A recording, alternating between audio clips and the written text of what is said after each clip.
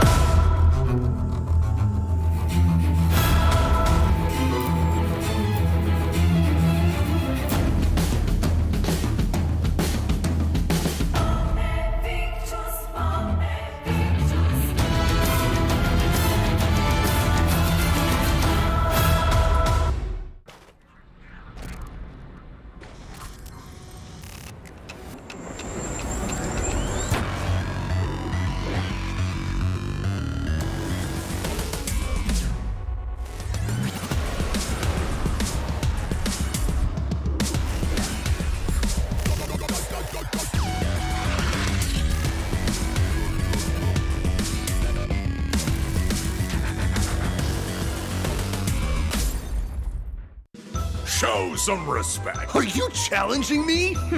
A tough nut to crack. Now, shall we fight? My turn!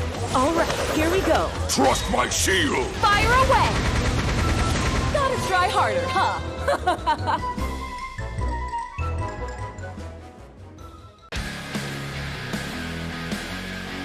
Soldiers, give me strength! I'll take care of it! Trust my shield! Stop right there! It's not over yet! Go to hell!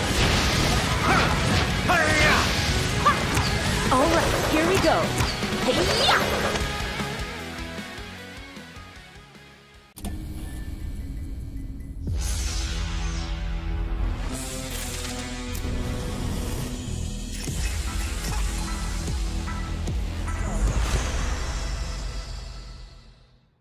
Welcome to Update 26.2, where you'll discover the new Crafter Pass, a new Team Deathmatch map, strengthened anti-cheat measures, and more. Here's a closer look at what's in store.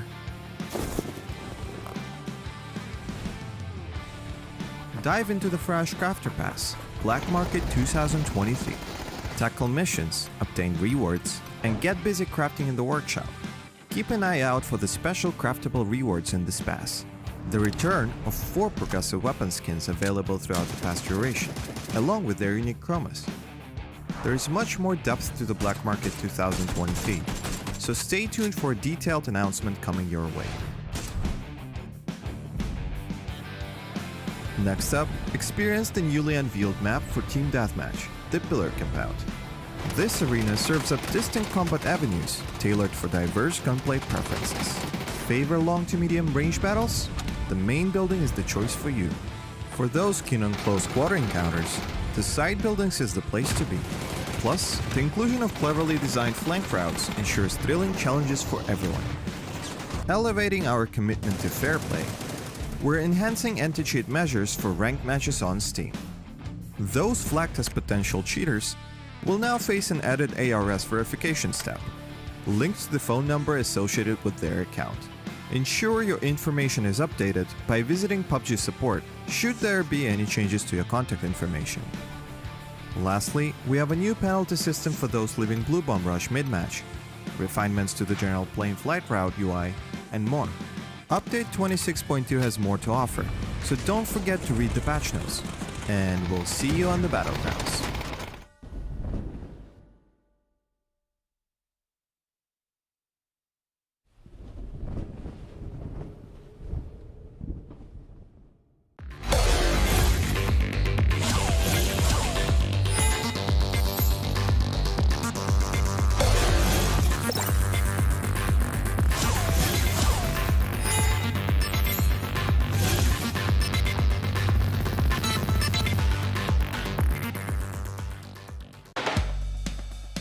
Unleash my shopping spree Duty-free from big brands. at all King Power stores and King Power Online. It's possible. Enjoy great selections, promotions, and privileges. The power of possibilities. King Power. Hanuman's forces have set up their barrier. They are waiting for sunrise before they release their guard. Very good. With my magic, the night will turn. Enemies beware. Mayara is coming for you.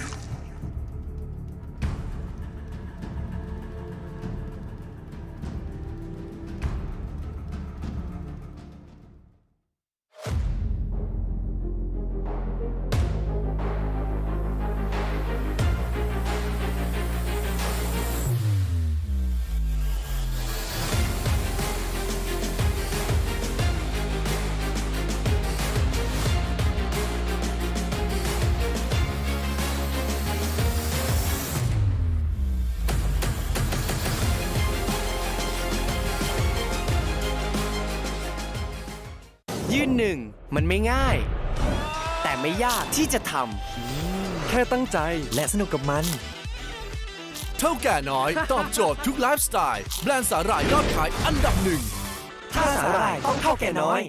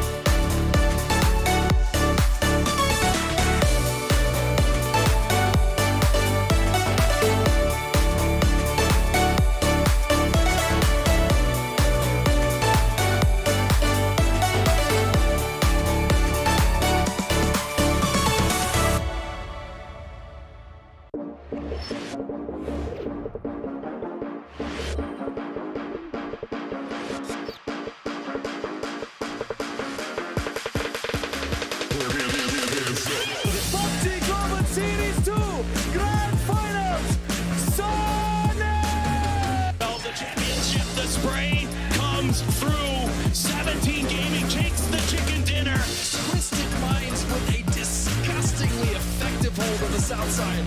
Turn that into a win. Spins on him and takes him down. Daiwa is going to get the win.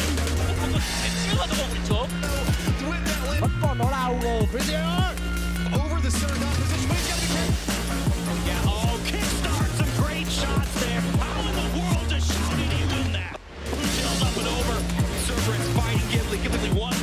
unforgivably. His petrichor wound coming apart. Oh, another walking right Genji.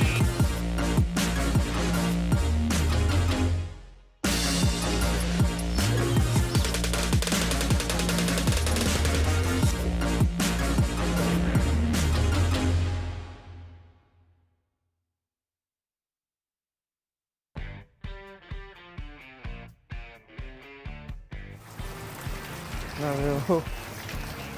서 있으면 될까요? Hello. 안녕하세요. 안녕하세요. 실제로 만나네요. 키가 크시네요. 觉得他比较帅。 쑥스럽네요. Hi. Hello.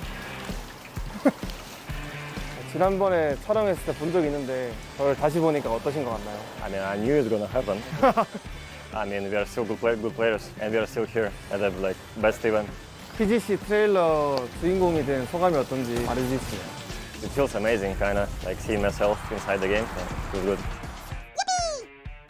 Do you guys know why we are here? 그냥 PGC 우승했던 사람들 다 모인 걸로 알고 있는데 Champion Genji!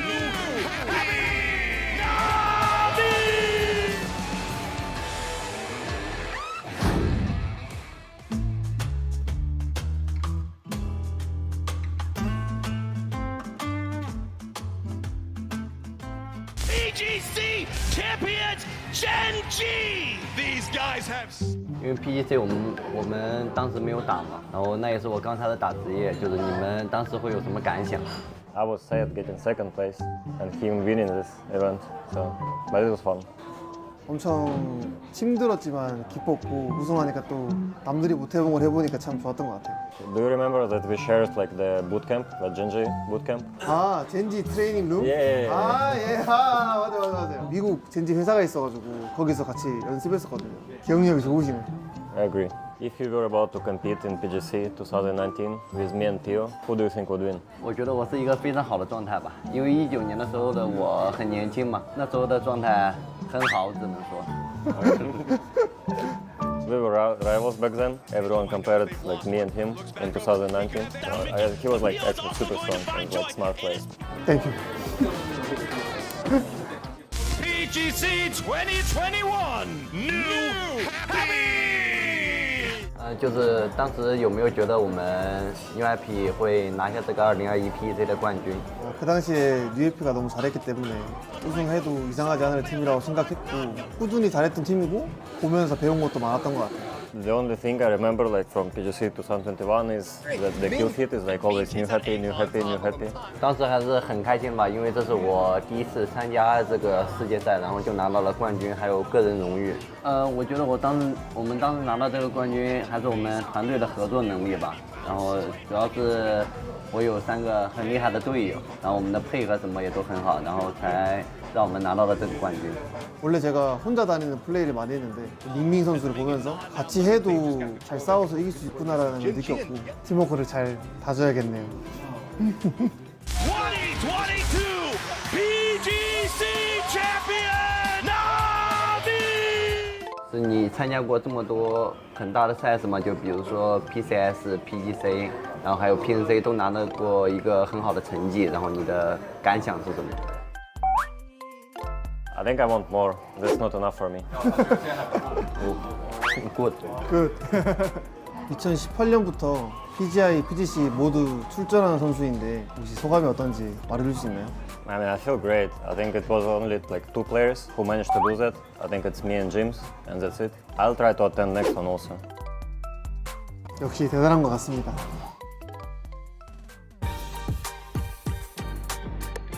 What was the reason why you didn't perform well at PGC 2022? 可能是因为我们去年的21年的整体成绩比较好吧，然后我们队内整体可能比较骄傲吧，然后比较太过于自信了，然后导致了我们团队配合上没有那么好。面对的话就是自我心态要好吧，然后不要太过的骄傲吧，然后努力打好每一场。 How did you overcome the slump? 극복 못했는데요? 농담이고 이번 연도에는 좀 열심히 해가지고 노력 많이 하고 있으니까 좋은 결과 있기를 기도하면서 잘하려고 노력하고 있습니다. We'll see what's gonna happen in this event.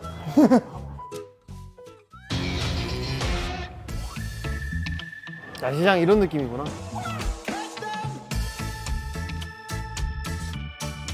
뭘 먹어야 되지? Tom yum, yeah? Yeah? Yes. You like? Yeah. You don't? I No spicy? It's spicy. 딱히 땡기는 게 없나 본데요? 무슨 음식 좋아하냐 물어봐주면 안 돼요?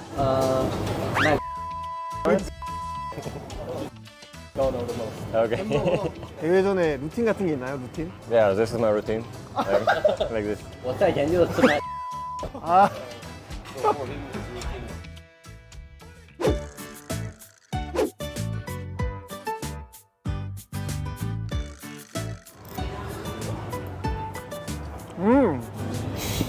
好吃。 여기 delicious. Yeah, no, I know, but Tom yum better.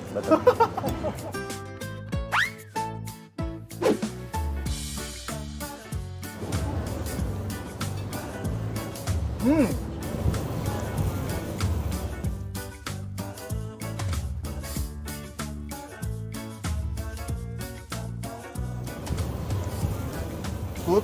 줬어? Tom yum best. 어우. Oh.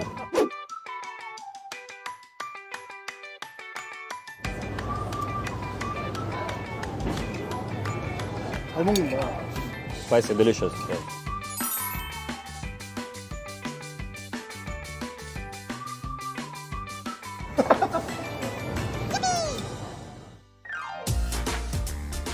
I need a bracelet, you know, this. 아, yes. You have bracelets?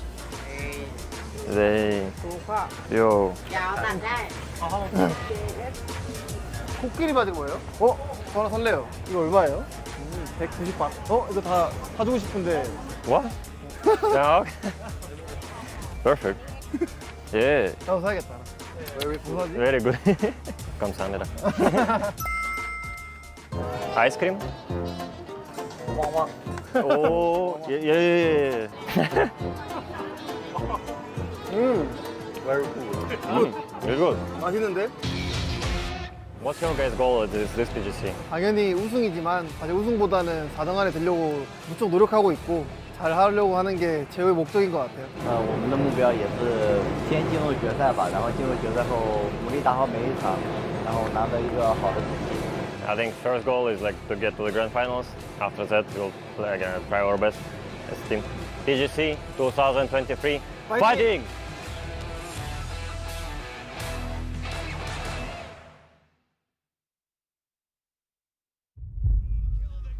FaZe Clan shocking the world. 18 kills and a chicken dinner. I don't know if it's enough, but goddamn Matrim, they made a hell of a round.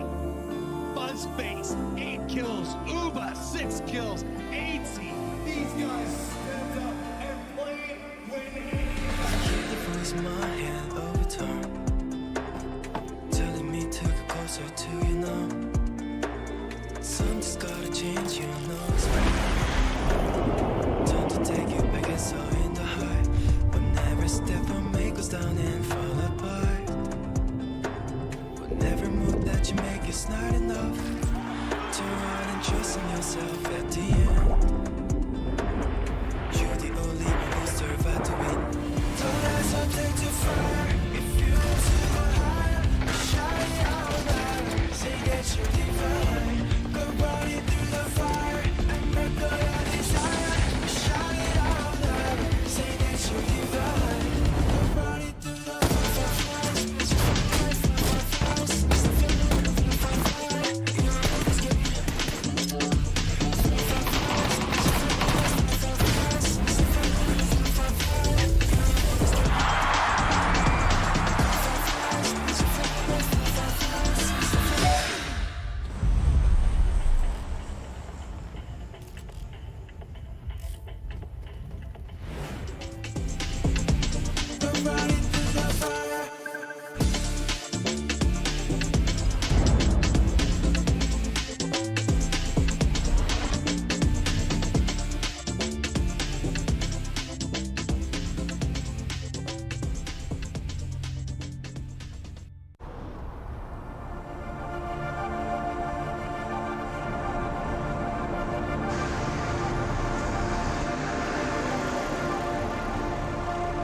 Victory in Riyadh is an exciting and joyful memory.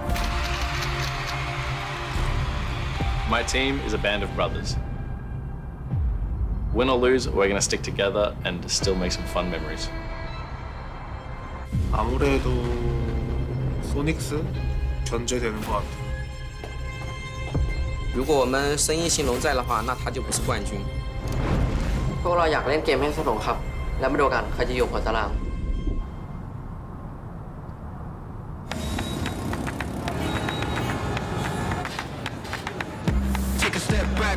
Điều tôi thích nhất là tất nhiên là giao tranh rồi.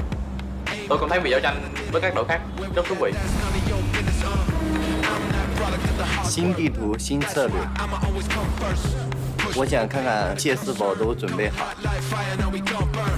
Everyone talking, we're gonna win, we're gonna get this trophy, we're the best team, but undeniable, we are this team. PGC는 꿈의 무대잖아요. 도전하는 건 늘 재밌어요. PGC is the biggest event of the year. I'm confident right now because the team feels fantastic.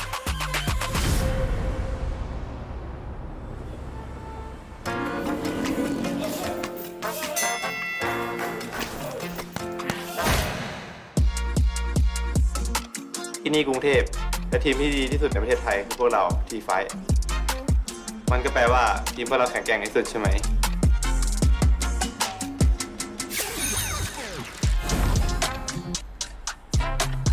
Navi last year, this year's going to be Face Clan. That's true. Face Clan, baby. We'll see. We will see.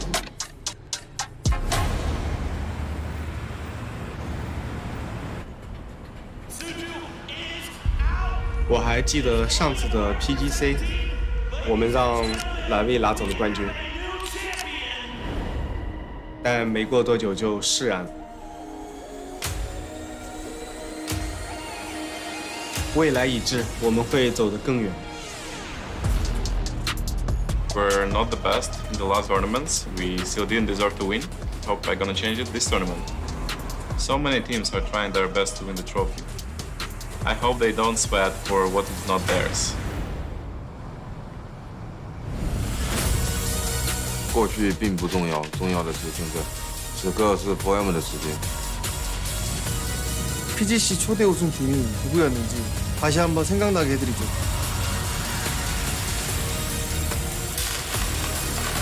You really think you can win this thing? Because it won't be easy.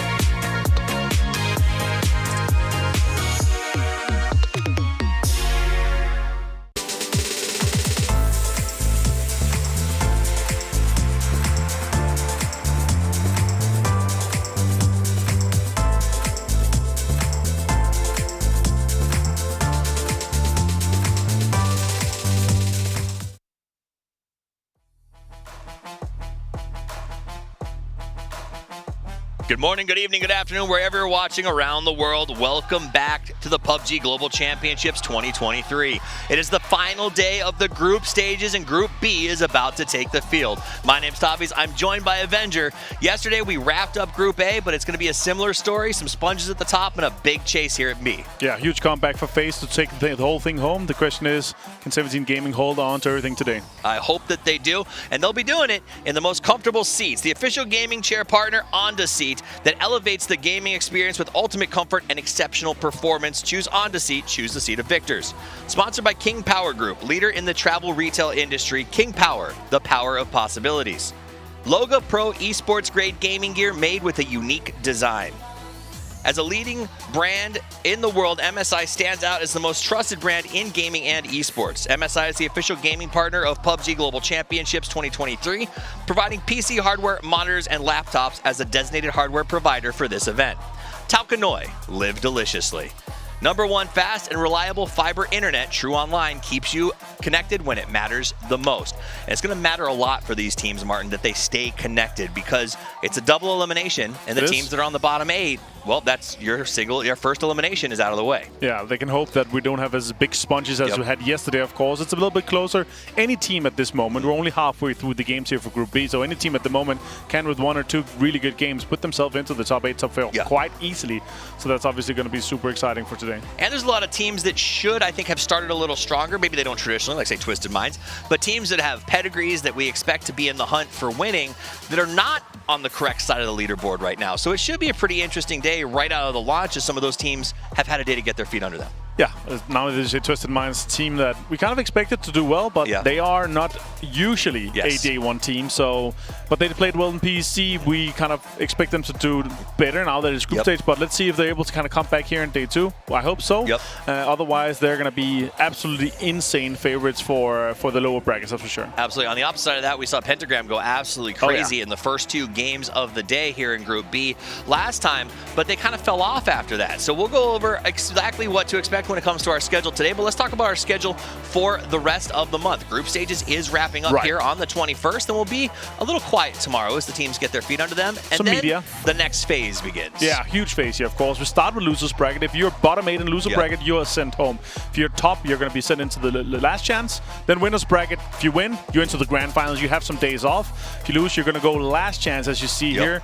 And then it's the top 8 in the last chance that is going to be joining our top 8 from winners bracket in the grand finals. That is what everyone is vying for. Also what we saw our former PGC champions. They're like, focus right now is grand finals because there is a lot of stages. You first have to do well in group stage, then you have to get top 8 in winners bracket, which is going to be an absolute bloodbath. It's not a sprint, it's a marathon, and we're only through the first stages of that race so far. Exactly. Let's take a look at the teams that will be playing because it is about that split. Group A and Group B, we changed it up a little bit this year. They're playing with the same 16 all the way through the group stages. Group B will be taking the field today, and they will be starting on Miramar. Now, what are they playing for, Martin? $1 million. Actually, 2 of them. And then $600,000 for, of course, first place. Plus, everything that's in the crowdfunding, too. There's also an MVP, $10,000 for that. The kill points is, as you usually know, 10 for first, 1 for each kill. And so if you are joining us for the first time, 1 point per kill. That's the thing you really need to know. That way, if you see someone say kill themselves to the blue, it's to deny those points to the other team. A lot of strategy is going to go into the group stages. Let's look at who's participating as a region. Asia and Asia Pacific, very big presence in this event. PGS champions, though, also got a chance to win a bid in the West. I think saw a little bit of bolstering. The Americas regions, for instance, was nice to have that extra spot. The same for Twisted Minds getting in that way. Yeah, all 4 of them currently, obviously, we're going into this huge favor. Twisted Minds, if they can put their best performance towards the grand finals, then it's fine. But yeah, we definitely want to see them be one of their top performers here out of Group B. And this is who will be participating today in Group B. When the plane takes to the air, these are the teams that will be jumping out. The first day of play was relatively quiet in terms of hot drops. It wasn't like Group A, which I think was a little more chaotic from the go, so I expect it to still be more of a cerebral group. And also, it's a little bit more even. We have some top teams, of course. 17 Gaming and as the Pentagram did well for themselves, 60 and 59 here, but even if you're on Powell right now with 14 points, one good game with double-digit kills, you can actually be putting yourself into the top 8. So it's still close here. And as we're pointing out here, Asla and 17 Gaming, they did really well for themselves. Asla, Pentagram mainly got their points off Rangaloo. Yes, I mean, that's my worry for them. Look at their numbers. 17 came all the way through. I don't believe they actually managed to get themselves a chicken, but they were just getting great placement and great points, whereas Asla Pentagram got 2 chicken dinners out of the gate and then we're quiet the rest of the day. Here's the teams we want you to watch as we jump out of this one. 17 is obviously a powerhouse. PGC defending past champions. They're here to do it again. PLM, these guys, thank you. These guys are the hometown heroes, so I expect them to go off. The crowd was in their corner so much last week. Yeah, and I'm hoping that Fluky and the boys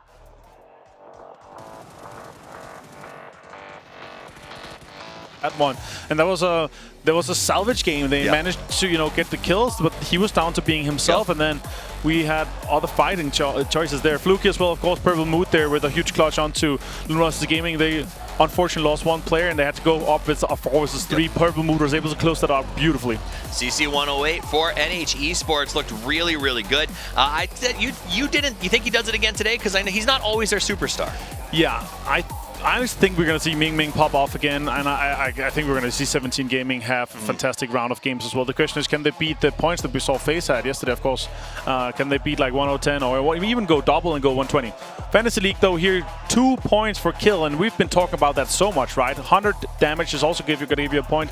If you have a captain, it's going to be 30% extra. Yep. If you survive and your player does not get flushed, even if he's on the team, you get 5 point extra. If you die early within 10 minutes, -3. Yeah, just don't die early. I mean, if you really want to sort of get some bragging rights, just don't pick people up who die early. Hot drops, bad.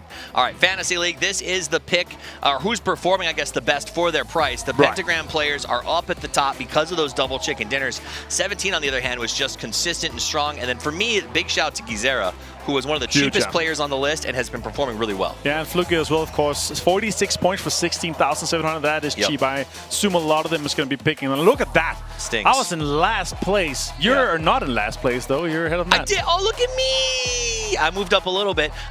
We got to fight back. Literally, the second Toby passed us, we saw tweets going out yesterday. Caster pair, best pair. And you know what? They're not wrong. But that's the fun of playing fantasy. You can head over to twire.gg and get your fantasy picks in right now to play with the rest of us so that you can brag as well. Pick'em challenges. This is who's getting their picks over on the client. If you want to see your chance to get a pick'em, we might have some coupons later, but also let us know who you like. And it seems like everyone loves 17. 17, especially they're loving their picks even more after what we saw them in day one. The question is, can they continue?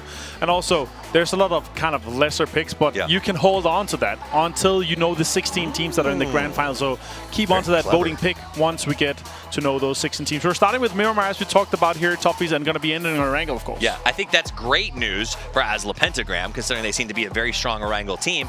But that also means the rest of the lobby is going to want to get off to a quick start so that that last half of the day, there are some teams that specialize on that map. So it's going to be a little bit different, a lot of smart stuff. Now, let's talk about something really cool. Our finals tickets are about to go on sale. Don't miss the chance to witness the final esports event of the year for PUBG Battlegrounds live on the site. All the information is there. You can head over to Event Pop to get your hands on some tickets for the grand final, including things like the fan zone. There's a lot of giveaways, a lot of chances to win some cool stuff.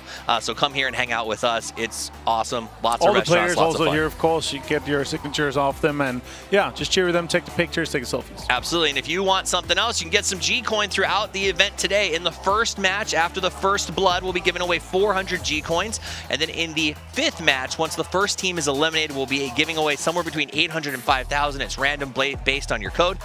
Now, have the client open. There's not a ton of redemptions, so you got to get in as quick as you possibly can if you want access to those G-Coins. And I know you, probably like me, love G-Coins. So go ahead and get that as quick as you can. It's an exciting day. What are you looking forward to the most? Yeah, super excited to see if we're going to be able to see, some of our kind of bottom 8 teams that are currently sitting down there. We have some big names in there, Twisted Mind, Genji, so forth. I got to see something out of them.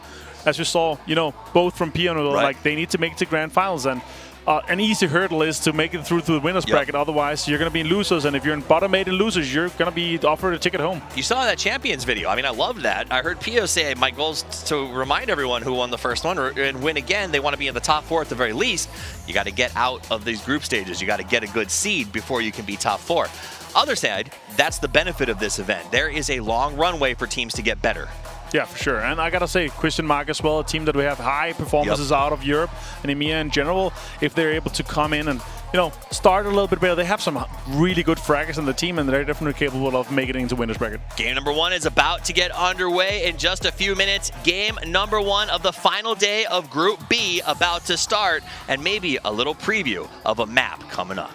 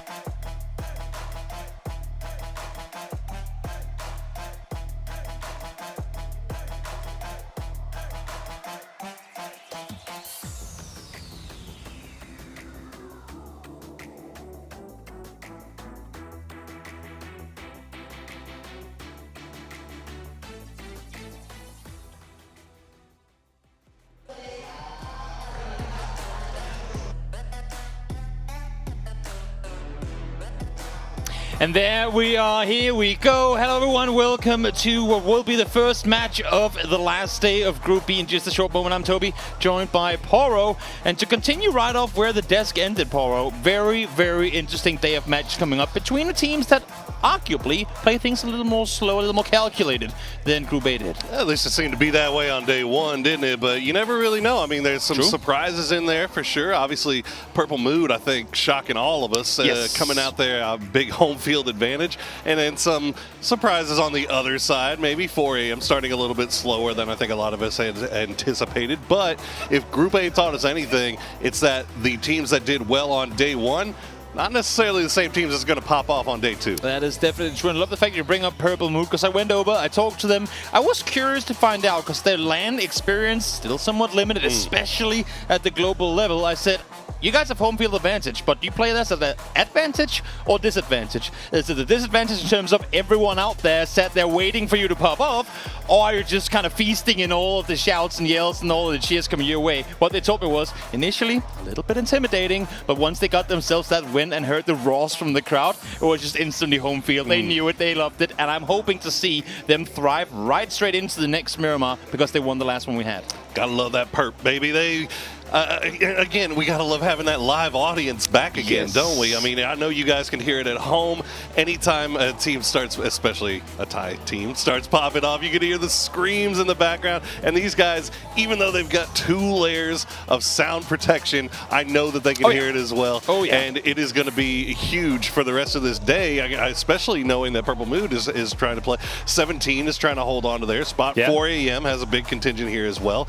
But then look at teams that also have to grow a little bit here. You look at Question Mark, Twisted Minds, Gen G, teams that have this huge pedigree, and we expect them to be doing better. Day one, a little bit of a slow start. Do we think that they'll turn around on day two? I think the 3 teams you bring up here is a perfect example of 3 teams trying to do the same thing at the same time. And there's just only room, I suppose, for so many recipes being the same on one server. A lot of teams that are eager to play Edge in this group of 16 teams. And therefore, while they're used to having plenty of space to roam around to do these wide rotations, now that space ain't there no more, because every time they make a little play, there is going to be players on that side. We saw teams starting to adapt to it once we came over to Miramar. I'm hoping today that some teams say, we're normally an Edge team, but this is a mega Edge lobby. Let's claim center, because there's plenty of space to be found in there.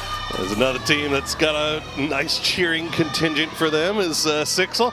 A little bit of a question mark on them coming in, but they're currently holding strong in that 8th place spot. Definitely. Now that cut line is what we're going to have to be watching really, really closely today, Toby. It ended up being a little bit of kind of around 75 for Group A. I imagine we'll probably see it somewhere near that for this group here today. Would too. I don't expect there to be any 1 or 2 teams that are going to just completely separate themselves by the end of the day. So it might even be a little bit lower, as no one team will sponge up points. But now let's wait no longer. Let's hop on over to Miramar to kick off the final day of the PGC 2023 group stages.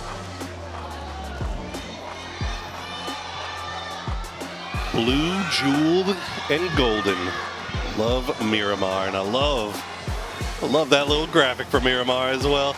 As we, you know, I gotta say, I love the blue and gold color palette that they decided to go with for PGC. Oh my God, it's so beautiful. It's just pretty. Huge fan of it. And also a huge fan of this plane. Totally right across the middle. Everybody should be happy with this. As fair as can be. And as Des said as well, we didn't really see a whole lot of contesting for vehicles or contesting for drop spots in the first day of Group B. I'm not expecting to see it today either, at least not until we get to maybe the Wrangle games. Because if there is one team that has managed to separate themselves and they have a chance to force teams into losers bracket, look for teams to try and even give up their own drop spots just to harass other teams. Yeah, it could end up getting a little bit spicy, but again, like you said, it's these cut line is going to be so low, I guess. I mean, there's going to be so many teams that are vying for the same thing here. I don't know if anybody's going to be so far ahead that the only thing that they care about is trying to keep anybody out. But we'll see. We'll see. You know, the entire lobby could shuffle. The entire leaderboard could shuffle right now by the time Game 5, Game 6 rolls around. Definitely. That's the thing with best of 12. So you can have just 1 or 2 good games, short. and all of a sudden you're flying way up the leaderboard. Same thing. Mendes said it. Same thing with Pentagram. All it took was them having 2 solid, not just solid, but really good games, and they still find themselves in the top. But of course, we'd hope to build on that as we head on over to Miramar here once again. Circle, oh circle, where are you gonna go? Straight up towards the north, and the Purple Mood fans are gonna cheer off of that one. Okay. Well, we are heading way up north, as you saw, and you know, I guess not too terribly. It's not hugging so far north that it's actually going over the wall or anything like that. As we get a little bit of picture-in-picture view of Rondo. I'm very excited about it. I know you're excited about that. Same. It looks amazing. It looks amazing. Really cool. December 6th. The fact that we get to come home from Thailand, from this event, go straight onto our PCs and just start playing Rondo. I cannot wait. It's going to be great. It's an early Christmas present. It early, really is. Early it holiday really is treat. Phenomenal. It's almost as if it was intentional. that was when they were going to release the event. Almost as if. We take a look here at Shengyi Shenlong, a team, as you said, who have, I feel like, been able to weather the Edge storm and actually found their entries to some of these circle centers. Have had some really good overall performances. They're currently set in 8th, right there on the cusp, but they're 1 good game away from top 3. That's how close things currently are. And that's how it feels. I mean, you look from 1st to 12th, really, with the exception of 13 through 15, everybody's had at least 1 game where they did really, really well, and that's kind of been what's carrying them the most here. Now, well, the question is, when is 4 a.m. going to get theirs? Genius, Howl, PMA, are they going to get theirs anytime soon here? And if it's Gen G or Twisted, I mean, any of these teams have the ability to start snowballing off of 1 really good performance, and will that impact how that cut line is going to sit? So, you know, Twisted Minds, European teams in general tend to start a little bit slower during group phases, really tend to start picking things up in the winners-losers bracket, and then by finals, they're hot and rolling. We'll see. I'm interested to see if they can maybe get things started a little bit early, like FaZe did yesterday. It would be about time that Twisted Minds makes it into a winner's bracket of a global event. Hey, 2-time losers bracket champions, though, baby. Can't sleep on it. I mean, that is true. That is true. More experience for them, I suppose. But I think if you ask them whether they would rather play winners or losers, I don't think there's only one answer to that, and that is, of course, the winner's bracket. So go back, prep for tournaments or for brackets to come. That is what they would want to do rather than have to fight for their lives down in the first of 2 eliminations. Well, I know Pio doesn't want to be the only one from that trio that we saw in the pregame show that doesn't make it to the winner's bracket. He's going to be playing his mind out here today. New Happy, currently sitting very comfy in 3rd place. They've had a couple of really good performances so far. We'll see if they can stack onto that. And 17, well, it's just more of the same, isn't it? I mean, it's crazy. You see 17 with 60 points in 1st place, but it feels like we still haven't really seen them turn on the way that we kind of expected to. That's the thing. There are many teams that haven't, and then if they did, as you said earlier, it was a 1-game thing, and then they were kind of gone again. Everyone's been up there taking their turn, being the dominant team. So very curious to see who's going to be able to maybe get things going a couple of games in a row here today, outside of Pentagrams, of course, back-to-back wins yesterday.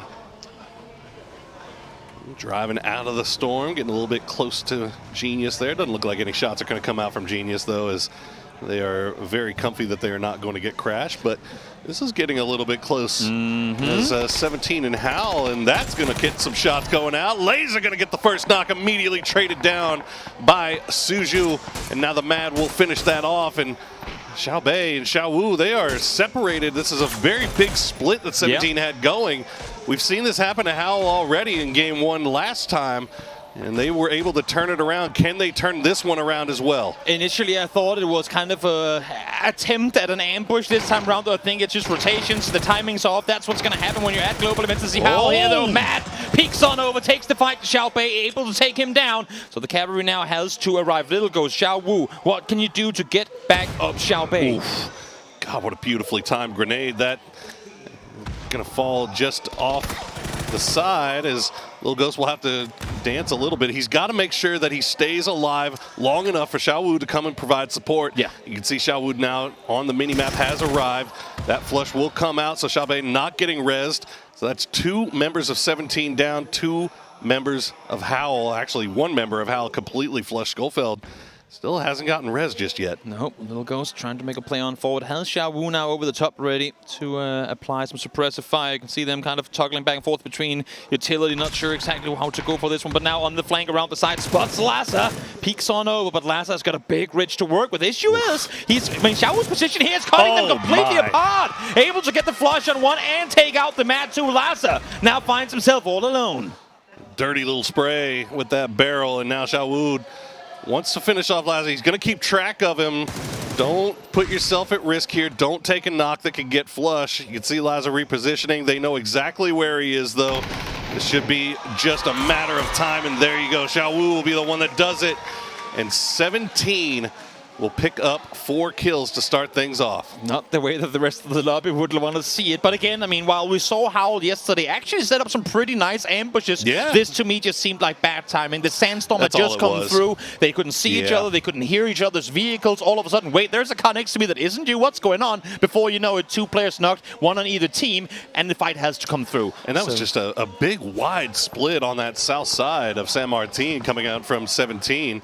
So, you know, unfortunate that they get caught up and lose too. That is the right word to use. Unfortunate indeed. We are going to get a little bit of a peek at Gen G's journey here to this tournament, as we currently have our eyes here on Best of Luck. So in just a short moment, we should be able to see exactly how the Korean team managed to make their way on through here to PGC 2023.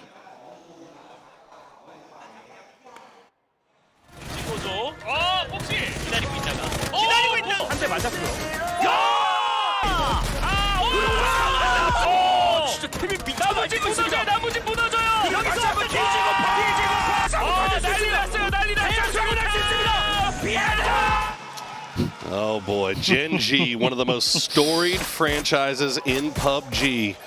But I gotta tell you, Toby, it's felt like a while since we've seen them getting really, really relevant in an international competition. From an analytical point of view, it's so frustrating seeing a team like Gen G come out and put up these highlight moments in up-close fights. You go, yes, because they can do that. They're so good. But they never set themselves up to be able to pull that kind of stuff off. They'll do these wide splits on the edges. They'll play it as slow as humanly possible, and more often than not, they'll lose players one by one by one. So they never get that chance to put on a great 4v4 fight. We know they're capable of doing it. They just don't play around the fact that they're really, really good at fighting.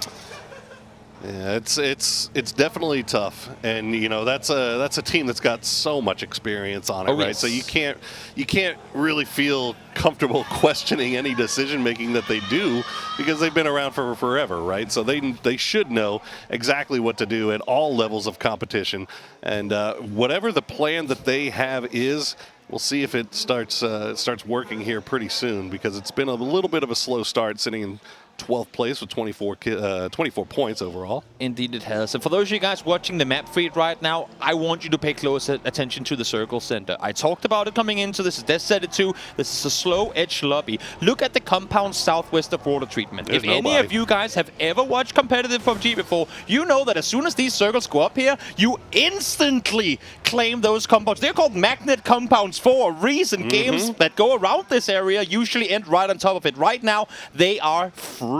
We have over half the teams here that would much rather sit and hug the blue than play towards the center, but this is what I go back to. This is what I keep on saying. There is so much space to be claimed, and if teams don't start adapting to it, that just points out the window. Feels as though nobody wants to commit to the compounds just yet, but while you say that, Purple Mood, 4 a.m., Genius, all have eyes on it. If they want to take it, they can immediately make that rotation. New circle does pop north. The center of the circle is going to go a little bit north over there, and you can see, actually, I would say PMA really in the best position right now. They're going to be able to take the high ground. However, there are still a bunch of those valley compounds that are left available, and those are dangerous decisions to make. That is a pushing all your chips into one thing and just hoping that you can stay there and not have to leave. Only thing that worries me about the Purple Mood split right now is that they're in a position that on map, I mean, seems like they're very close to each other, but because of the way the terrain works, they cannot see each other's compounds. Sure. So if one team does get pulled up on, you better have your fire escape ready. Make sure those cars are parked facing the right direction so that you can leave if need be, because right now there's no help to gather should a push come through towards either one of these players. Legacy finally able to claim one, 4 AM takes the other. Thank you guys. Go for the center. There you go.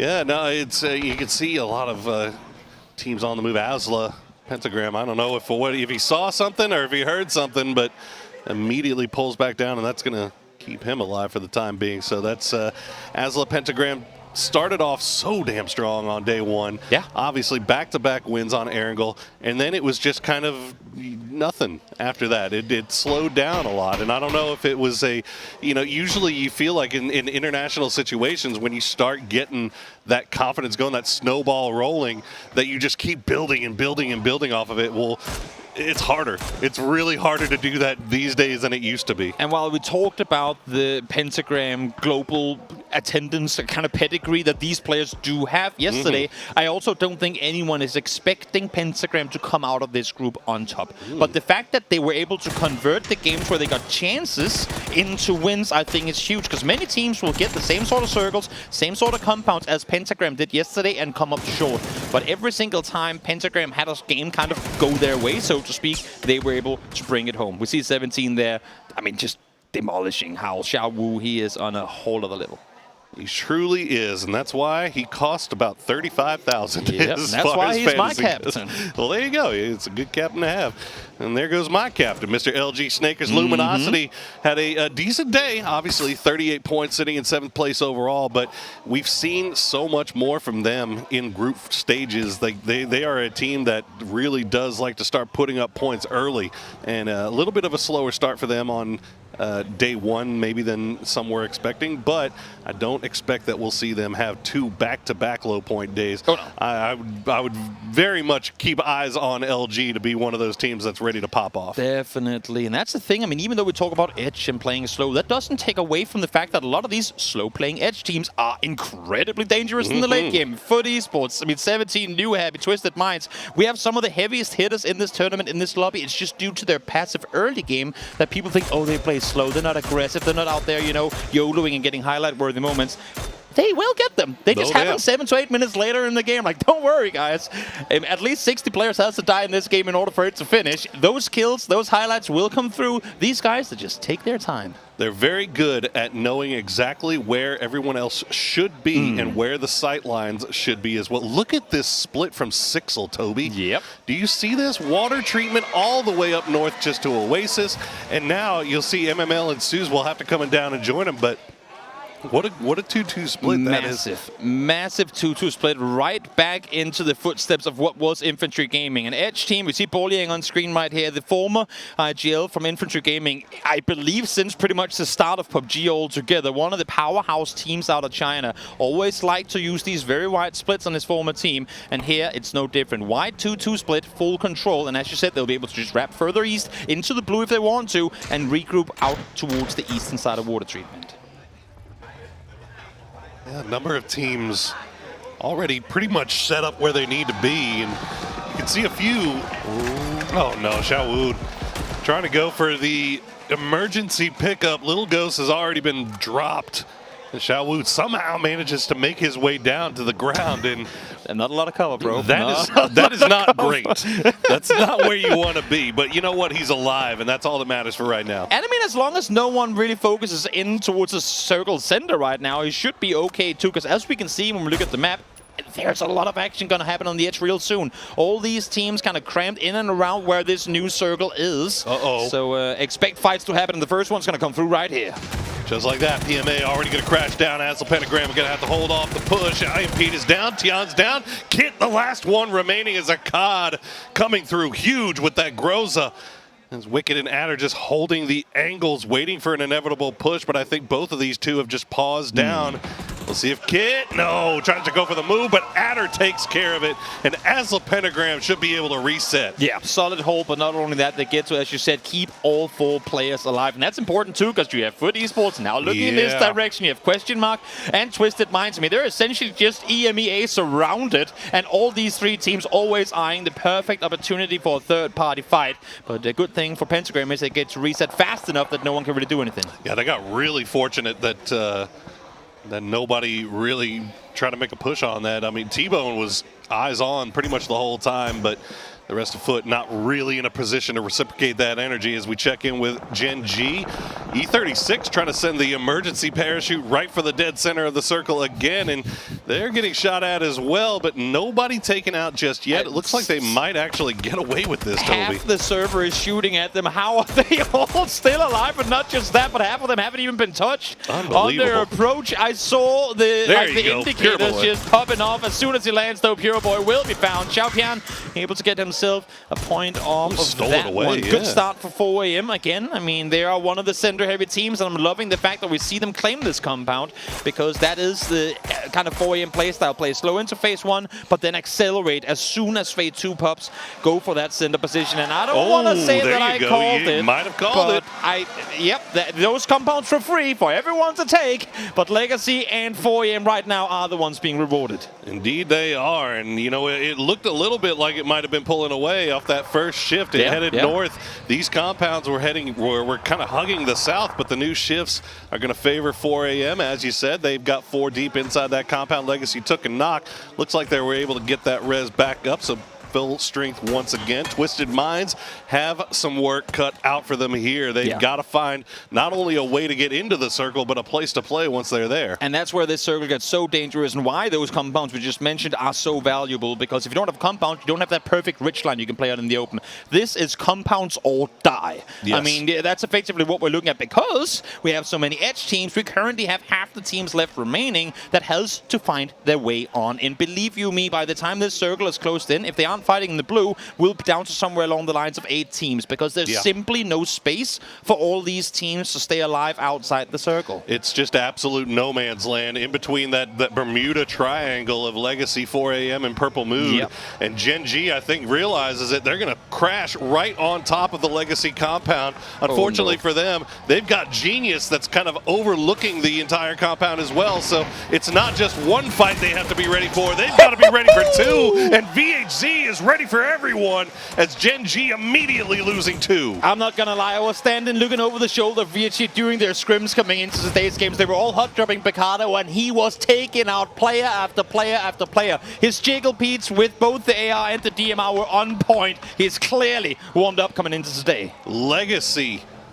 A surprise, well, not really a surprise for many of us that they're sitting in 5th place. They had a hell of a day 1, and they are setting themselves up for a nice day 2 here if they can make something happen in game 1. Sixel trying to send it for that ridge line, but E36 kind of standing out low. They're going to be taking shots over the top. New Happy also kind of in a 2-2 split here, going to take a few shots at him. Sixel actually kind of getting away with one here.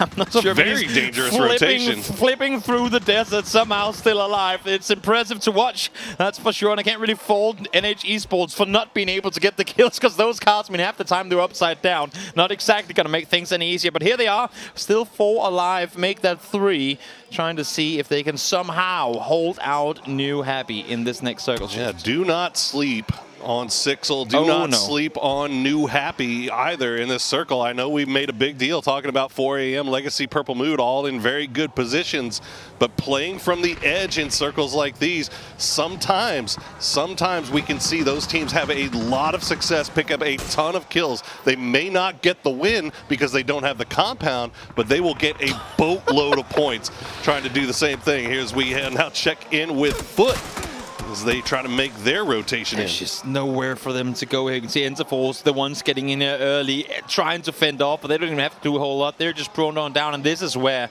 maybe not so much 4 AM, but at least Legacy's come on. If they brought a mortar, there's only 2, maybe 3 places in this entire area that you can play in the open. And if you know where these players are, and you send one in, that's a quad kill for you right there.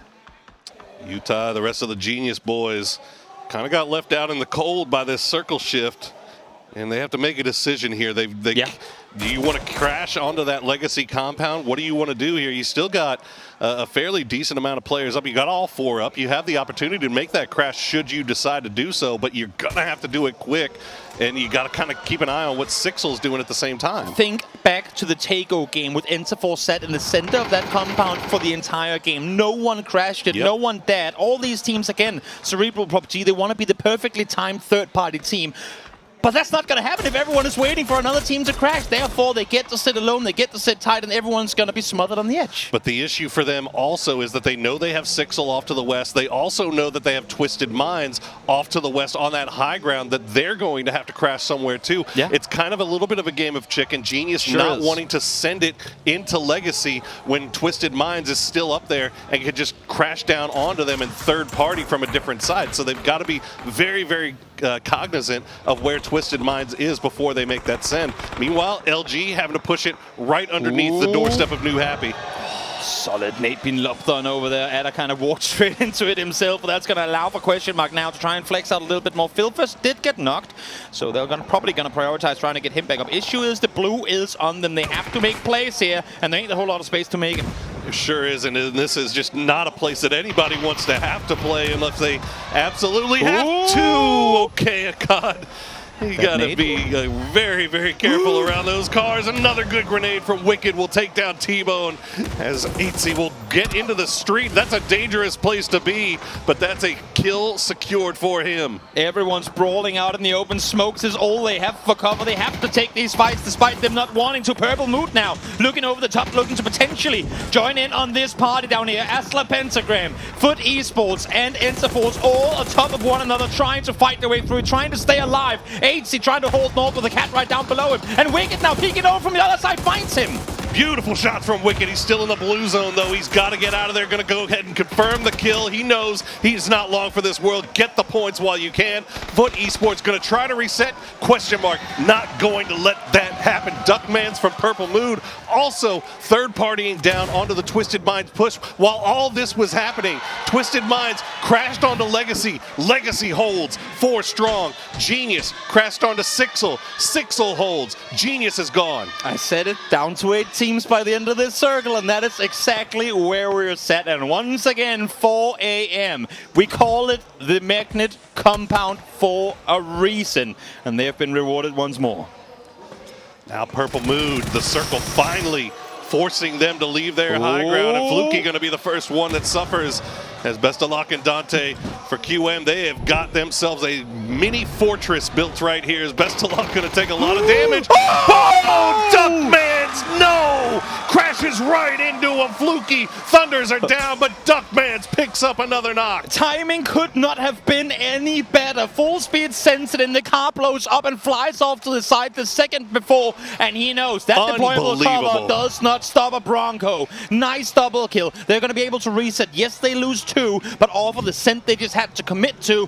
Getting those extra points here is very worthwhile for Purple Mood. Sent it right through the 2 deployable covers. Those deployable covers will protect you from those crashes, but not if you're standing in between them, Toby. Unfortunate timing for QM there on that vehicle explosion. About 4 a.m., as you said, it's simply tower defense at this point. Sure is. 4 kills already. Now they can see if they can try to get a few more. This could be that big turnaround that they were looking for coming into today. We talked about Pentagram earlier and how they were able to bring home the games that they were given chances to. Just because you have all the circles coming in away from 4 a.m. here does not mean it's a free win. If you allow for the team up towards the north on the ridgeline to play alone and flex out, we've seen it time and time again that the team in that compound gets too comfortable behind those walls, and eventually that will become the maze that you have to get out of by the end game. So curious to see how they're planning on playing this one through. Oh boy, Legacy might be in a little bit of trouble here as the mortars have come out from Shen Yi. Jinlong, Legacy so far 7 kills in the bag. Oh, just short. So close. Lorena, actually, I think that might be Bolian giving him a little bit of feedback, letting him know to send it a little bit farther. But Legacy, they've got happy feet. They've got the smokes laid down, and they're going to get out of the way just in the nick of time. One more coming through. Won't do it. Loving the fact that RBN throws multiple smokes before going for the rest there. That is the bait that spread them out, make them have to second guess. And fortunately for him, all mortars sent to the wrong smoke. Great kind of proactive play there by RBN to reset. And again, I mean, Legacy able to fend off against 2 teams on the push, now successfully making it out here into the fields as well. They're looking very good. If this circle shifts south towards them, Whew. Legacy's going to be off to a great start. They have already held off a push from Gen G and Twisted Minds, two of the biggest teams in the world. Legacy is clocked in right now as that circle once again goes to the magnet compound. I think we beat it to death already at this point. I think we all know exactly who is in the driver's seat as far as this end game goes. Yeah, but it's up to them to bring it home, and the teams they're up against are very much against 4AM coming up victorious here. NH Esports now peeking down towards the northeast. They want to fully commit to it. They're not feeling the pressure from Shangli Xinglong towards the south, so they great. Now is the time we prioritize Luminosity Gaming. 3 up still for LG as they are looking for anything. Any peaks from New Happy. Snakers playing the high rock. Mime and Rello a little bit lower. You can see all DMRs, all the minis still in hand. Augs, the preferred weapon of Snakers. Nobody finding anybody just yet. And although Sixel is trading back and forth with Legacy, they did manage to spot out LFP, got him taken down with that AUG, but the rest of Legacy not going down without a fight just yet. Is MML, he's dropping the arm. He's letting them know he just pick it up. But Boliang and Lorena, they don't want any of it. They're just going to go ahead and push. Don't have time to do this. Just got to try making their way further towards the circle center. There's a bit of a rich line for them to work with, but I think going to grant them cover for very long. Legacy, you'd have to expect them being aware of this push and come through, especially now with the flashes being lopped on over. Tough spot for Legacy to have to play out of, but regardless of the outcome here, they have to be happy about this game one performance, 7 kills, and at least a 5th place here. But now, as Sixel tries to go and push them, they get pushed from behind by New Happy, as New Happy turn their attention away from Luminosity. And now they go ahead and take them out. New Happy cleaning the road, clearing the fields as they find 2. Solid shots coming in there for New Happy. CC does get knocked, but they have plenty of space now to get the rest on up, to reset, to push on into this next circle. Issue now becomes LG is playing the rich line. 4AM has to decide, do we look one direction or the other? Because for now, both these teams outside the compound can play in the open. So for 4AM, they might be better off here just waiting things out, playing it tight, and letting these two teams potentially start looking towards each other. They gotta have eyes on, though. There's only a very limited amount of ways that you can defeat 4AM's hard stuck position right here, and one of them is where LG is looking. They can come in from that side and hope that maybe Bobo and HSM are smoked off or just held strong and try to get somebody up there, but LG apparently deciding the better of it. They're just gonna hug the ridge line for the time being. And New Happy, they're going to have to move here eventually. I think they're kind of doing the same thing. They're waiting to see if LG tries to do something. LG, they don't have to do anything, though. They don't have to move. New Happy does. Yep, I've literally never had the game prove me right so hard before. We're literally ending the game in the middle of this compound. You're seeing it right here. NH Esports has a chance, should their vehicle be intact still, to make a play up towards those Haybell stacks, towards the far southern side. They are going to be within nade range, yes. And you can see that's pretty much all the utility that 4AM has to work with. They have yet to have to take an up-close fight. This is dangerous. Therefore, they can throw nades towards him, and I think that's what they're setting up for here. Make their way up towards those stacks of Haybells. The biggest problem for 4AM here is that there's so many angles that they have to cover, but it's too dangerous to play the roof like you normally would in a situation like this because you leave yourself super exposed. Bobo's going to try to go for it, but he's the only one. Grenades in hand, sending it through the Haybells. Somehow manages to find Nod and Ming. They're running straight into the point! And Xiao Pian with the bounce off the Haybell stack, able to get the final nade on in, and now 4AM can turn their full attention towards the ridge on the northern side. Just Rello and Snakers left alive here for Luminosity, trying to bring home what looks to be an impossible 1v4 Snakers into the blue. He's gonna jam a pack on, he's gonna sit out here for a while, now runs on in instead. He knows the time ain't there, he has to try and see if he can get something. He's gonna find the first one, does he get the flash on him as well? Yes, 1 extra point secured, but Snakers caught behind a rock, nowhere for him to go. There surely is no way he brings this one home, and no! 4AM, 14 kill, chicken dinner. You have got to be kidding me with those grenades. They were hiding in the hay bales. It was like looking at a pinball machine, and somehow every single one of those grenades landed exactly where it needed to in order to get the kills. They were playing blindfolded whack-a-mole and perfected the game. Perfect. That was absolutely insane. What a start. What a start to the day, and what a hopeful, I guess, realization from this lobby that when they look at this game in the very short break they have now, there's space in the middle on Miramar. Let's claim it, because 4AM did it, and they got well rewarded. Oh man, we came in here talking about teams that needed to have a big performance in game number 1 to kind of make up for a little bit of a slow start from the first day. 4AM was one of them at the top of the list, and boy, they delivered. Let's throw it over to our analyst desk to talk about game number 1.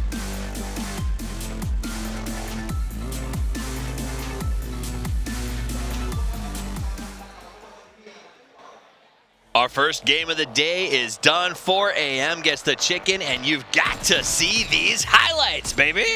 Yeah, crazy highlights. I mean, crazy game here. Of course, 4AM, they had a rough start. 17 gaming, of course. Rough start for Howl. Howl needed to have a good start out of the day. They were really down far the list, so now just 5 games for them to go. But also another, kind of usual circle here. We've seen a lot of these endings throughout the year and years in general. So yeah, for 4AM to claim this compound and be able to defend it that well was impressive, and they're able to latch onto a lot of points because of that. Yeah, they didn't have it. I mean, they got a great circle shift, but they still had to hold a compound that was very popular. In fact, that new happy push, they deleted them. It was perfectly executed, turned their attention to LG, and we're going to see that in a second. By the same token, Luminosity got a great shift there at water treatment and had a bit of a struggle of a push across that road, but it worked out to make into the top 3. And here we see QM going down to... There was some shenanigans there in a bit. Yeah, I honestly, it's just like, they have a... Like, you have a shield. Yeah. No, you don't have shield anymore. It's my shield now. I like that. It's a good one here. But 4AM, yeah, they defended this extremely well from NH Esports. Yeah. The utility that they had left got put on beautifully here throughout the hay bell. So yeah, 2 or 3 nades, you get absolutely destroyed. Snakish managed to squeeze another point out for the Luminosity boys, so they have that too. But yeah, 24 points in just 1 game here for 4AM. Big for a team that I believe was in 13th place coming into this thing and needed to have a big game 1. And honestly, I think what sums it up for me was the way that they handled that hay bell push there at the end. I looked at you and I said, I can't believe they let them take hay bells. But honestly, I think that they had the grenades ready. They knew how to defend it. And they were like, once they get there, it'll just be an easy removal. And they executed that very, very well. The question is, can 4AM keep that momentum going? Because, want to admit it or not, there was definitely some circle benefits. They were the beneficiaries of some circle shifts. Yeah, for sure. And in general, here my name's Toppies. I'm joined by Avenger here. That's us. The other guys, they're just chilling. They're resting their voices, We can't put them on. They're one of the better looking ones on this camera. True. Let's see, though.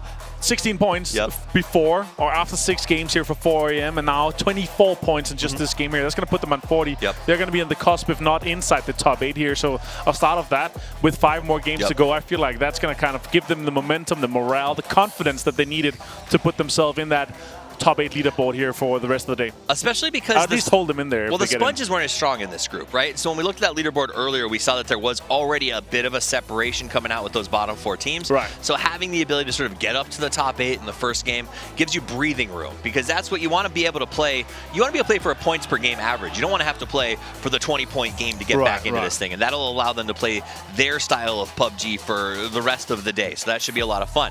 Now, we're still in Miramar. I want to talk about Purple Moon Gaming. These guys seem to do pretty well in Miramar. That's where they got their last chicken dinner, and they got to 5th and played really nicely in this one. Yeah, the compound that they had usually doesn't. It's really rare that it ends close to that here, but our top 4 teams here for match 7 for MS, as we said, talked about here, 24 points with the 14 kills and the win. New Happy with 6 kills, and of course, Luminosity Gaming is a little bit of a slower one. It's hard to get a lot of points once you play from water treatment, but they defended it well. They're able to get a lot of kills from their position, considering it's 3, but they also got 2nd place place, and the 6 that they get from that is going to be the points per game that we've been talking about. Another great game for Legacy, though. I gotta say, I've been impressed with these guys so far, and I'm happy they're able to bring it back here on their second day of play. Absolutely. Seeing Legacy, they got their chicken dinner on the first day of play. Exactly. On the opposite side, LG has been kind of a couple of second places. They can't seem to close out these matches in their favor, so we're going to see if they can pick that up throughout the day today. New Happy, though, looked great, but who looked the best? Obviously, our winner chicken dinner team stats are going to be 4 AM. ZPion going to lead the team with 7 kills and a whopping amount of damage. I don't think it's a big mystery who is going to be crowned man of the match here, Avenger. No, for sure not. Bobo with just 18 damage taken, like one straight bullet to the arm. But it is Xiaoping here for 7 kills and 649 damage. Good to see, of course, him being able to step up to the level that we know that he's able to be performing at here for sure. Last couple of years, he's been one force to be reckoned with. Absolutely. It's been good to see them. Like I said, it is a team that I have to ask, will they keep it going throughout the day today? But this match leaderboard says, hey, no matter what happens the rest of the day, they've got a good moment right here, right now. New Happy, 11 points. Legacy at 10. And then, of course, LG at 9 off the back of that. Purple Mood, the hometown heroes, get 8. And Osla Pentagram, who we said might start a little slow today, actually managed to pull in a good amount of points, which will let them hold on to that top position on the leaderboard. For now, until we get a tour angle and they get more home turf circles, for sure. Yeah, 6 to 7 here, a little bit closer towards the end. Only 10 points makes the difference between Asla Pentagram and Purple Mood. But again, you can see here, Foot and 4AM now tied on 8th place. 4AM has less placement points, so that's going to put them in 9th. That question mark on 39. And in general, it is going to be extremely close here. I feel like it's not going to be like we saw yesterday. Once we had 2 more games to go, we already saw the teams that are our top 4 established and solidified. But yeah, this is going to be great, and I'm excited for our games today. Yeah, I think so. It's going to be a lot closer. And yesterday was exciting, but you said there wasn't as much on the line. This one, I think there's going to be a lot of tough decisions for these teams to make as they go forward. Our cameraman getting some good looks at these teams as they get started. Get a little extra drink in because the next plane is about to take off. Let's get into match number 2. Let's head over to the dusty dunes of Miramar.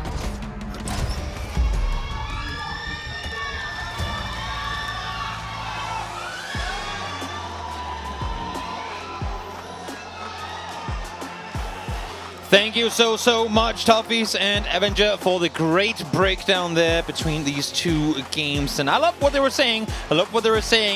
We have still yet to determine which of these teams are going to make their way into the top. 5 more games left to play here, Poro, and still literally everyone, even PMA, who's come off to a really rough start, could, with Miracle, a little couple of circles going their way, and great skill, make their way into top 8.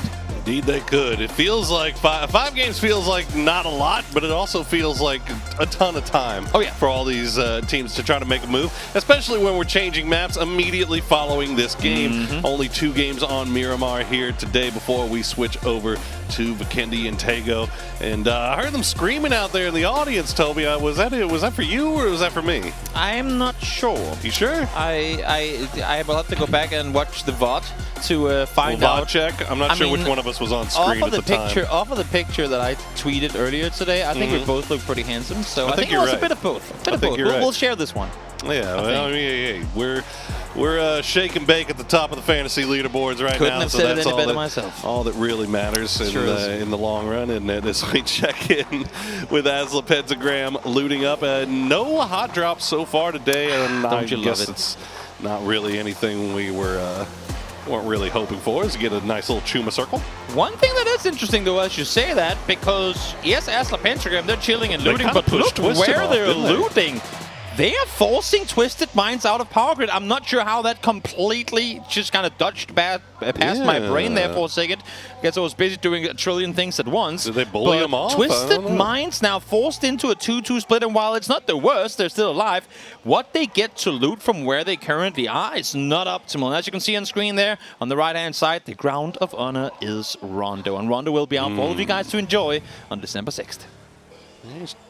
G98, the rest of Gen G. All right, let's take a look in. Let's settle in. Let's look at our map streams. Let's figure out what's going on here. If there's anything interesting to look at. E36, they've sent Star-Lord into a pretty good location already, while the rest of the team loots around the coast of Via de Mar. But Legacy, once again, kind of right dead center in a great position to kind of pick at least they get their choice, really, of where they want to play around Chuma. And this is where I go back to what I said in the previous game. I want to see how many teams opt to try and contest Legacy's options here. Because if they want to, if they look back to what we saw yesterday, even if they look to the beginning of today's game 1, they can sit potentially past phase 3, phase 4 with something close to the split they have now. Maybe have to group up a little bit, but teams are not being contested. Some teams still just kind of, we can call it muscle memory, grouped up phase 2 because of course you're going to get pushed. Sure. But the compounds they left were never taken by anyone else. So I think for Legacy, maintain your split for as long as you can, as long as of course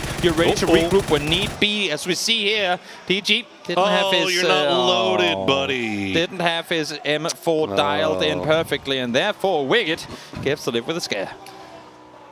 Yes, he does. Well, you know, it's... I hesitate to say, even though it's true, 4AM's win was a compound win. Definitely. And they definitely got a lot of points off it. But I got to say, a Legacy, New Happy, obviously LG, all the teams that kind of made it to the top 4 there, very impressive stuff to start things off. And, you know, you can't really fault 4AM for playing the game that was in front of them. Obviously, they took the compound that was sitting available into Circle 2. So, you know, they put all their chips there, so you can't take it away from them. But now I'm wondering, okay, is 4AM, was that a compound win, or are we going to see them kind of, is that the sign of things to come, that they're going to do well? Is that the thing that's going to kind of get that confidence going, or are they going to get shot out of the dang car by Lou as they make their rotation? We talk about Twisted Minds, them never coming off to the strongest starts, for them coming in warm into day 2. 4AM are known to always make these rotations. When we head down towards the southwest, they'll loot Hacienda, and then they'll come straight in through the southern side of Pecado. Twisted Minds is well aware of that being the case. You can see them. They're set up here with 3 of their players waiting for this exact rotation to come through. They knew that this is a bread and butter 4AM rotation, and they punish 4AM for not being more creative with it. ZPN going to be the one that suffers for it. As you said, only 3 members of Twisted Minds. That Perfectic's still up over by El Pozo, so I'm not sure what happened there. If he just got left behind as the transition was getting made. As we check in with Howell and Schofield being amongst the first. They'll eyeball the church, the Chumacera Church, the Church of Los, as it were, where it looks like Legacy have 2. Yeah, now that Sandstorm is around, I guess scouting is kind of pointless when you're just getting your eyes filled with sand. As we now take a look on over towards Rel and Luminosity, who also tried to scout, but currently have their vision completely blocked off. And we're going to take a quick look in at Sixel in their 2023 campaign.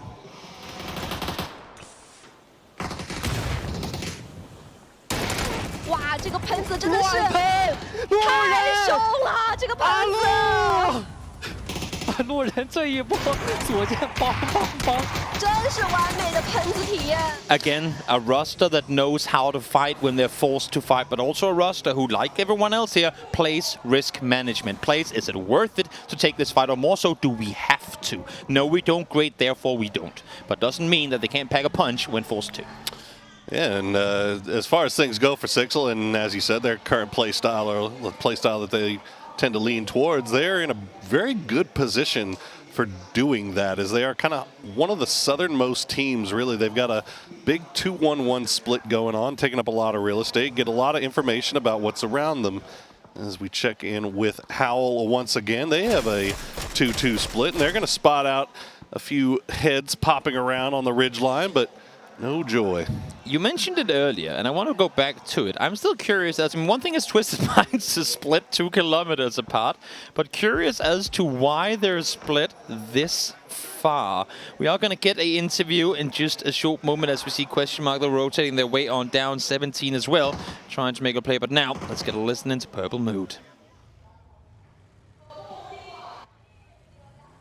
แล้วก็เหมือนปลดล็อกให้ตัวเองแล้วก็ทุกคนในทีมครับ ก็ถ้าให้แนะนำอาหารไทยก็เป็นส้มตำแล้วกันครับเพราะว่าผมชอบกินแล้วก็เพื่อนร่วมทีมก็ชอบกินเหมือนกันครับก็หลักๆคือไม่ได้เปลี่ยนอะไรเลยเล่นด้วยความมั่นใจที่มากขึ้นกว่าเดิมครับว่าเราจะสู้ไหวกับทีมศัตรูครับก็อยากขอบคุณแฟนคลับทุกคนนะครับที่เข้ามาเชียร์วันนี้นะครับรู้สึกว่าเสียงเชียร์รู้สึกว่าล้นหลามมากเสียงดังมากแล้วก็ขอบคุณแล้วก็ฝากเชียร์ในวันต่อไปด้วยครับ ดีใจประมาณนี้ A lot of love for their fans, and the fans, as you can hear, have a lot of love for Purple Mood as they are putting on one heck of a show so far here in the group stages, holding on to 4th place with 57 points, and they are coming in on the north side with pretty much just everything in front of them. They got one player, poor Perfectix, man. It looks like he's finally found a vehicle in El Pozo, but the rest of his team has just been hanging out just north of Pecado for quite some time now. I'm not gonna lie, I think he actually ran from Power Grid to El Pozo to get a car. I think he did.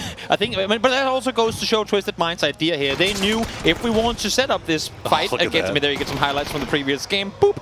That's a strike, I suppose. But if you want to set up the fight against 4AM, they make the rotation early. You got to commit to it. They say, Perfectix, you're not ready. I mean, sucks for you. We're going to go down and get 2 kills. They did that, and then, I mean, now Perfectix can just come regroup. I was looking at watching that replay again. I'm not crazy, right? The deployable shields do stop cars. No, they don't. They get mega destroyed. They get mega destroyed if a car just runs right into it. Well, I learned something today. Well, I feel embarrassed now for not knowing that. But I swear I used to see that them put those up in open fields to make sure that they wouldn't get run over. But well, there you go. All right. I don't think bikes run them over. Is it bikes? Is it just maybe like bicycles? It's US? The small bicycles. I've never been in a situation where I've put down the deployable cover and just gotten run over, and I've never tried to run out. Maybe it's just something I've just never seen before. My dad once told me we learn something every day, and now you can check that one off. I'll check it right off. Well, now I know. Yep, there you go. For Esports, again, as with everyone else, slow on their rotation, trying to find the quiet side of the circle to enter from, and they are very successful in doing so in this game. They're coming in through the eastern edge of Los Leones, and now most likely going to wrap their way further towards the south. Knowing for Esports, though, with where they currently are, I wouldn't be surprised for this to be a Montenuevo ending, because usually when they do these wide early wraps, the circles tend to go completely against them. There's a few interesting things we're keeping track of on the map here as we get a look at PMA and their 2-2 split. There's a little bit of a sandstorm off to the north. That's Perfectix, 4AM, Purple Mood, all kind of right on top of each other. The circle's just going to go right in the center here.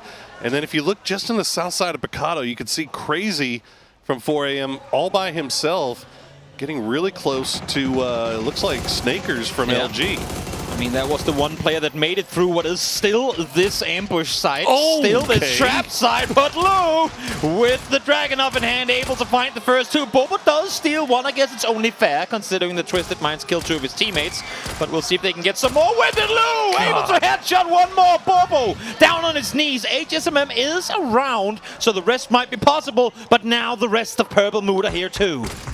You're starting to see it more and more, guys. That Dragunov is so disgusting. If you can hit the shots, it does so much damage, especially on those headshots, as we see yet another fight popping off here as PMA and 17 are going to be squared off. Lil Ghost already down, 3 up for them, but Teddy, the last one, he'll find another knock and another flush as 17, oh, that's not what you want to do. You don't want to, you have one guy left, you don't want to go in there solo looking for him. We say it time and time again, 17 Gaming never split wide. They never go beyond a 2-2, but for them, even here, it was too much to muster. Xiao Bei and Xiao Wu, nothing they could do to try and come up and regroup with their team. PMA were just able to take him down too fast. And now you see Perfectix still up on the hillside with a great distance over towards 4AM. Is not done trying to deny them entry to this next circle. Got the 6X and imagine 30. Oh, there it is. 1 hit. Imagine. He saw a little bit of a. He's feeding info. He's feeding info for sure. But Tulins and Splayro, they don't have this the Dragunov in hand, but they've got minis, and boy, those guys know what to do with them already, don't they? They've been plenty experienced with that as they are just lasering down 4AM. Is HSM going to suffer the same fate? Now remember, the last member for 4AM is in the south side of Pecado, holding up in a building where it looks like he's sharing some room with Snakers. I love how PUBG is always going to be a game of butterfly effect. They only set up this far east because Pentagram forces them to loot out and out around Power Grid. I don't think Twisted Minds would have ever been down here had it not been because of Pentagram forcing them out of power grid. But now Batoons goes, well, if we're here anyway, we know 4am rotates in at almost exactly 3 minutes 20. Sure. Let's just set up and play because now we're closer. I maybe have a bike already. We can try and see if we can go down and get something going. They get fed off of that, but it only happens because Pentagram hot drops them. And then, you know, obviously the fact that they're holding that compound, they see 4am rotate past. That's a very highly used thoroughfare. Yeah. Right? There's more than one team that likes to make their way. Now, obviously 4am always, but given where the circle was and how rotations would work, if any teams are doing any long wraps, likely case scenario that there was going to be somebody else that we could buy. Well, phase 3 is going to be upon us in just a short moment. There's a little bit of unplayable terrain in here that could impact phase 4, but for the most part, we are in the flatlands towards Picardo. So let's see, 5 seconds to go. Who's going to get blessed? As we also see Serti and Cloris here. They know they have question mark around, but it's just the duo of Dante and Phil. First circle, though, centering up towards where Legacy has the split. And again, still plenty of room to maneuver. They got the church itself. You can see LFP now starting to make his way over towards his 3 teammates towards the circle center. Yeah, love the spot that Legacy is in right now, and especially if they're playing as 4, they should be pretty good up there. It's going to be really hard to push any knocks that they take up there, and they should have information about everybody around them. As now Snakers. Oh, what? Oh my god, and he even had a DPS. Crazy! Okay, you know what? If you're going to miss the first, fair enough. Do the jump shot, headshot instead. Snakers, he initially got jump scared, and then he got torn apart. Oh my goodness. That is just ridiculous. I mean, you know, to go from 0 to hero so fast there for Crazy. We'll see how much longer he can stay alive there for 4am, but the jump shot DVS, that'll get a giggle out of me every single time. We give high fives for those around here in this house. Non, the rest of New Happy, they are engaging with 17, but that Sandstorm making a little bit, just a little bit difficult, maybe. I was going to say that Sandstorm could have actually proved pretty fruitful for them had it gone a little further towards the south, because that would have blocked off the vision for NH Esports to try and come in and get the flush onto them. But as you can see, that tree just perfectly placed for Nan not to be able to get vision over the hilltop. Yeah, and it's not like, I mean, obviously you get the knock, but it's not like they're going to leave that compound to go and push it as we see Foot Esports. Oh my goodness, T-Bone. Fade away knock. What? Gotta love that. It's fade away knock on the Duckmans, and now Tanawat is coming up onto the side. T-Bone, that SVD in hand. We've seen that Dragunov be pretty destructive already in this game. Tanawat needs to be on the move, but like that, there you go. Once again, the drag proving to be an absolute menace. A semi-automatic bolt action up close. It's as dangerous as they come. 13 now falls as Genius try to pull up, and all of them are torn to pieces. Genius thought they had a genius rotation in the making, but Asla Pentagram denies their entry.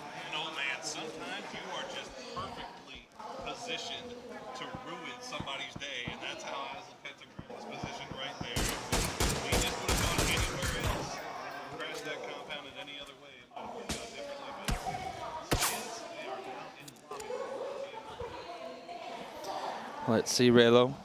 Let's see if we can find something in the meantime. Enter Force 36. Trying to look on over. Mime lining up his mortar. We've seen them do a lot of damage with him in the past. Let's see if more comes through here. You can see Relo and Flood actually giving him the call out. Let's see if he gets any luck here. No way. Okay, a little bit long. He has spotters. Relo's up there on the hillside. We'll see if maybe something happens. But I think now they call this for Twisted Minds to go, well, there was a mortar. Let's play inside. Unluckily for them, Circle's going to shift, so they're going to be forced to make a move out at one point or another. Legacy still with the church in play. They're going to be, I mean, effectively have vision on the entire Phase 4. Yeah, they have great information. They'll be able to see all these teams coming in from the south side. Foot, Esports, and Sixel. Assuming Sixel rotates anywhere from the south or east side. They might go west. They might go cut through Chuma and take those way up there. The way I see it, that's a rotation too far. Just play the ridge line for now. There's no reason to dive on into craziness. MML right now is going up to Chuma to make sure that the ridge is free, to make sure that his team has somewhere to play from. In the meantime, now Gen G forced to make the pull on up here. They have to make their way in from the northwest. They know it's a hectic side of the circle, but they also know that PMA is wounded off of the fight with 17 early, and one nade is all it took for PO to clear him out.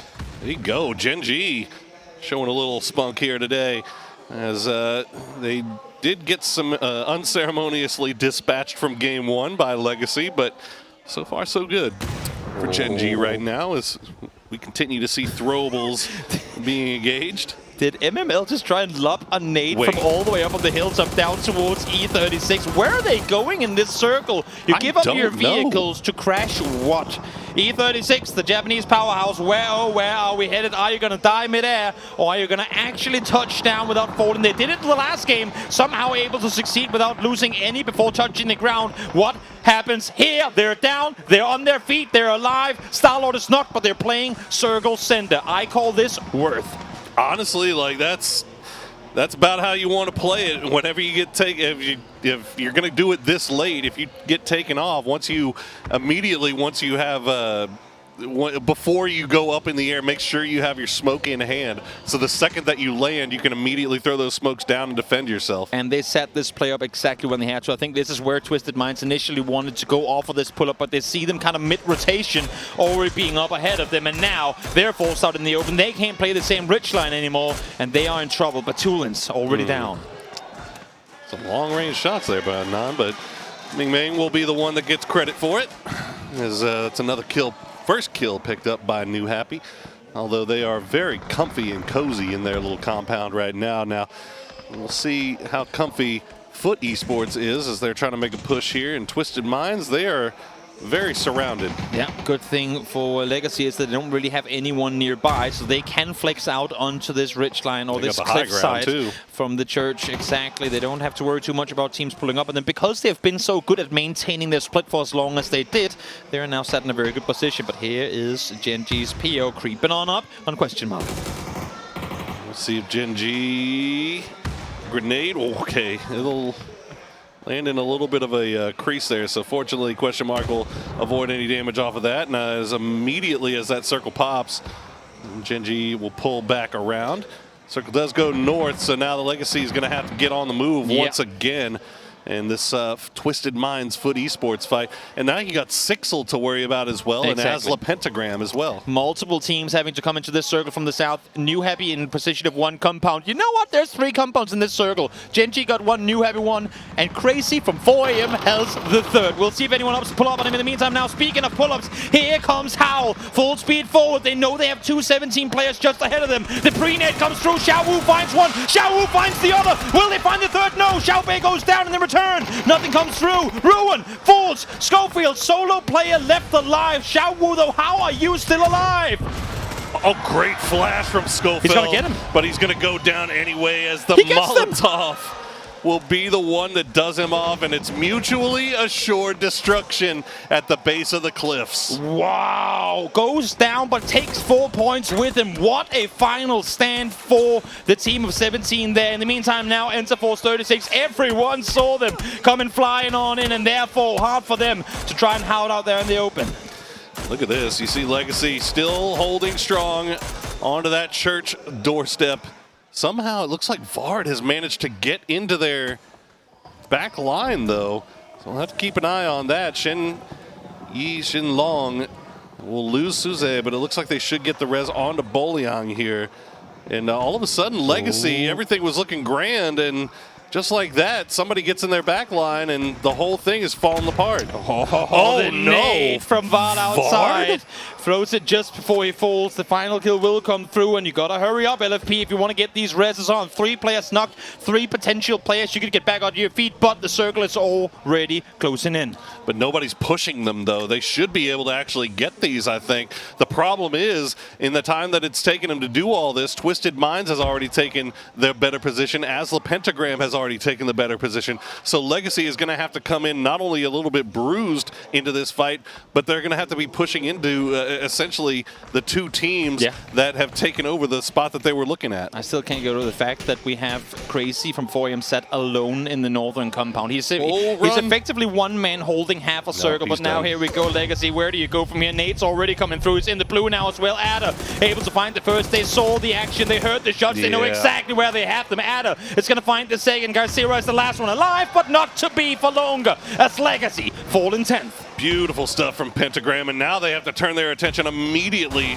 towards their west, where Question Mark is trying to push down the same road.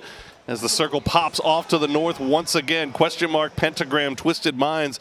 This is a three-way fight going on the south side of this circle. Dante not even really a part of this. He's leaving up, holding up on the north side, keeping eyes on Gen G. And that sends a signal to me that Question Mark are not looking to fully commit to this fight. If they wanted to, they would have swept the southern side with all four, but Dante is back on the line on the west. As I say that though, Dante is coming over towards him now, and that is the goal sign. That is them pushing on through. Phil first finds Fun. Adusi finds the other, able to get the flush on through as well, but here comes the nade in return. Pushing through the smokes, sending as many throwables as they can. They've got that P90 in the hands of Bestalog.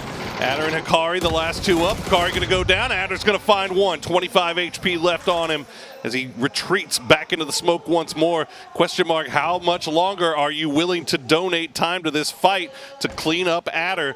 As Twisted Minds, they're looking over in this direction. And there you go. Sixel actually going to be the one that does it for him. Valiant effort at a solid plays coming through there for Pentagram, trying to stay alive, but it wasn't meant to be. LG in the meantime now feeling the need to go circle send as well. They lost Snakers earlier. We saw that in Picado, so they're playing as three. But how will they be able to sit here? We know that nades are going to be coming in instantly as they try and spread out. Mime is the first to fall. One of the few teams still here. One of the few teams left on the low ground, and Crazy, the guy who took out their teammate Snakers with the jumping D12 shot, is now causing them problems again. As we check in with Twisted Minds, they're seeing if they can maybe take advantage of Question Mark. They got the two reses off, but Twisted Minds in perfect position to continue causing them problems. And there you go. Dante going to get spotted out by Sixel as MML will pick him up. And Question Mark, you got to wonder, well, the commitment to that fight, if that ended up costing them more than maybe it was worth. It was a great read from Gen G as well, though. As soon as they see the fight from Question Mark over the top, they instantly go up and take the spot that Dante was in control of before. So when Question Mark tried to wrap back down, Gen G had already set up the fortification that caused a lot of commotion, a lot of trouble for Question Mark that they couldn't get out of. It's always a risk. You always want to try to go for as many points as you can while you can if you think you have the advantage. And Question Mark went for it. They get 3 kills, but they end up getting taken out of the game when they could have had a high ground position to work with. Here is now Gen G turning attention over towards Sixel. Actually, it's really just DG98. The rest of the boys haven't really arrived just yet. And Lou, big wraparound for Twisted Minds. They are staying very, very close, and it's 8 kills now for Twisted Minds. Here comes NAG Esports over the top. Ravenna prone spots one, but no, can't quite connect the shot. Perfect angle, though. Would have been such a nice trap to spring, but misses crucial shots, and that's him going down. So Xingli Xinglong down to just Boliang, left alive. The IGL, can it do it as a circle ships up on the plateau? A circle that we rarely ever see. And you can see that low ground, it's still just the solos of Flood and Crazy. They're going to have to make their way up there eventually, but New Happy playing that ridge line up and down. They know that they don't have to worry about the low ground.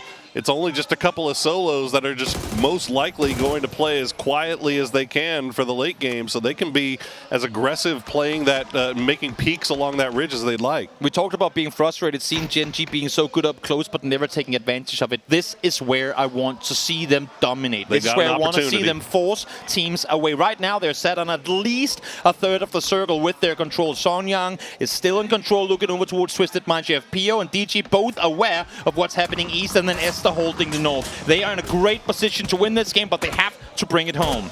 Crazy been spotted out. Esther will finish him off, and that'll do it for the last member of 4AM. Flood just lying prone, trying to stay alive for as long as possible. Twisted Minds, meanwhile, Spiro got knocked a while ago. Perfectix and Lou haven't really sent it over there to try to get that res.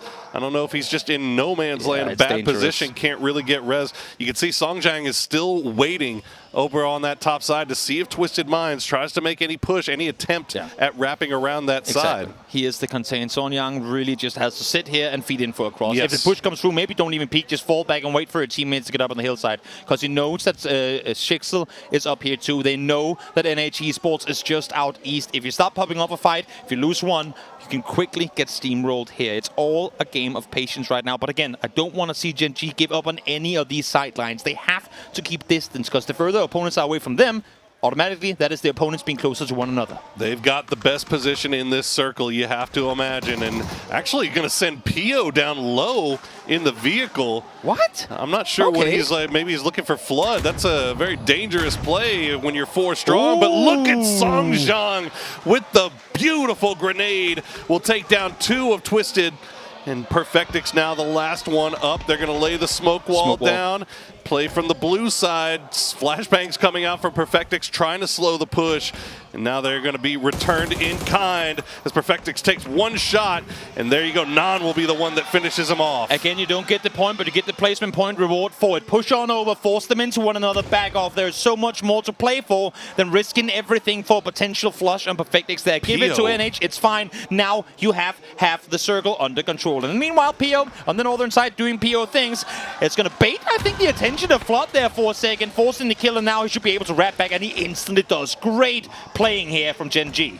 Making sure that that wide open spot was taken care of. Now they still have 2 from E36 playing along the cliff face on the low side, but that's a problem to be dealt with later. They are not really a threat right now in this situation. They have more important things to worry about. They've got 2 of Sixel hiding in the smallest of crevices.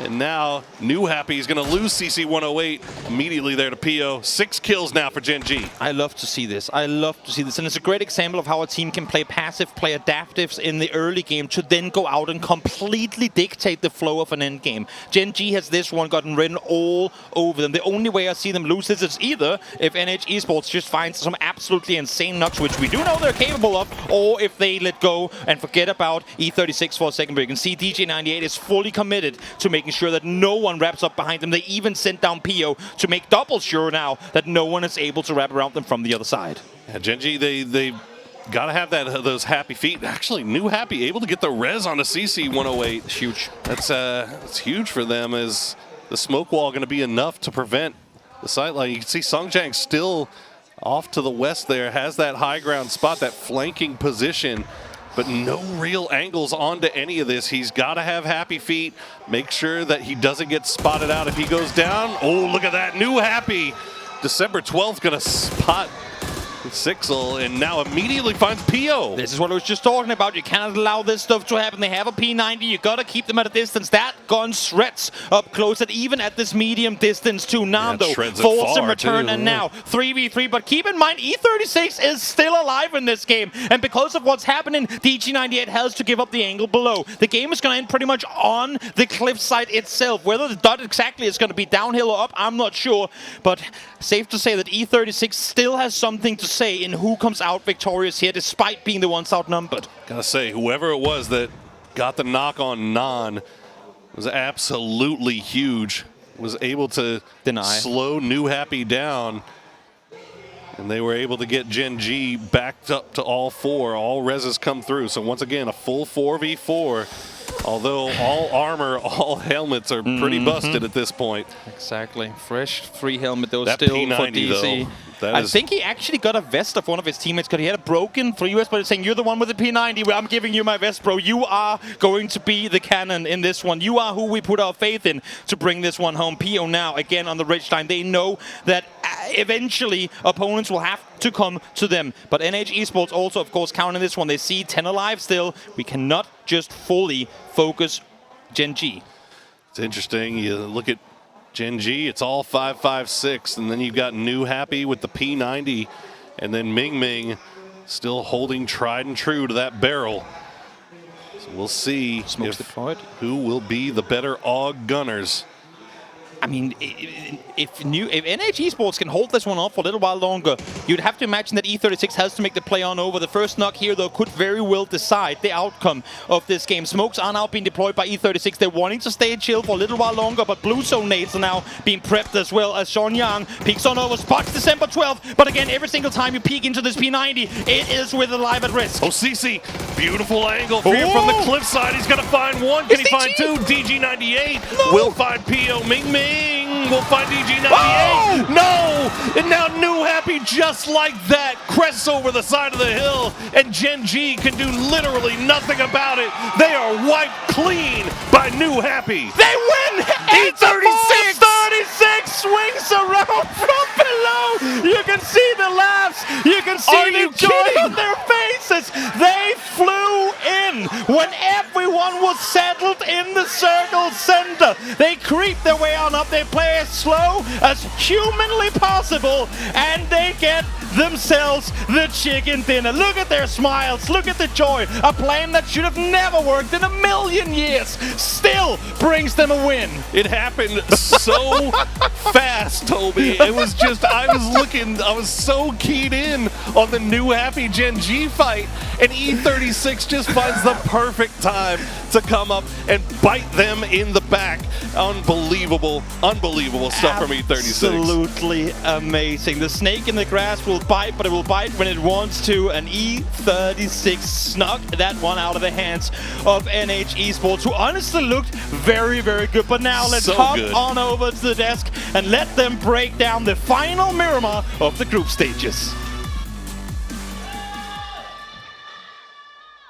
It doesn't matter if you win by an inch or if you win by a mile. Winning is winning, and E36 comes away with a chicken dinner. It really looked like the Gen G New Happy show there as we look back at the highlights, but E36 played what they had and made it work. I was sure that they were going to kind of third party in the end there, but it was such a late third party that actually had got the upper hand there. Super well played by E36. They played their hand. They were dealt 2 players left. And then, you know, once you have a New Happy Gen G fight, of course there's going to be a lot of bodies falling, right? So in the end, the E36 just able to swoop in. Swoop. I mean, you said it, that they were going to be the deal maker or the king maker in that game, except they decided instead of making a king out of New Happy, they would just go ahead and take the throne themselves. So they come away with some very important points. Take a look back at the map. It was a tough circle, but that's Miramar for you. You got to play these high grounds, you got to work these dips, and we saw what ended up being a very interesting match between New Happy and sort of Gen G at the end of this, trying to find the right plays here. This deletion of Twisted Minds opened the door for Gen G to try to make a run for it, but the P90 by December 12th and the push by CC108, very, very clean. Yeah, super clean. I like to see this, and also in general, like, you have a P90, you have to come in with the confidence here, but a 3-kill win, of course, 13 points is going to make it, but still super important. And also, with these guys winning with 4 games to go, that could be the difference maker for them. Like, that confidence is going to boost them up. I mean, look at them. Look at them. If there was a look that goes with boosted, it is what we saw from them when they won that match. Out of the chairs, ripping the sleeves off, hugging each other. Absolute hype, and that's what it should be after an end game like that. My name is Toffees. I'm joined by Avenger here on the desk to break down the action. That's it for Miramar. The dusty dunes are done and dusted, as my buddy Sims likes to say. And now it's time to pivot off to Tego next, and I wonder if E36 can transition that success into a bigger showing there. Yeah, I gotta say again, if they're 2 alive and they're able to play smart about this, I want to see what they're able to do as 4 against Starlord. A lot of star potential here for him, and yeah, for sure in a situation for this, I want to see them with the fights. Like, I know these guys can fight for sure. These guys are the pride of Japan, of course, with Starlord of course being Korean, but still, these guys have some legacy behind them, and I want to see them make the names of themselves here again at PGC. And it is one of those things, too. I think walking away from a win with the 3 kills, it's a valuable win, and no one should take that away. But as players, they're also going to be kind of like, I'd like to go out there and get an extravagant win, right? I guarantee you can now go out and ask 128 players, will you take the free win? Yeah, I'll take the free win. 100% of the time. Absolutely. Let's take a look at the winner chicken dinner team stats. They're going to be maybe a little less impressive than we're used to because it was that 3 kills, but Sophia doing a great job of leading his team here. here. Absorbed a lot of damage, but put out the damage that he needed to at the right time to get that team pushed up the hill. And again, that's what it comes down to. PUBG is a game played in inches, and you win one step at a time, and that's what they managed to do. Man of the match goes to Sophia with only 2 kills. Remember, man of the match comes from our winning team. It has to come for the winning team, yeah. For 2 kills here, yeah, and a clutch like that. Like if Yeah, you take the win home, if you third party at the right time, and it's Gen G and New Hip, you third party and you win from that, that's the man of the match. Clutch is a strong word for me on this one. That's a clutch. When they're down to 25 HP and you only need 1 bullet. That's a clutch. Okay, it's a clutch. It's a clutch. Let's look at the match leaderboard. The actual first place finisher is going to be NH Esports as New Happy gets themselves 17 points. But E36 with the 3 kills, they're going to be very happy with that 13. And I think, honestly, Gen G is going to be pretty happy with this as well. Yeah, and Twisted Minds as well with the double digits, 10 points for them. That's something they needed for sure. Yep. 8 kills and 2 from placement, so good for them. It's going to move NH Esports up into the very, very top here. 78 points for them. Lead change. As La Pentagram down to 72. And still our mid-pack now with the E36 moving into the 7th place. That's beautiful. Means Foot, 4am and Question Mark is going to be tied on 43 points on our kind of shared 9th place with 7 points up to the top 8. And that is a big chase because when you look at that left side of the leaderboard, those guys on the cusp are not very far ahead. So this is a very important couple of games. You don't want to leave it to a wrangle. The grassy pastures should be peaceful for you. You don't want to be chasing. So when we get to this Tego Vikendi where anything can happen, it's a little bit wilder out there. I think that's where you, if you're the mid pack, have to really take some risks and go after it. 100% agree. Like the sooner you realize if you're not winning the game, then you're playing for as many exit kills as you can, salvage the game as good as you can. And another situation is also we're going to see a kind of higher cutoff point here. We're not going to have as many kind of top sponges. I feel like our mid pack again. 75 to 85 points were the cutoff. I think it might be high 70s even here in Group B. We've had a larger variance of chicken dinner winners in this group. Like we go back to yesterday and we only had really 4 teams take home chicken dinners. Here it seems like every team sort of has their shot. And we're going to see whose shot it is when we come back from a very short break. We're going to head to beautiful Tego for the 3rd match of the day. And with only 4 left to play, every single drop matters. Let's see what these players have planned. Don't go anywhere. This is PGC 2023.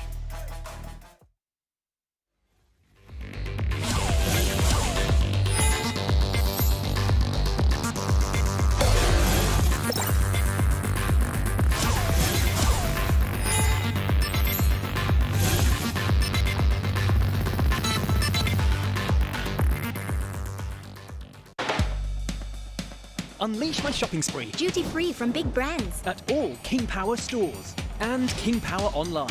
It's possible. Enjoy great selections, promotions, and privileges. The power of possibilities. King Power. Hanuman's forces have set up their barrier. They are waiting for sunrise before they release their guard.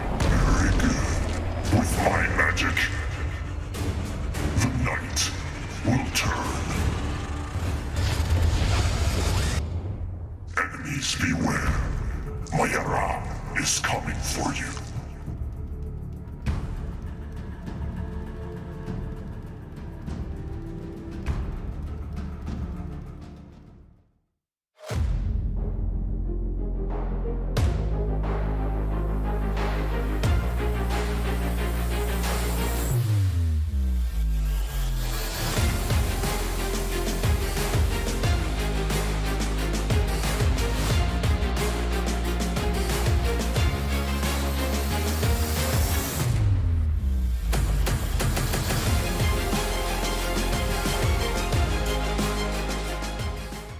ยืนหนึ่งมันไม่ง่ายแต่ไม่ยากที่จะทำแค่ตั้งใจและสนุกกับมันเท่าแก่น้อยตอบโจทย์ทุกไลฟ์สไตล์แบรนด์สาหร่ายยอดขายอันดับ 1ถ้าสาหร่ายต้องเท่าแก่น้อย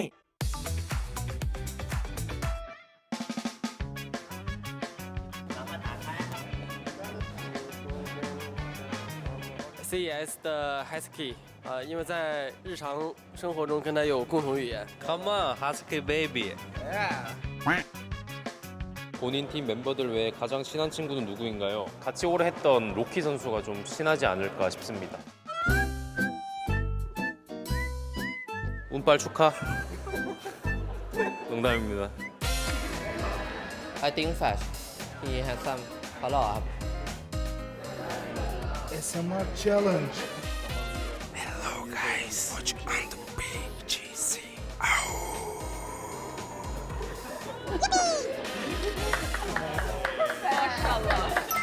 Thank you. Almost. Very good. That's good.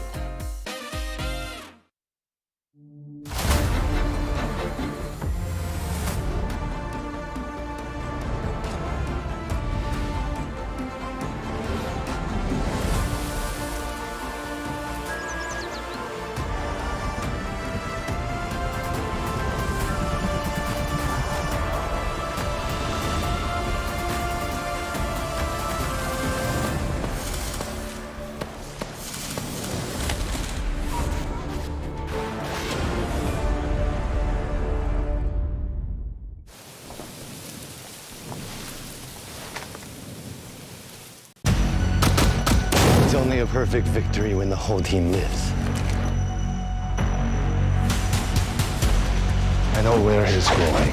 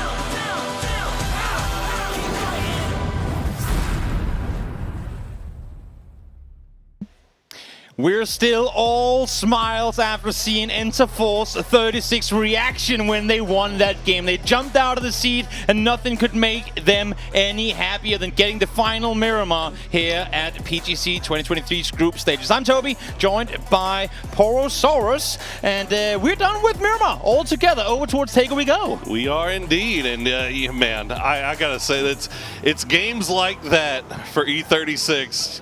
Those are memories that we're gonna have forever of PGC, and it's just unbelievable stuff. And you got to give credit where credit is due, though. New Happy before the E36 pop-up, they just dominated Gen G, and there is no reason that they should have dominated them as hard as they did. It's the perfect example of give teams of that caliber just an inch and they will claim the entire circle. As soon as PO Peaks Over gets taken down, they know it's go time. They push on forward. You have December 12th with the P90 in hand and a fresh level 3 vs 2. They were looking as if they were going to bring it home, but here comes the sneaky Interforce 36 and denies them the chicken dinner. And just, yeah, just finding the angles that Gen G was not expecting, coming in on that cliffside and just peeking up over the rock somewhere that they were just not even looking at that time. So just beautiful, beautiful play from New Happy. But again, all credit where it's due. E36, the perfect timing.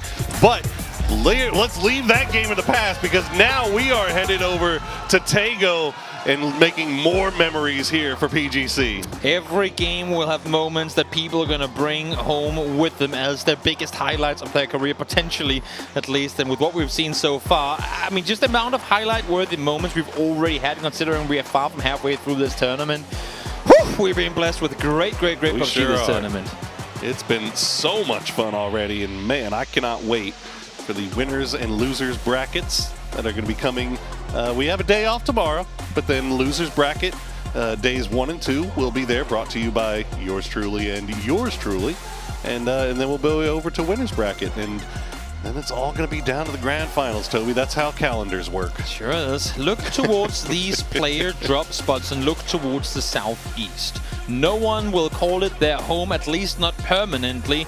And while I'm expecting to see teams head down in that direction, you can already see both Luminosity and Genius doing just that. I'm curious to see if Asla Pentagram will once again go towards Twisted Minds, but I can tell you already, not gonna happen. That was a one-time thing over on Miramar in the previous one, and I think Asla Pentagram, while they're still sat very well in it, are feeling a need to maybe not get that aggressive right off the bat. Sheng Yi Shenlong gets himself a car, stolen away right in front of Foot Esports. Also feels like some of our teams may be making some mid-group stage adjustments as far as drop spots are concerned. You're seeing, obviously we have the markers on here for where they typically were dropping or saying that they were going to drop coming into the tournament, but some of that now changing as the tournament has gone on, and these teams have figured out where new spots that are open, maybe things that they would like to play from better. Beamy has a bicycle. He ran into a building, didn't find a vehicle, but Bring Bring is there to help him out, and he gets, at least for now, to safety. There you go. With the big tires. I mean, you know what? If it's a vehicle, it's a vehicle. Doesn't matter how it goes. 123 heart rate. I understand there's a bit of a pressured situation as they get their way to safety. Still my favorite thing that's been added into PUBG is bicycles. Yeah. I love those bicycles, man. They're so much fun to ride around on. They sure are. And the fact that you get the little Bring Bring there as well just makes it even better. Bowling, I mean, they're well aware that they have an opposing team nearby. As a matter of fact, they're actually pulling up on them. Zeus, full speed forward. There is a UMP in the hands of 8C. I'm not sure if T-Bone has a gun to work with. Now they're getting in the cars, trying to get away from here. They have to go out, though. They have to be ready for a fight to come. T-Bone, those get taken down. Zeus is driving around, just kind of looking this one through. But 8C able to find him with the UMP. Maybe a little bit aggressive on the part of Suze there, but Boliang, he's coming over here to try to see if he can maybe finish the work that was started by his teammate. Oh no. But they just put his fallen teammate in the car and took off. That is the smart play. Yet another, very, very new, but still new enough ability that you have in the game now, that you can put your knocked teammates in cars and leave with them. And, well, I mean, it's for reasons exactly like this. Absolutely. They are now a thing. Beamy gets to swap his mountain bike out with a US. As a matter of fact, actually puts it in the back of it too. Makes perfect sense. And Foot, well, despite them being the ones who were in trouble to begin with, they are all right for now, as soon as they get their IGL back on his feet. Tell you what, that's some very, very on-the-fly decision-making by Foot, and good communication from that squad to get out of a very dicey situation there as cleanly as they did. So, I mean, that just goes to show you the level of teams that we're playing with here, guys. And also, I mean, going back... Oh, let's hold the thought for a second, because here comes Shota, able to find the first one. Flood falls down, can't really commit to the flush, though, else we do still have one more LG player around. I think Relo is well aware. Yeah, that Yuta was tacked up pretty hard, so that's an easy flush coming through, but seems to me like Genius is pulling up on this. Certi, Cest, both already here. They are, and immediately they sent a grenade to make sure that they secured the flush onto Flood. Now Relo all by himself, the peak battle coming through. That is a very aggressive push, Mr. Sir T. You have 3 teammates with you. Why would you go in there by yourself? And now he is just immediately knocked and flushed, and now Genius down to just 2. Zest and Clories, they still want this. Fortunately, Mime now has arrived to provide support to his IGL. I get the eagerness. I get that you want to clear them before the rest of Luminosity pulls up, but as you were saying, completely perfectly there too. You gotta wait for your mate. Zest is right on the other side. Push that building together. And Zest doing just that, waiting for Clories. They're going to work the walls. Snakers has arrived now, though, so this has turned into a full 3v2. Not sure if Genius has figured it out just yet, but Relo already taking shots and landing some nice damage there onto Zest. Through the doorway and over the wall. The grenades will be following it up just off and outside of the doorway. But this is, I feel like this has got to be a fight that neither one of these teams really want, although they are fairly close to the center of the circle. Exactly, which is what worries me, because more teams are going to be looking in this direction. This maybe ain't prime real estate, but it's really, really circle center, as you're saying. So there will be teams nearby here that will hear this commotion, and we're in a place of the tournament now where if you give anyone a free third-party opportunity, they will take it with open arms. Once again, another grenade just Fall just outside as Clories will spray through the smoke. Won't find any love though, as LG just continues sending utility there, and Zest had the Panzerfaust in hand, but he runs right into a well-placed grenade from Rello, and now it's down to Clories. Clories has his Panzer as well. You always have to be careful. You have to know that this is a possibility. LG playing it slow.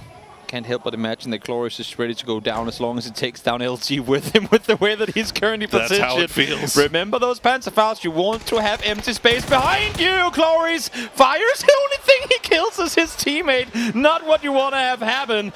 But now able to swap back over to the Orc. Can he do this? He's a powerhouse fragger out of his region. He has played twice in Nations Cup, but a 1v3 against LG. Will it happen? Able to find the first one. Down to 23 HP though, and the peak comes around the corner. Rello finds him. Luminosity able to take out Genius Esports. 4 kills for Rello too, as they do end up losing Flood, but in the end they'll trade 4 kills for Flood every day. But look at this, Legacy starting to creep up as well. We'll check in with Asla Pentagram, Akkad, and DG98 kind of in no man's land here. Yep, sneaking, looking forward. Akkad heard the vehicle from DG. He's just waiting for him to hop back in the car. That should be an easy double headshot coming through, should that be possible. But now let's listen into Howl while we look at Akkad. Inches here. Spiro will be really has just not much room to work with. When Scoville finds one, it's a 2 versus a little bit of room to work with though, of course, and Perfectix will act as their anchor point. But a Panzerfaust from Lazar to open it up. Oh my, what is going on? Uber tries to crash on it. Out of that one we go. Howl, of course, making their way through here to PGC as well. Currently set dead center right where they usually like to play from. This time around, though, the circle that the majority of the work for them as they loot right next door. Pretty wide 2-2 split for Howl. We'll see if it pays off for him. This Pentagram, again, just trading shots. No real harm coming from their positioning here. Sixel getting a little bit close to Foot. Ooh. We know the Foot has been capable of doing the seat swaps here so far today. Lorena going to try to his hand at one. T-Bone returning the favor, but no knocks coming through, so just ships passing in the night here. Yep, for Esports just wanting to get rid of Sheng Long altogether, saying you were the ones fighting us earlier. We are not going to allow for that to happen now, though. Let's listen into these boys from Foot Esports and hear what they have to say about their current standings in the tournament. Could have gone a little bit better for us, especially the last game was a little bit disappointing. I feel like we had a pretty good spot in the zone to get to like the late game, and we just fell apart basically. But overall, I would say it was like a decent day. The comms were pretty calm for the most part, but I don't think any of us have ever played that area before, like on that bridge. So it was all just like taking it like as it comes. It was kind of hectic, I'm not gonna lie. We don't have too many talks. I don't think the mood ever really gets like too bad in our team. We're usually like just trying to have fun. That was like the whole point of why we put this team together in the first place. Just trying to have fun together and like play the best we can. I guess my message to Team Asler is we're also trying to avoid you guys in the early game. You guys can like rotate around us. Don't come too close though, because we might be popping some shots. There you go, the boy Vard himself. A little bit of a slow day for him, but he blessed us with a nasty little 2-piece onto Luminosity, and I believe it was in the Vikendi game. If you didn't get a chance to check it out, go check that out, because it was a thing of beauty. It sure was. Showcases the immense amount of skill that all these players have. It's just a matter of pulling it off at the right time, and he sure as hell did right there. Purple Mood setting up an E pickup, getting ready for a circle that could potentially go far away from them. Great timing on it too, because they will get to see where this next circle goes before the helicopter is going to come pick them up. So should it go far away, they'll hop on. If it does come to them towards the southwest, they will just sit around. I'm curious to see what they decide to do there. If they're going to send one up to do a little scouting while the rest of them are driving around, that might be the play. As we check back with Sixel, they've got a whole lot of real estate to themselves, and well, they're going to be a little bit happy because that circle does center up, and they are just south of Buksansa, and they'll have their pretty much their choice of where they'd like to play in or around it. Yep. See now, Twisted Minds, a early push towards the circle center. Again, not like something Twisted Minds would do previously, but there's only so much you can play around here, and they are not wanting to sit out on the edge with all those teams that they have seen in the previous games have been out there too. So trying to vie for something circle center early here, and potentially crashing full speed into Luminosity's compound if they don't stop soon. Laza, some mini shots there on a Perfectix. Not going to find the one that counts, though, as Twisted Minds will get up into the woods. Kit tries to do the drive-by spray. He's going to find two. Xiao Wu and Suju go down. Nerf drive-bys, am I right, guys? Wow, what a spray coming through from him from one side straight over to the other, able to get both of them down. But now here comes Twisted Minds as well, trying to hold off against Dazzler Pentagram. 2 players down already, as they're looking for more. Hikari, Akad, the only 2 left alive, but they're caught in between Twisted Minds and Luminosity. The hills are alive with the sounds of murder right now, as Perfectix has about 5 HP to his name, but they are picking up 2 kills. You can see the kill feed is absolutely going insane right now. PMA will get eliminated by New Happy. I believe that's I'm not sure if that's the only team that's got eliminated here. Genius, PMA, 17 all out now. It's as if everyone thought this is the game we try to go center phase 2 at the exact same time. The only team that waited it out was Foot, was Purple Mood, who is now coming in at Genji. Of course, Genji and Question Mark, you can never force to play aggressive early, so they're still sat edge side.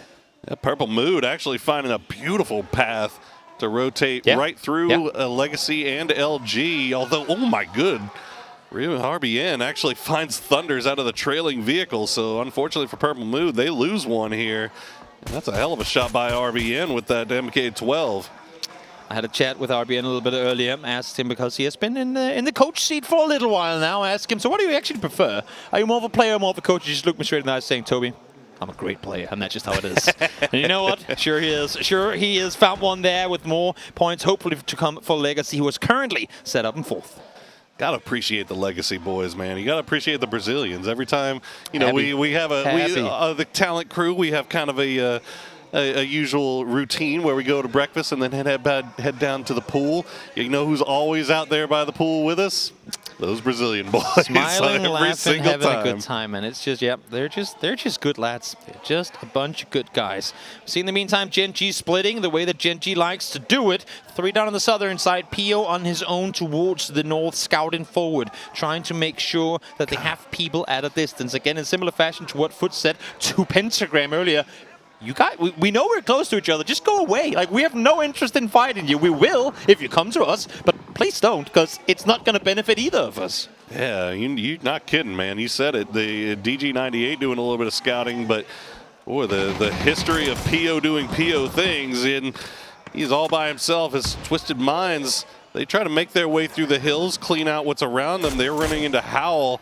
We'll see if either of these teams really want to engage fully into this fight, or if they're just going to maybe poke at each other a little bit and then go their separate ways. Now, this circle shifts towards the west, and this brings me, I mean, instant anxiety, because we saw in EMEA a game end out into this field. End in the field east of Hosan. It was a mortar, chaos, and chaos galore. And speaking of mortars, they're already starting to rain in again. All these players will have to come down the hillside, and there are so many players up east that this can only mean chaos. Yeah, Twisted Minds in a little bit of a weird predicament right here as they turn their attention towards Hal, but then as the Pentagram, the last 2 were there, but it looks like 4 AM is going to take care of that problem for them as they pull up here. HSM gets knocked low, but 4 kills now for 4 Angry Men as they spot out the Twisted Minds boys. We'll see if they try to engage here as we see now Purple Mood and Foot getting very close to each other, because of course they are, Toby. The 2 purple teams have to get right on top. Sure do. But if you're a Purple Mood here, you have to worry a bit, because Shengyi Shinlong is coming in from the northern side too, and if a knock comes through, we've seen Sixel be able to perfectly time third parties earlier, and I would not be surprised if they could do it here as well. Question Mark in the meantime, not spread out that far, ready with their vehicles to push forward whenever need be, looking towards the circle, seeing E36 ahead of him, but not eager, I think, to make any aggressive plays this early on in the game. Yeah, Question Mark just kind of clearing everything around them here. Legacy, they are completely content. Well, they were completely contained in their compound. They've got to find a way in, but they've already got RBN inside the circle. You can see just on that mini map. Fortunately for a lot of our teams, we lost so many people in that one crazy fight in the middle of the, what was that, Circle 2 rotations, that it really opened up a lot of space here for everybody else to play. Plenty of space. Issue is once, or if I should say, we shift off of this hill to the east, they are all going to be playing in the low fields towards the west, and that's going to be...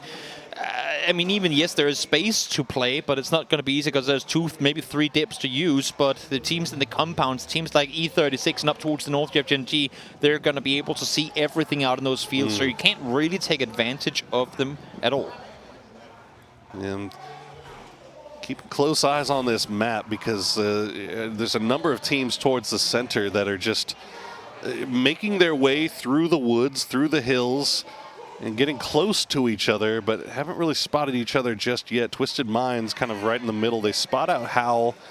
And you've got 4 AM kind of doing the same thing, just clearing territory around the center just to give themselves a better idea of what they can play. As we check in with Gen G, still wide split on this northern side. I mean, again, we're talking about passive teams, teams that play very, very risk management heavy. Wait for the next circle to pop. Now it pops. I wouldn't be surprised to see teams starting to make their way further center already now because they know there's real estate left to take. Issue is these forests on the southeastern side of the map, teams don't know them all that well yet. So what angle are you exposed to every time you take a peek? Exactly where do you know what opponents could potentially see you? On Erangel, on Miramar, every tree you play, you know exactly what you leave yourself vulnerable to and what angles you have to worry about. Here, it's not so perfected yet.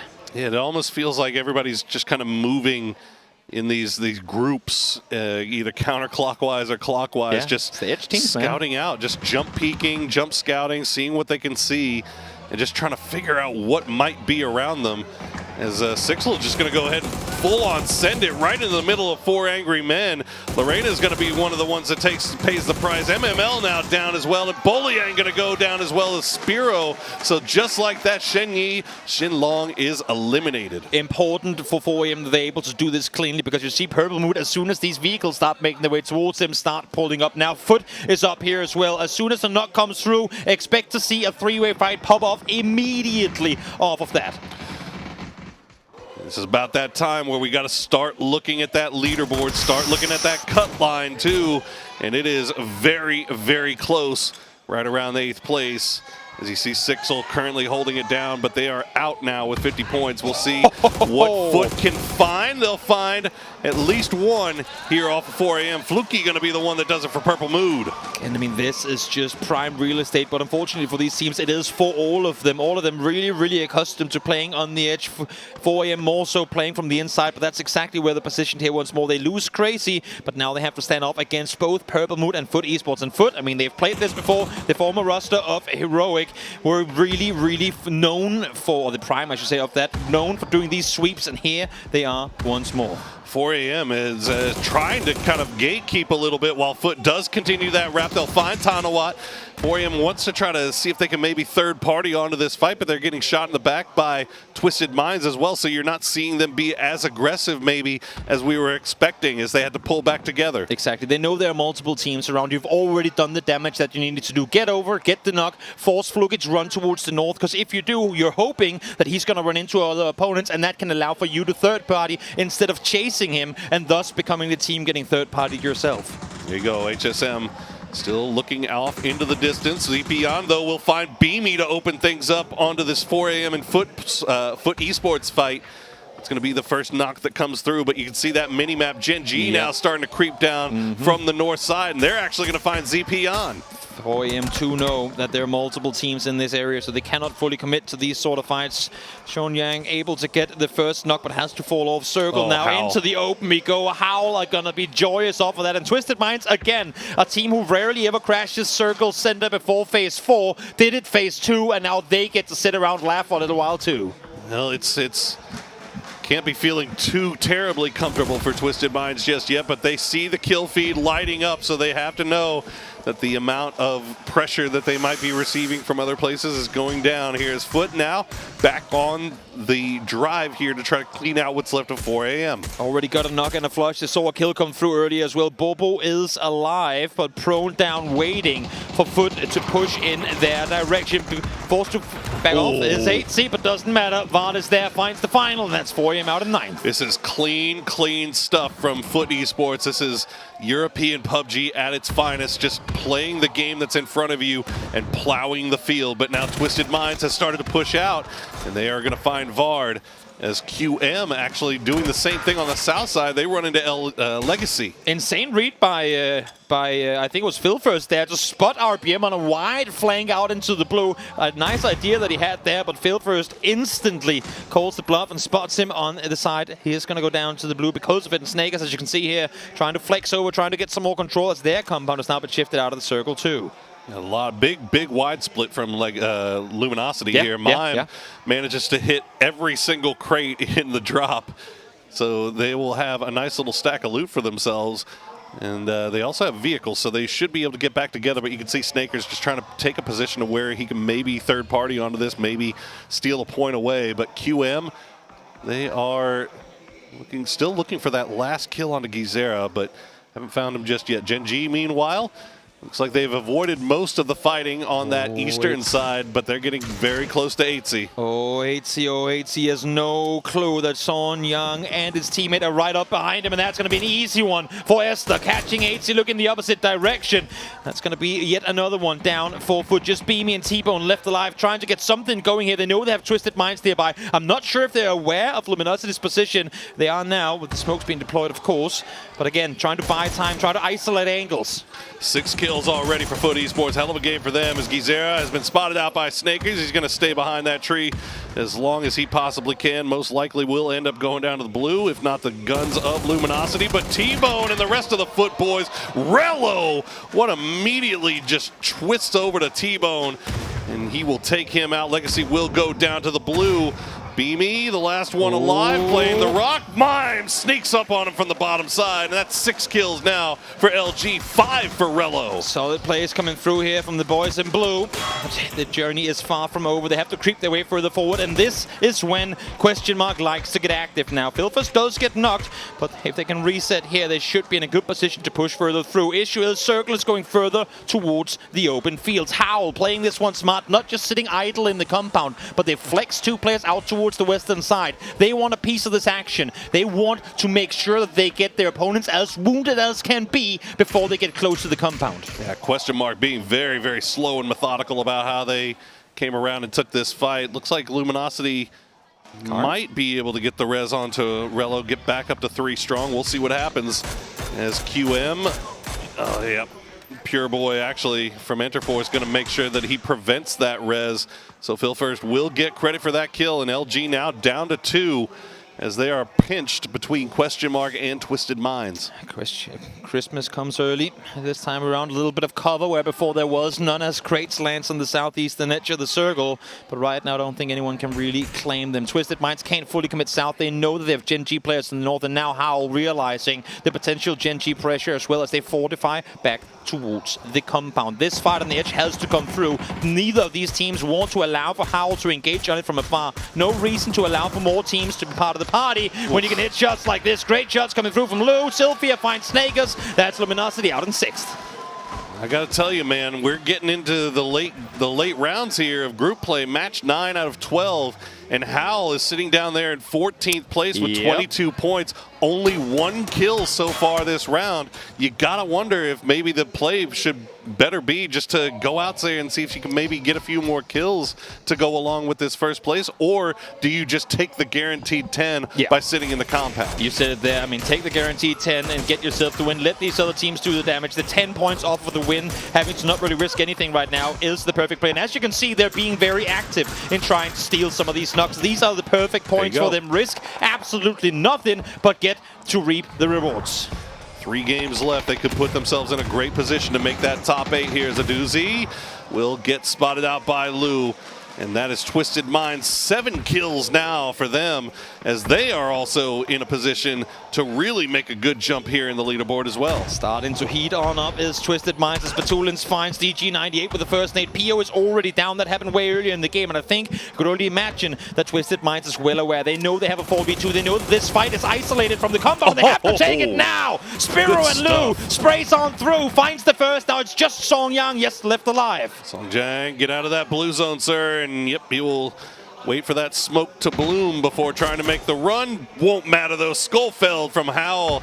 As you said, they're spreading out as very low risk, high reward plays here for Howl. Now, I'm not saying that this is necessarily going to happen, but I'm seeing E36 still alive in this game. With 3 teams still up. They're still inside the circle. Now they're not. But you know what? I'm not going to count them out. They brought it home last game. Let's see if there's some Japanese magic on this map that can potentially get them something. But look at their position there, and they're only alive because Howl don't have mortars. They are extremely comfy, but they are now leaving their little hidey hole. The problem for Twisted Minds right now is that they've got to come down from this hill eventually. Their backs are right up against the blue, and once they come down from that hill, all that tree cover is going to go. And Howl has multiple angles on this. So right now, Ruin paying attention over towards E36. That is the primary target. The shots come through, but nothing landing for him. And that is dangerous. You want to pull back away as quickly as you can now. Let's play a little tower defense. He's the only one in that position to has to back off. I like the read. Yes, of course, not optimal that you don't hit your shots there, but at least realize you have to just try and accept the fact that happened. Go back, play it smart. There's still a game to be won. So nice readjustment there from Ruin. Ooh, well, actually opened up a little bit of a room here for Twisted Minds to make their way down and at least get to the rock. Batulins should be able to be rezzed. They look fairly safe as things go, but definitely low on ammo as Schofield still trying to find a little bit of an angle here, but nothing going to reveal itself. And this is the issue for Twisted Minds because they committed to the forest as early as they did. You saw 0 spare ammunition for Perfectix, or for Lu, sorry, make that in this game. I don't know if it's because you just gave it all to Perfectix and said, Perfectix, go out and do your thing, because we've seen him time and time again be able to pull off magic plays, but this right here is not looking good. Twisted Minds don't have a lot to work with. Pure Boy down to the blue, tried to hold an angle, but falls at the end of it. Nowhere for him to go. It feels like Twisted Minds was in so many fights that they haven't had no time to loot. I guess not. I mean, maybe that's... it feels like they were engaging upon people pretty close to them so that they may have gotten a chance to go for those boxes. But as you said, as soon as one fight was over, the next fight was already presenting itself. So not really a whole lot of time to do that. As you can see, Perfectix sitting on 59 rounds for that MK, and that's all he's got. No helmet, broken vest, no smokes either. Probably the most important one right now. Yeah, let's see now. Everyone's going to be chilling for the next 5 seconds, waiting for that final circle to pop. Who's going to get it? Is it E36 in the fields, Twisted Minds in the hills, or Howl in the compound? Dead center, right in the middle. Everyone's got to make a play, but you got to consider Howl to be the ones with the upper hand here. They have not been touched at all. Fresh level 3 vest for Schofield as he pushes on forward with utility to boot as well. Nobody has to leave their rocks just yet. There are several rocks that are a little bit closer towards the center of the circle, specifically for Twisted Minds, that they could get to if they had that utility, if they had that smoke. We don't really know what all of them are sitting on, but we know it's low here. As Schofield trying to make that peak, but he has been spotted out by Lu. Look at that, 27 rounds left now. This is where the Dragunov gets even scarier than it already was. 2 one-tap headshots, and we know these players can hit him. Speaking thereof, Sylphia able to find Perfectix as he falls on down. The deployable shields, though, granting Twisted Minds the cover that they need, but remember, they do not stand indefinitely. There is still not enough ammo for Sylphia to potentially destroy it, and that's exactly what he's trying to do. He is indeed. They're going to need Lu to take a shot back just to keep their hopes alive here, just to prevent Sylphia from just free farming ADR onto their cover here. Batulins playing around it with that mini. Got to be careful as well because, yeah, like you said, they are just beaten and broken as far as their gear is concerned. And yep, there you go. Sylphia immediately finds Batoons again, but they do find Schofield, and that opens up a little bit of a door here. You can tell that Twisted Minds is just looking towards Interforce, going, Truce! Truce! Guys, we have bigger fish to fry. Let's just deal with Howl and then fight each other afterwards. But Interforce 36, man, they're feeling it. They're not giving up. It was a nice push to be able to get to this position to begin with. But now, what do they have to work with? Not sure exactly of their smoke count. And again, I think that's going to be the major factor here. They need a miracle to happen in order to take out Howl, who is right now sat in a perfect position. Yeah, E36 had again. Oh God, how many times has Batu been knocked here? Sylphia just cyberbullying him at this point. Every single one is a headshot, and Batu just constantly getting chain rezzed as they are backs up against the blue, and they're just going to go ahead and deny. Fair play. We saw them all in the bottom of the leaderboard. They have so much to fight for. They know the teams here are the ones to claim it, and how? You know what? Had they not been aggressive earlier, this could have been the first 0-kill chicken dinner of the tournament, but it wasn't going to be the case. They all sat outside of top 8. They know the importance of not feeding points over to the teams that you're hunting alongside. You know, it's anticlimactic, and I know a lot of people absolutely hate it. But you got to do what you got to do in these group phases. You got to play the game the way the game is laid out. Also, everyone did what they could to try and set up a push, to try and set up a way to bring it home. But, I mean, again, Howl, they never got the knock player, had ruined, but knocked on the roof. They now know one has to commit to the rest, the other two has to defend. Maybe we can make a play, but Howl played it smart. They suppressed on both sides from start to finish with Schofield up on the hills too. Really well played by Howl to bring it home. Well, let's throw it over to the analyst desk to hear what they have to say about that Taego finish.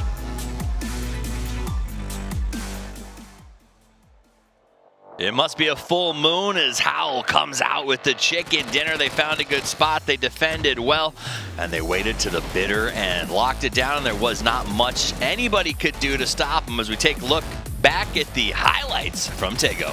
Yeah, and of course, a lot of early fights, interesting fights. Relo being able to take Genius Esports down by himself. Good for him. Unfortunate for Genius there to go out that early, but in general, a rough terrain here if you did not have a compound towards the end toughies.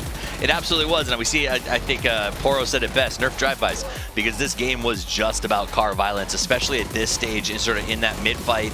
Not a lot of cover in this area. You really had to play some very tight geography, depend on deployable shields, smokes. We saw that with Twisted Minds, I think, extending their game. It didn't really amount to a lot of extra points, but using the utility very, very well to try to go as deep as possible, despite not a lot of options in playing these late circles. Yeah, for sure. And also with the circle that kind of ends that southeast inside, you had so many teams that were, you know, they were forced to play on the edge, and then you have 3, 4, 5 teams that are fighting towards each other on that kind of same sliver of the side. Howl, of course, taking that compound in phase 2 paid off for them. They managed to get 4 kills, but 14 points in general, they needed that. They had 18 before this game here, so they're able to almost double their points with this one.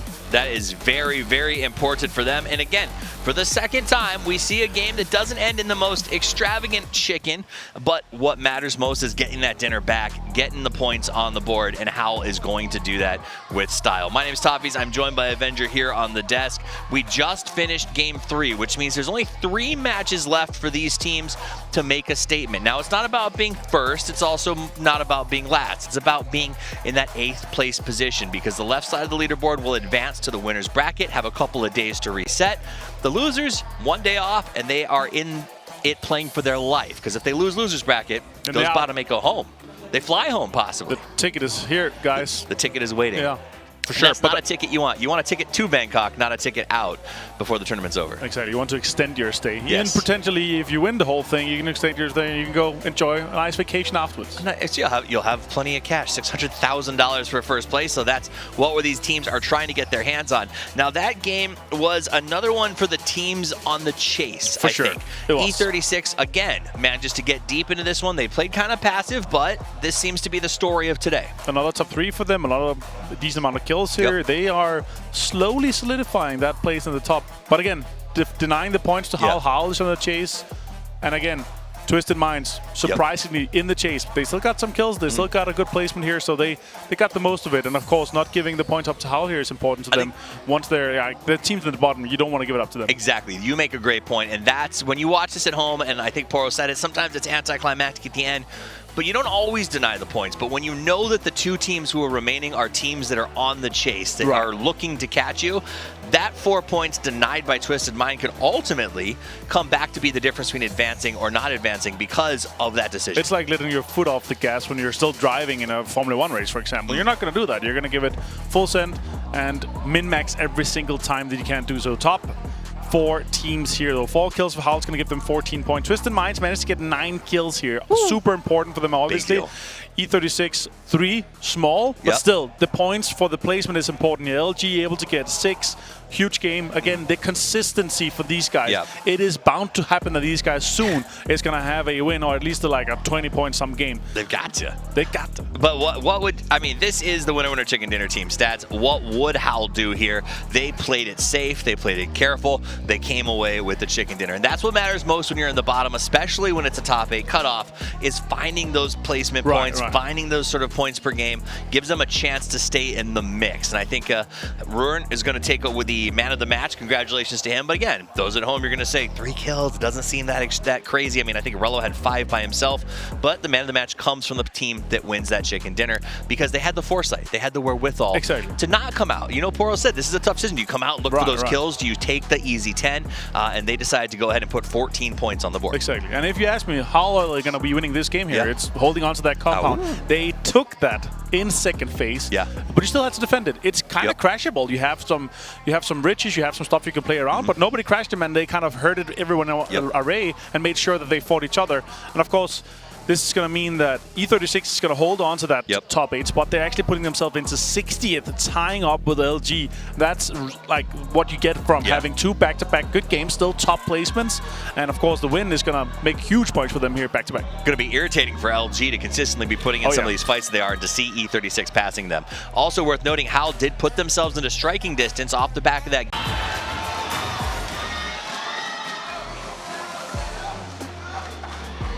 If you didn't understand the reason to deny points, I think the breakdown of the current leaderboard we just had from the analyst desk is that exact reason. Yes, yesterday's final game was maybe decided by the early couple of stages, but this one, Poro, this one, Polar Bears guaranteed, is gonna go right down to the wire. He's sitting on his butt. I love that. There he goes. And then glitching through he got a bit of everything. It's as nature intended. What is happening to your back legs, my dude? Whoa! Okay.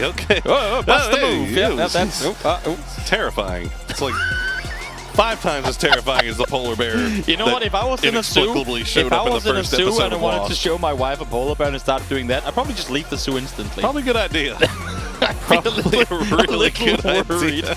Little worried, not gonna lie. Let's see, we mentioned earlier today that there was a chance these things might happen where we get some hot drops because some teams have already solidified their spot in the top, but while first and second place might not fall out of top 8 as it stands right now, it's still too soon, I think, for any team to really dare go on the aggressive. But with so many teams being in that hunt and being so close to top 8, Poro, I don't want to say we can guarantee it's going to happen because we can't, but I wouldn't be surprised by any stretch of the imagination that it would. Yeah, it's that leaderboard is terrifying, man. That is closer. Oh my God. No. Okay, let's go to the Great White North. As question mark, Luminosity, Genius, all feeling pretty good about their drop decision. 4 a.m. to an extent too, although they are right on that edge. They're going to have to really take their move about getting their looting phase done and get somewhere a little bit more closer to the center, because that is dangerous territory to be in. Sure, as you can see, the grounds of honor is Rondo. I'm loving what we're seeing from that live action movie. It looks so insane, and I'm very much looking forward to see more than just a trailer. I want the whole thing. I know, but, give me something. At least we get to play the game, play the map, and watch the full thing on December 6th. So if you haven't already marked that in your calendar, damn better do it now. Yet another exciting thing waiting for us as soon as we get home from Bangkok. As we check in with Sixel, and yeah, I mean, they touched on it on the desk. It does. 17 is in second place, or third place rather, with 69 points, and you have to go all the way down to 12th to 4 a.m. to find somebody who's 20 points removed from him with 3 games left to play. That's a 10-kill win. That is just unbelievable. I love it. I love it, man. Let's see what these guys decide to do here on Vikendi to separate themselves from the pack and secure themselves a top 8 spot, because this is about as hard north as you're going to see. Sure is, and a lot of the teams that like to play Cinder early on won't be, at least right from the get-go, in a position to do just that. 4 a.m. are starting to scout their way further towards the north. HSMM, usually the one to be the scout on the team of 4 a.m. Here he is once again, one of the best support players in the world. When Xiaopian was reached out to in terms of making his way over to 4 Angry Men from NH Esports or New Happy, all they said was, on one term, I'm bringing HS with me. He is my right-hand man. He is the info gatherer that I need in order to make the right decisions in game. And here he is once more. Would be terrible if he falls, but who spots who's first? HS spots him behind the tree. Zest has the cover, but HS has the headshot connected. That is a brave re-peek there, Mr. Zest, and you pay the price for it. HSM gets down to about half HP. He's got nobody really around him. The rest of the squad is on the move, though, and about to get right there. You go. Okay, you can see on your mini map the rest of the boys are there. Won't be able to get the flush onto Zest, but at least opens up a door for him to escape. I love the fact that Sir T actually goes off for the rest there. He was the first one on approach. He instantly went for the rest, but as soon as he not only hears a car leave, but also cars approach, he's going, lay there for a while. I need to scare these guys off. We need to puff a fish. We need to make sure that they ain't got any chance of doing nothing in this one. And rightly so, able to do just that. And they did the same thing that that Foot did in the last game. They pop their man into the back of the truck and make sure they get him out of there, while Sir T just makes sure that no inevitable push is going to come in from 4 a.m. Now they got to be quick about things, because as we said, they were in that dangerous position. They run into Genius, and now Hal is right on their backs as well. Also, I just love the fact that he changed his name from Simon T to Sir T. I don't know when this coronation took place, but I just, you know what? If you're Sir T, I'm all for it. You know what? Next time we're going to come around here, and he's going to be named something else, because what's a king to a god, Cody? Why didn't I think of that? I know. Sir T. Huh, Sir T. Well, there you go. Hal getting a little bit close. Oh, no, Ruin. Gonna get spotted out by Bobo, and he's out in the middle of no man's land. That's a flush. Coming in from ZP Yan. So Hal, they get a little bit too close to danger, and they pay the price. And again, I mean, Bobo, such a heavy-hitting player. I had a chat with Xiaopian coming into today's games. Again, the former IGL from New Happy, the player that literally put New Happy on the map as the best team, not only in China, but arguably in the world at the time. I mean, Bobo is just, he's a master fragger, a young gun super fragger that we will have to keep our eyes on. Howl now, though, trying to pull on up here. They've heard Genius. They know they're around, but smartly, Laza is waiting for his teammates to arrive. Oh, Clories will find one with the initial grenade from the top floor. The Mad will go down. Will he get the flush as well with the second one? Won't find it. Clories, get some damage into Schofield, and now this has turned into a full-on fight as the rest of Genius has decided to arrive. But what an angle from Schofield. He'll find Sir T, and now Clories will trade it back. Constant trades back and forth, and this ain't helping any one of them, because now, look at this, Legacy is here, 4 AM is here. It's as if all the teams that played passive in the previous games now all of a sudden have started aggressing at the exact same time. How might actually be the ones to get the rewards off of Legacy pulling up here, but they need to find the kills first. Matt, able to peek on over, find Clories. That's one more down. Gotta be quick about this. Is now you see Zest has arrived, but I mean, you could look at the mini-map. Like you said, Legacy and 4 AM creeping around there, but now pulling back away because it looks like, a Azla Pentagram Adder has found an angle onto 4 AM, so they don't really want any part of this. They're going to go ahead and retreat once again. Legacy going to do their best to take shots at a passing Twisted Minds. While teams didn't dare to take fights earlier, now they're feeling desperate. They see the leaderboard. They know that they only have so much time to make this thing happen. But let's get a little listen in to Interforce 36 and see how they made their way to this tournament out of Japan. シルフィアノックされますシュートによってしかしグッと前に行ったピラボーイでシュート見えたいやー一瞬で取っていったうまく合わせたスターロードロックを取ってサイドからスターロードうわースリーロックさあピラボーイは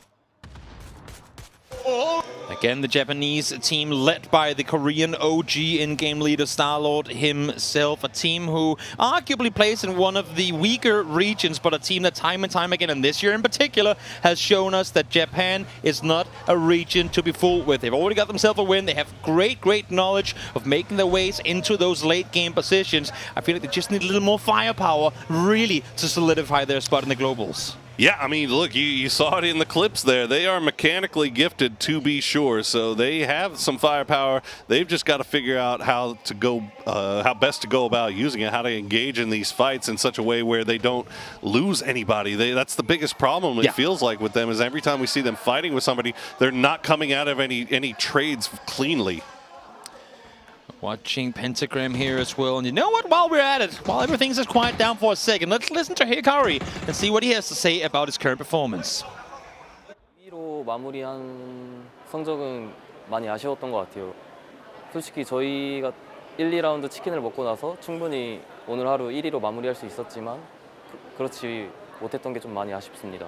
전부 다 저는 경쟁력이 있는 팀들이라 생각하기 때문에 새로운 환경에 좀 적응만 잘하면 저희랑 비슷하게 좋은 모습 보여줄 수 있을 거라 믿고 한국팀을 같이 응원하고 싶습니다. 저희가 비록 5번째 한국 시드로 올라오긴 했지만 저희가 그래도 열심히 하고 있으니까 많이 믿고 응원해 주시면 좋은 성적 보답할 수 있도록 다 같이 열심히 할 수 있도록 하겠습니다. 같이 인원 손실 내지 말고 끝까지 살아남아서 후반에 봤으면 좋겠습니다. Well, while it may not have been as barn-burning of a start for Asla Pentagram, they have performed extremely well today, earning that second-place spot for themselves overall, 72 points. And so far in this game, they have 1 loss, and they are in a pretty decent position doing a little farming from the edges here. I'm looking at this map right now, 17 seconds away from phase 2 popping, and I'm just going to say, if we go north on this one, we're entering terrain that I've never seen. I don't think others have either. I'm seeing for these Esports, and I'm seeing Lorena with the Panzerfaust, but I think they might have caught one of them behind the vehicle there, because they instantly, as soon as you saw Lorena peeked for info, they instantly swung, and we are actually headed towards the north again. I know a little of this map. I've been up here. I've played through it. But there are going to be dips that have still yet to be found. There are going to be compounds that have still yet to be coined. Where, oh where, my friends, are you planning on playing this one from? Because one thing's for sure, all these edge teams will now only have half the circle to rotate in from. Because north is just the icy frozen tundra. I tell you what, man, the only thing I'm working with here is some experience dropping up there to loot when we were playing slow a couple of times. I've never seen anything end up here. I've never watched any pro games that have ended up here. It's not a complete mystery, but it is going to be interesting to watch this one play out as you see Legacy having to stop down here a little bit as they lose a couple of tires. I'm not sure if that was Twisted Minds that did that or if Twisted might be just the beneficiaries of a broken down Legacy here.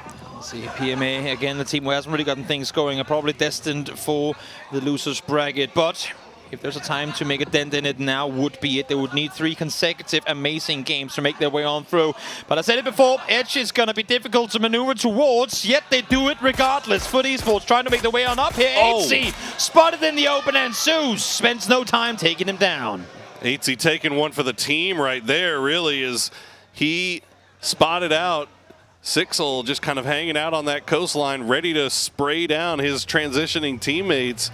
And he tried to pull up and see if he could maybe pull them away and ends up paying the price. Huge read by Shenyi Shenlong as well. They set up an initial ambush that Foot actually read. They saw them coming around. They push all the way out easy. Say, great, they dodged us. We take them on again. Actually, looks like that fight might not be over, but right now we're checking in with Twisted Minds. There you go. Foot Esports, they passed by, but they came back to try to save their teammate. And in the end, Suze is going to be the one that does the damage as Beamy will go down, Itzy will go down, and now Foot Esports down to just T-Boone and Vard. Again, you can't wrap around a team that's wrapping around you. It's the Edge Fiesta here in Group B, and it's continued. Foot Esports, they have run into trouble in these Vikendi games before, and this one is going to be no different. They did come out victorious yesterday, but in the EMEA region, they're not accustomed, or unaccustomed, I should say, to losing a player or two in the early game. Checking in with E36, we talked about them a little bit earlier. A lot of firepower on the squad, mechanically gifted players, and I'll tell you a little bit of a replay here is Bobo picking Howell right out of the driver's seat, and man, he is making that mini do work right now. Young gun out of China. He has plenty of years of competitive PUBG yet to play, and I'm sure that we're far from seeing the best of what he's going to be able to deliver. Well, meanwhile, Twisted Minds still just kind of in shambles right now, but somehow keeping everybody alive. This is obviously not the greatest position for them to play, and no, there you go. They're going to finally lose Perfectix after a nicely placed grenade from Tian. Now Foot Esports check in with them again. Down to 2. Vard all by himself. It looks like they're leaving T-Bone on the coast up to the north. Vard getting the high ground, just waiting to see where the next circle goes, and it's going to go pretty much where we thought it would, right on top of land. Straight down towards the south. And you say right on top of land. I say right on top of frozen water. Frozen this water. is a massive frozen lake that you can walk on it. It's by land. the way, well, I mean, yeah, that by the way does not get shifted away from in phase 4. So question mark is not guaranteed a circle shift here. This one can go pretty much anywhere. The Renner scouting with a Panzerfaust in hand. Do they see T-Bone? They have Foot Esports players split wide, but as you said before, there's just 2 of them left alive. And I don't think that Foot has any interest in taking this fight. They know it's Shen Li Shenlong. They know that their force still up. Might as well just let him pass, let him get the circle center. Maybe you can find some third-party points should a fight happen between Sixel and Luminosity. Uh-oh, this is kind of scary stuff here for LG. They were in a 2-2 split. They see Sixel pulling up, and they've got a guy hanging out of the passenger side window with a Panzerfaust. That's not really what you want to see coming. Fortunately for them, Sixel will go ahead and pull off. The shots from LG will be enough. And we'll see what LG decides to do if they still stay in this 2-2. And T-Bone maybe thinking about a little bit of revenge here. Yeah, I mean, would be a great little punch in return to be able to take him out again. Foot, they are by no means safe in terms of their standings right now. Neither are Shen Li Shenlong, so both with plenty still to play for, both with good reasons to try and just leave each other at, just leave each other be and play this one smart. Starlord, I saw it just before on the map feed. He actually flew up for info. He took an E-pick up by himself, went back towards his teammates, so Purple Mood caught him midair, and that's him instantly down. Look at this. Lorena wants to use that thing so bad. I kind of want him to. Hikari will take out the bear. Shouts out in chat, throw your Fs out for the bear as he goes down. Look at this. He wants to use it. He wants to use it so bad. He's like, I've been practicing this thing, man. Please let me use it. They'll go ahead and spray down T-Bone's vehicle, but that's going to be about it. Oh, December 12th actually spotting out Boleong. That'll be a quick and easy res. Is New Happy pushing this? They're in vehicles. They're in cars, but I think they got more to play for in the circle center. Wait this one out. See if you can get the flush. Not going to happen. Little Ghost will spot T-Bone. That is once again Foot in trouble. They played a phenomenal Vikendi yesterday. Came out victorious, but this is going to be them down and out in 15. And there you go. Vard, yep, spotted out by Nan as well. So, as you said, down and out in 15. Phil First is going to find Esther, as there's a number of long-range fights going on right here, but the most close one is Gen G and 4 AM, as they are just playing around the smokes right now, as Pio will find 2 with the grenade, finishing off 1. Songjiang will go down to Crazy, but Bobo and Crazy now the last 2 up here for 4 AM, as they are playing around some wide open territory, just hoping that the smokes stay up. 24 bullets total is what Bobo's got to work with. They had to leave their compound early to help HSMM when he was fighting Genius, and that's why they're low on ammo. You see here, Crazy does get the knock on PO. If they can find DG as well, that would be huge. There are still players left to be rest on the side of Gen G, but DG98 has to make magic happen, and he has to do so right here, right now. And Gen G, the wide split, and they just end up getting picked off 1 by 1. And just like that, Gen G out in 14th. And now who's going to be next? New Happy. They're ready for it. The shots come through from CC 108, but he's got to move once again. December 12th gets Lorena, finally got to use it. He's been wanting to do all this time, and now New Happy. They're going to lose a couple here. There's just what is going on here. Sixel, New Happy. Luminosity all on this north side, and you got a Storm that's eventually going to be starting off here. We all dislike this Blizzard, but Sixel could not have had it timed any better for them. They finally get the kill. Luminosity was looking their way. New Happy was as well, but now they're in cover at least for a little while. Sushu able to find Ming Ming as New Happy tries to make their way to safety on the southern side, but that city is already taken, or the observatory I should say, is already claimed by other teams. And Purple Mood now trying to fend off against Enter Force 36, found the first, will find the second as well, but Sylphia might still have something to say, but he's a solo player left alive on the team. Oh yeah, I don't know, man. E36, it felt like Pure Boy was the one in the best position to do something there, but there you go. Sylphia gets spotted out by Duckmans, and the crowd goes wild. See if they can get the res onto Thunders? I don't know. Yeah. The blue zone is pushing in. They will have to be fast about it though, because look down towards the south. Look at how much space Legacy is taking off of this. RBN playing it really, really smart and getting up on the hillside. They're effectively playing both sides of the riverbank here. They're playing both east and west, and RBN flexing out, trying to get some more space, trying to make sure that Purple Mood cannot wrap south around into them. Really smart playing here from Legacy. Yeah, they're putting some good pressure down. Fluky gonna make sure that they duck their heads back down to Sixel. Oh no, that's not where you want to pull in. That is Occupado. CP Yan will be the one that gets it, and that's 6 kills now for 4 AM as they are showing once again they are hot today. Xiaopian told me today coming into it, I said, what are you going to do differently? He said, we don't have to do anything differently. As long as we get off to a good start, we're going to get going. They won the first game, and here they are looking pretty good. That is how a snowball gets to rolling. The Mad trying to trade Weir with Luminosity. Flood very low, though. That is a dangerous peak battle to take. And they're just waiting for the... Oh, actually, it's going to be Batulins from behind finds Laza. And Hal getting pinched a little bit here. LG getting a little bit of a reprieve.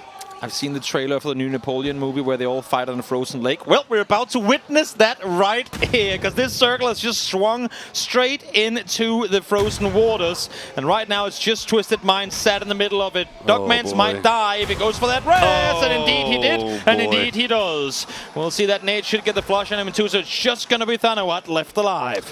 Pentagram up in second place. I don't think anybody would have predicted that coming in. Man, they have been putting on an absolute show here so far through 2 days.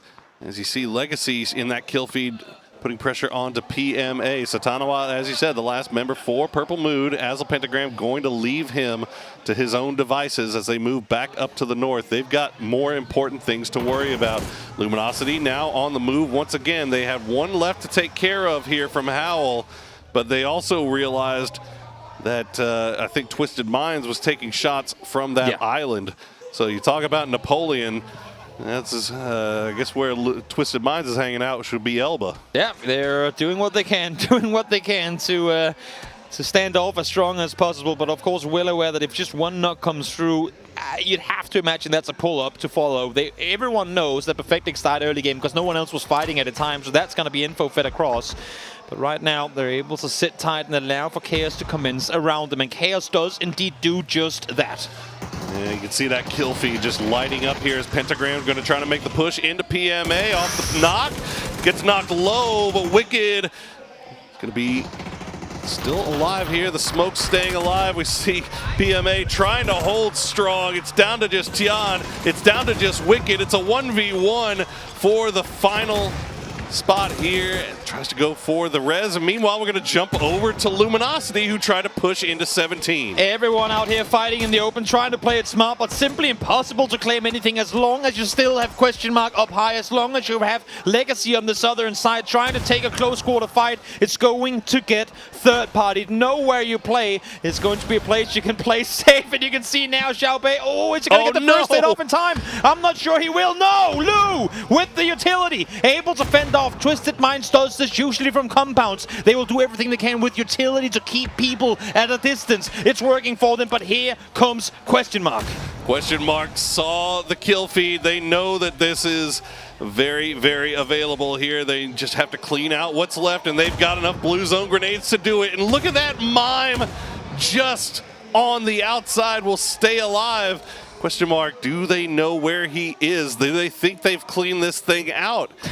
They've got so many smokes laid down, though. Phase 5, 13 alive. Never had I thought I'd live to see this day as we swing further into the frozen lake. Bobo from 4 AM somehow still alive. And look at this, the fight through the smokes. No, it's not a snowstorm, but Mime has got the perfect outfit on to stay alive. Aduzi, though, does spot the nade coming through, but Vilfast gets confirmed.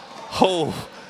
I thought he might have gotten Dante with that one too. That was a very cheeky nade there from Mime. Meanwhile, Legacy's been hanging out on this southeastern side. They're still 4 strong. They've spotted out 4 AM Bobo. They know he's hiding behind this rock. They're going to try to clean this up, maybe get that last point. Brazilian drive-bys are a thing of majesty and history as they now collect their 7th kill. QM though, look at this, 10 kills, and they are farming. They wanted more firepower on the team. They brought on Bestelog, and he is here to deliver. He's the solo player sitting up high, trying to look over the shoulders of Aduzi and Dante, but now also tasking himself with completely denying Legacy entry to the circle. He takes out 3, and now it's just Gazera left alive. What a solo play from Bestelog, who's effectively a man on an island in the hills. Beautiful positioning by him to make sure he had that alternate angle as RBN will get finished off by Dante. Gizera still alive for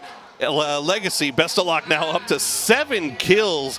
Hopefully you picked him up on your fantasy squad. He's going to be getting you a little bit of something. Now the question is, can QM get those 5 extra points in fantasy for survival? Get the 10 for themselves in the overall leaderboard. Twisted Minds looking very good. They're already fully in the lake, and this is the thing. Bestelog has to get down here too. Gazera still pissed off that his teammates were killed on what looked to be a pretty clear-cut rotation. It was so clean. Exactly. They were 4 alive, Toby. They were going to clean 1 guy from 4 AM, and 3 of them go down to Bestelog.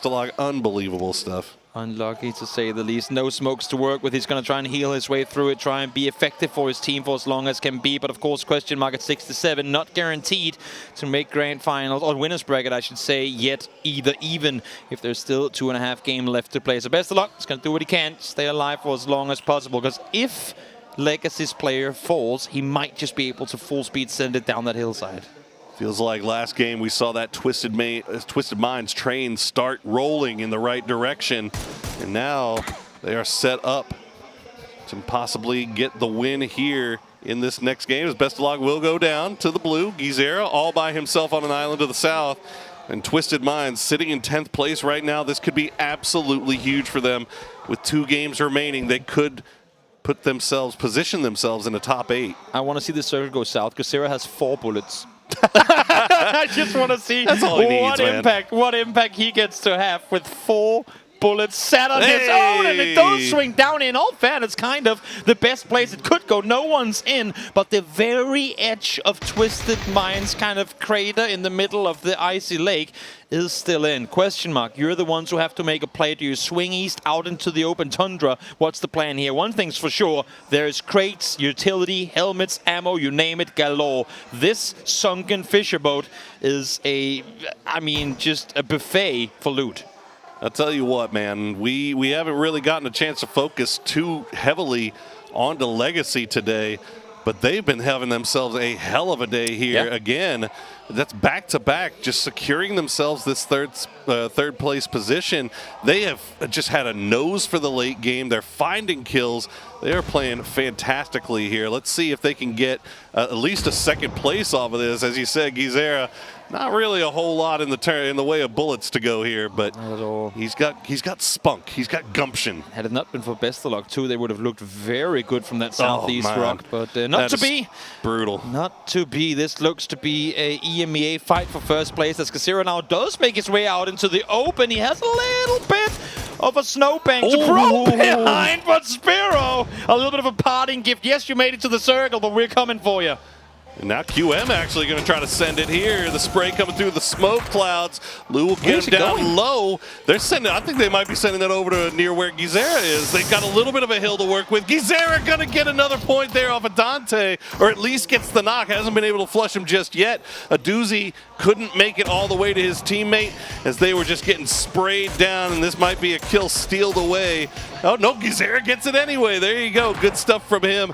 QM tries to get close enough. He gets Aduzi too. Gizera, you absolute absolute maniac. He found some bullets. Doesn't matter though in the end. Twisted Minds will clutch out the victory. Even Batulins is shaking his head. They were not expecting that when they went up there in early phase 2 that they would have to fight their way through. They lost the first player, I believe, of the game in Perfectix, and yet they hungered down and claimed themselves a win. Second place, now into first place. Looking good for Twisted Minds. But a great game from Question Mark nonetheless. Lest we forget, Best of Luck 7 kills before he eventually goes down to the blue, and he ends up ruining Legacy's game there. But my God, Gizera trying to do his best to pull it out of the grave, didn't he? He got his revenge. He got his revenge. Took down the remaining players on the side of Question Mark. And now let's hop on over to the desk and allow for them to break down the final Vikendi of the PGC 3 group stages. Twisted Minds finally gets that chicken dinner they've been looking for, and I love seeing them go over to Lou and make him feel a little bit of hype because he has been playing very, very well today. Congratulations to them. It's time to look back at the Game 4 highlights. Let's do it. Yeah, what a game for Legacy as well. Being able to clutch that multiple times, like where you're like, okay, these fights, these kills that they've been getting, really good to see them. And in general, a rough match here. This northern circle here is always a hard one, especially on that ice lake there. I felt, though, the divots and the small cracks in the ice there, that could have accommodated more people, but Twisted Minds were able to defend it extremely well. I think Poro put it best. This is an area, because of the way it happens, that you're not spending a lot of time in casual games. You're not spending a lot of time here in ranked because it's so far north. So I think maybe some teams might have been less familiar with exactly where those cracks and crevassiers are. But it was hard to see. You know, you have to pass the crevasse, EA, and you got to find the right place to lock yourself in. And I like Gizera. Gizera did that. He held a good spot. He moved to a rock that I think no one expected to be in, and managed to get themselves all the way to second and forced QM and Twisted to make a tough choice. Question Mark, after removing Luminosity, did a great job doing that, and then didn't have a lot of options. Yeah, Legacy, they could have gone later. They could have taken the spot that Gizera's in later, and Best Luck, he would not have had his spot, right? So, yeah, huge game for Twisted Minds, though. This is what they needed. Back-to-back good games for them, puts them into a really, really solidified spot here in the top 8. So let's see if they can hold on to that top 8. Absolutely. Welcome back to the desk. My name's Thomas. I'm joined by Avenger here. I know that again. Let me put it this way. Vikendi seems to be delivering, right? It's not it's entertaining. The polar bears are fun to look at the start, but they're not difference makers. What's a difference maker on Vikendi is the terrain, and I think a lot of the teams, not say inexperience, but really unfamiliarity with some of these extreme circles. Because remember, the first day we got a crazy south circle, and now here we are over on the north side, sort of experiencing something new with the frozen lake. Yeah, exactly. And I gotta say, it's been entertaining. It's good to watch. It's challenging the players and the teams in general. And that's something I like, these kind of curveballs, because the teams here, their knowledge on the maps is primarily in the 3 other ones. Vikendi is the least known, especially in a high level like this here. So these areas here, and you can see maybe that's what we saw from Legacy. They didn't expect a player up from Best of Luck's position to have that angle, so they went early. They thought it was going to be free because it was on the exact opposite side. But Question Mark gets 12 kills. That's impressive. So while they did not get that chicken dinner, they will most likely be up there on the top of that board. They played very, very well. They dug out, as Toby called it, the sunken fisher boat, and managed to get themselves a good spot there. They grabbed it. They did. Mime, though, really did as much as he possibly could. Those grenades, sort of the sacrifice at the end, but the man of the match is going to go to Lou.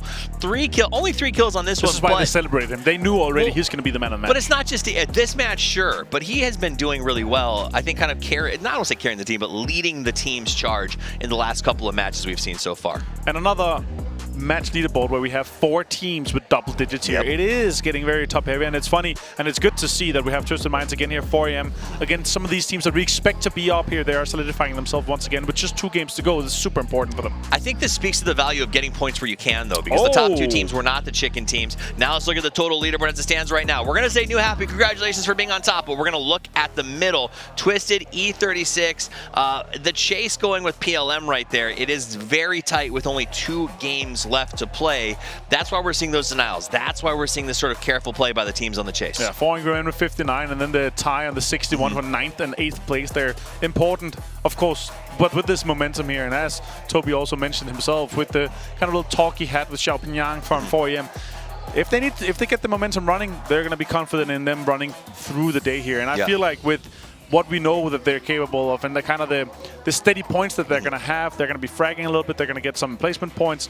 They could be ending up taking over both Purple Mood and Interforce 36 there. You know, and often we talk about teams that have PGC experience, right? You don't get the jitters. That's not true. You get the jitters. This is the biggest event in PUBG's year, the goal of every team. So there is that. I think even the best players who've been here forever, they still have to sort of get that win under their belt to feel like, okay, this is me at PGC. And I think 4AM looking like they're getting that confidence, and they've been building. Another one kind of question for me is that Gen G, 17 points behind with 2 games to go.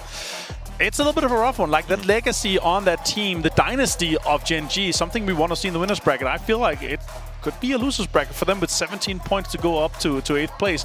We have a lot of teams in front of them that's going to be putting up points. It's going to be a big race. We're headed to the grassy pastures of Erangel next. 2 matches left to play to determine who goes to the winners and who goes to the losers. When we come back from this break, it's time for Erangel. Don't go anywhere.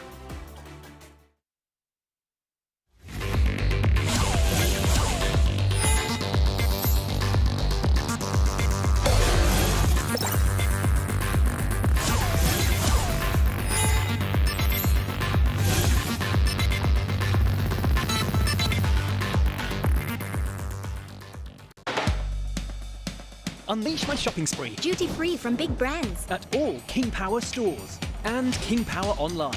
It's possible. Enjoy great selections, promotions, and privileges. The power of possibilities. King Power. Hanuman's forces have set up their barrier. They are waiting for sunrise before they release their guard. With my magic, the night will turn. Enemies beware. Mayara is coming for you.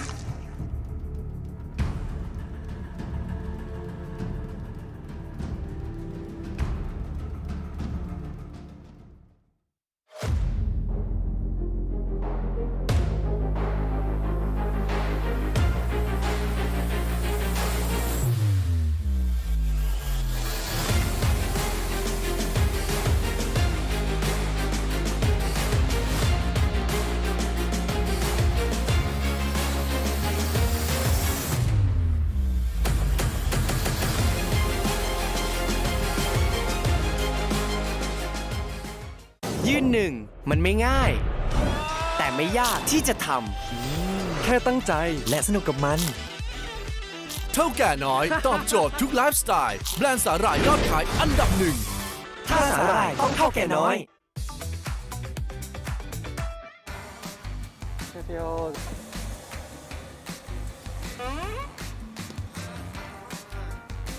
세븐이 PNC 2023 우승을 했을 때 기분이 어땠나요? 부러웠습니다. 상금 땄으니까 나 10만 원만 달라고.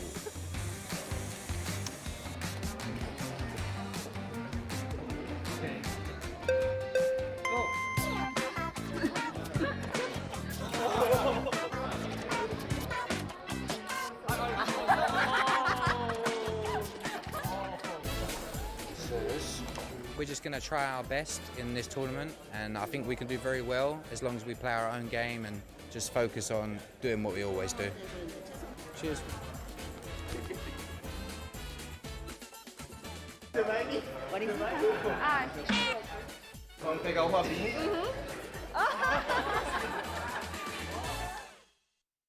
Here's the weather update for the Rondo area. And from the Rondo region, if you've been yearning for the sun after yesterday, please check your flight schedules to ensure your travel plans.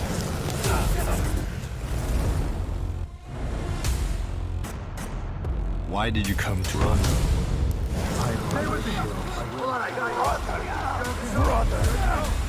Stand your ground.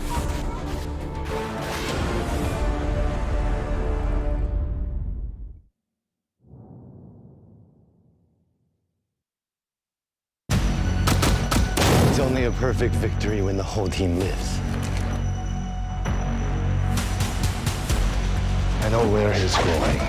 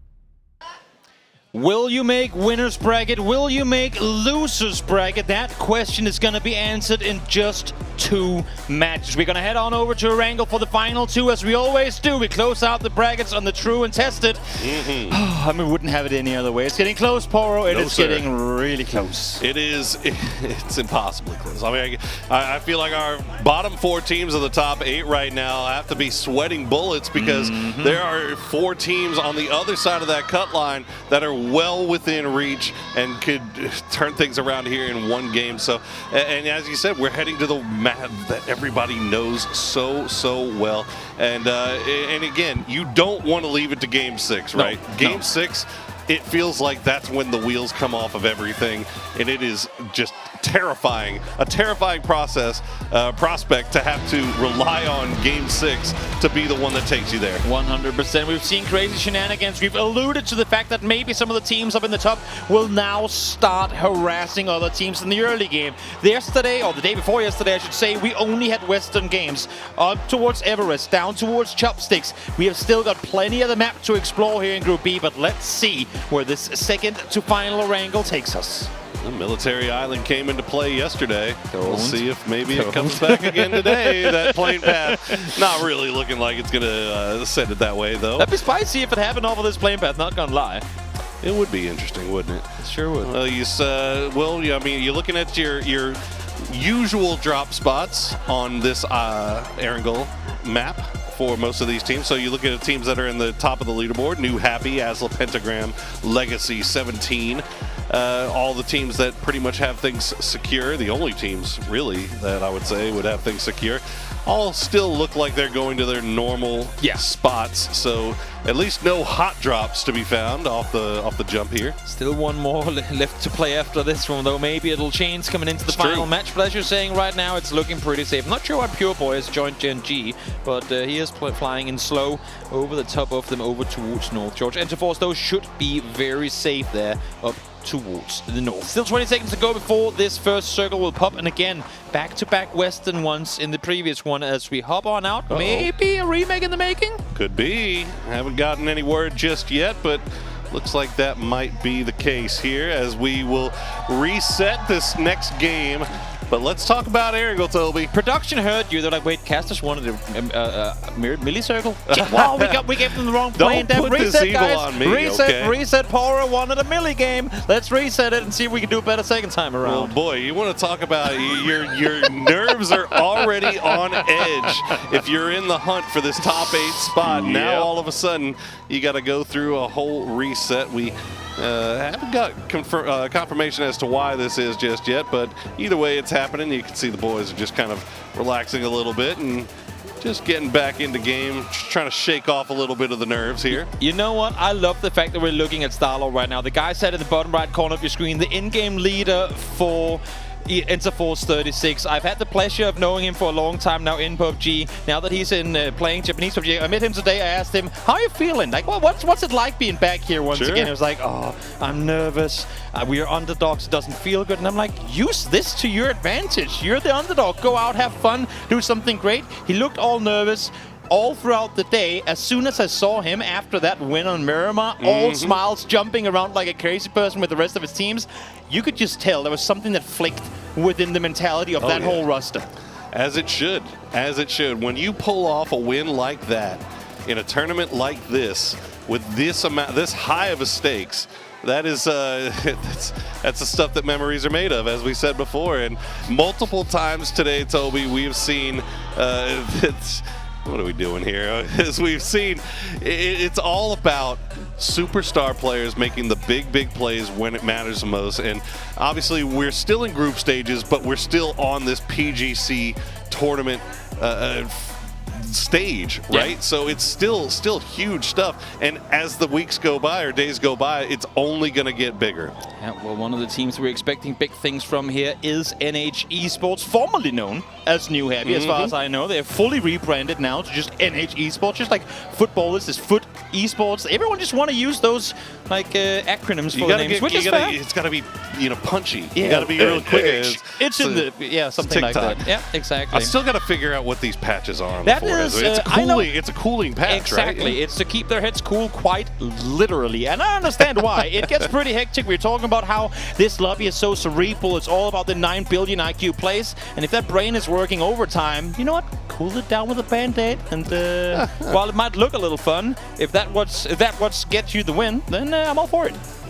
See these guys, all smiles, just hiding behind those smiles, though, or it's got to be just frayed nerves as we're heading into these final 2 games. Now, I guess you got to pull back a little bit, right, Toby? Because as much as you want to make sure that you make it into this winners bracket and you make it into the top 8, the fact still remains that if you do make it in the bottom 8, it's not over. You still have another 12 games. So I guess maybe some of these guys not as nervous just yet.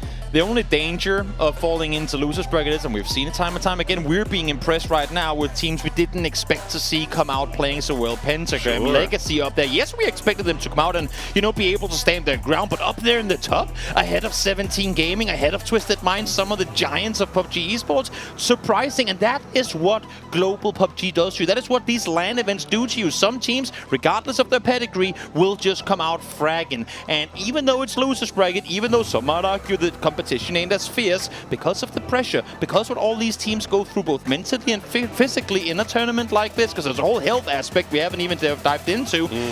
Anything can happen. Doesn't matter what your leaderboard ratings are of tournaments in the past, you have to play on the day. Absolutely, and it feels like we have officially gotten past the days of power regions and invite regions as we see Batul. I got to tell you the story about Batulins in this neck brace, man. Yeah, he told. Yeah, I was talking to him during breakfast, and I saw him wearing it. I'm like, what happened, man? And he's like, well, I got to tell you, I went to a Muay Thai boxing championship fight the other night with the rest of the boys, and we were playing, and all of a sudden they got to a match, and there was nobody to fight this guy, and they asked me, they're like, oh my god, you've got experience doing this stuff, you get in the ring and fight. And I was like, well, I didn't want to at first, but in the end he ends up getting into the fight with the support of his teammate and his coaches, and he gets in there and he just absolutely mops the floor with this guy, and he takes home the trophy, and as he's leaving the ring, he slips, falls down, hurts his neck. It was unbelievable. You couldn't believe what happened. He has to wear the brace now. And you know what the worst thing about it is? We're living in 2023, and yet despite that, not a single video is to be found anywhere. I know, it's crazy. Of that insane Thai boxing match. It was one of those boxing matches, They don't really it was head on. You should have seen the other guy. there. You should have seen the other guy. It was pretty wild. Yeah. He won it fair and square, and if it wouldn't have been for that little puddle of water on the corner of the ring when he was stepping out, he would be completely healthy. But needless to say, he's got to wear that neck brace to make sure he's comfortable. I don't know why you're laughing at me right now. This is all true. It is true. This is believe in you. Hand to God. I believed him when he told me this. But it makes perfect sense. He's a very believable person. And, well, you know what? We did what we had to keep you guys entertained, which means that we are now going to once again head on over to Erangel. At least I'm seeing a plane in the sky. I'm sure you guys will in just a short moment as well, as these players have their headsets on and getting ready to play. And, well, again, just 2 games away from determining which 8 will make winners bracket and which 8 will have to fight for their lives down in the losers bracket. Well, if you were disappointed that the plane last time was from west to east, let me tell you something. You're going to be happy now because the plane is from east to west. That is true. Following roughly the same path. It looks like we're probably still also not going to get a military circle off of this remake one. again. Come on. They got to redo it. Did I do it again? No. Oh, it was just me saying that they're asking for it now. Batulin's going to kick my Which he can, because he's a great Thai boxing fighter. Yeah, exactly. Yep. Dangerous man to be in our eye, that is for sure. But as you said, pretty much as fair as can be when it comes to playing paths. It looks very good across the board. No hot drops in the previous one that were to be remade. I'm not expecting this one to be any different. Doesn't look like anybody's going down a milli this time around, as all our alt droppists may have gone to points north. As PMA still has their Milta spot. PLM. Why PMA and PLM right next to each other? It had to be that way, didn't it? But looks like the coast is going to be as far south as we see. And now it's just a question of where the circle's going to go. Let's hug on over towards the west. So far in this group, for those of you guys who, for reasons unknown to me, didn't watch day one of Group B, we can tell you this. I'm a statistics genius, and I can tell you that Pentagram currently has a 100% win rate on Erangel. And this circle, well, it's looking pretty good. Now, what I will do if I'm a player in this lobby, having seen the previous two Erangels go to this exact area of the map, is go center early. I've said it before earlier in the day, and we are seeing more and more teams do it, but Pentagram got to maintain a split yesterday, or the day before yesterday, that was Gatka, north of Gatka, Chopsticks, and the West Side Hills until phase 4. And I'm like, that's illegal. Global PUBG, that is illegal. You cannot sit on that much real estate, circle center, for that long. So I sincerely hope that teams will challenge them on that now. That's pretty brazen, but that being said, it was the first 2 games of group play, right? So, that is, true. So teams were more likely to be a little bit more cautious in those first 2 games. But now that we're back in Erangel for our final 2, maybe we'll see teams a little bit more willing to be more cavalier here when it comes to crashing towards the center. And speaking of crashing center early, Little Ghost, well, he does it on foot, a little unorthodox in comparison to what teams usually do, but this is the way 17 Gaming does it. Every time you have a western shift, Little Ghost will instantly send it out towards the west. He's usually accompanied by Sushi, who will fly further towards the middle, either, full speed forward in the vehicle or with an E-pickup, but this is no different to what 17 likes to do in their region in China. Send Little Ghost out, claim some real estate, and now they're set tight. But as we look here, oh, Son Young, I know Christmas is around the corner, but you do not want to get this kind of a surprise, because Sylvia will get the freest of 3 points, and that, my friends, is Son Young down early at a time where Genji could not afford to lose him. It's big plays from Enterforce 36 here, and they've also got Star-Lord kind of hanging out on the top of Everest, the other 2 on North George. So E36 spreading their normal North George looting down a little bit just to see if they can maybe catch somebody slipping, and they end up catching Genji. Now, I might be giving Enterforce 36 more credit than this particular situation is kind of worth. Okay. But the fact that Foot Esports drop further south, they all see it, because Enterforce flies alongside Genji up towards the north.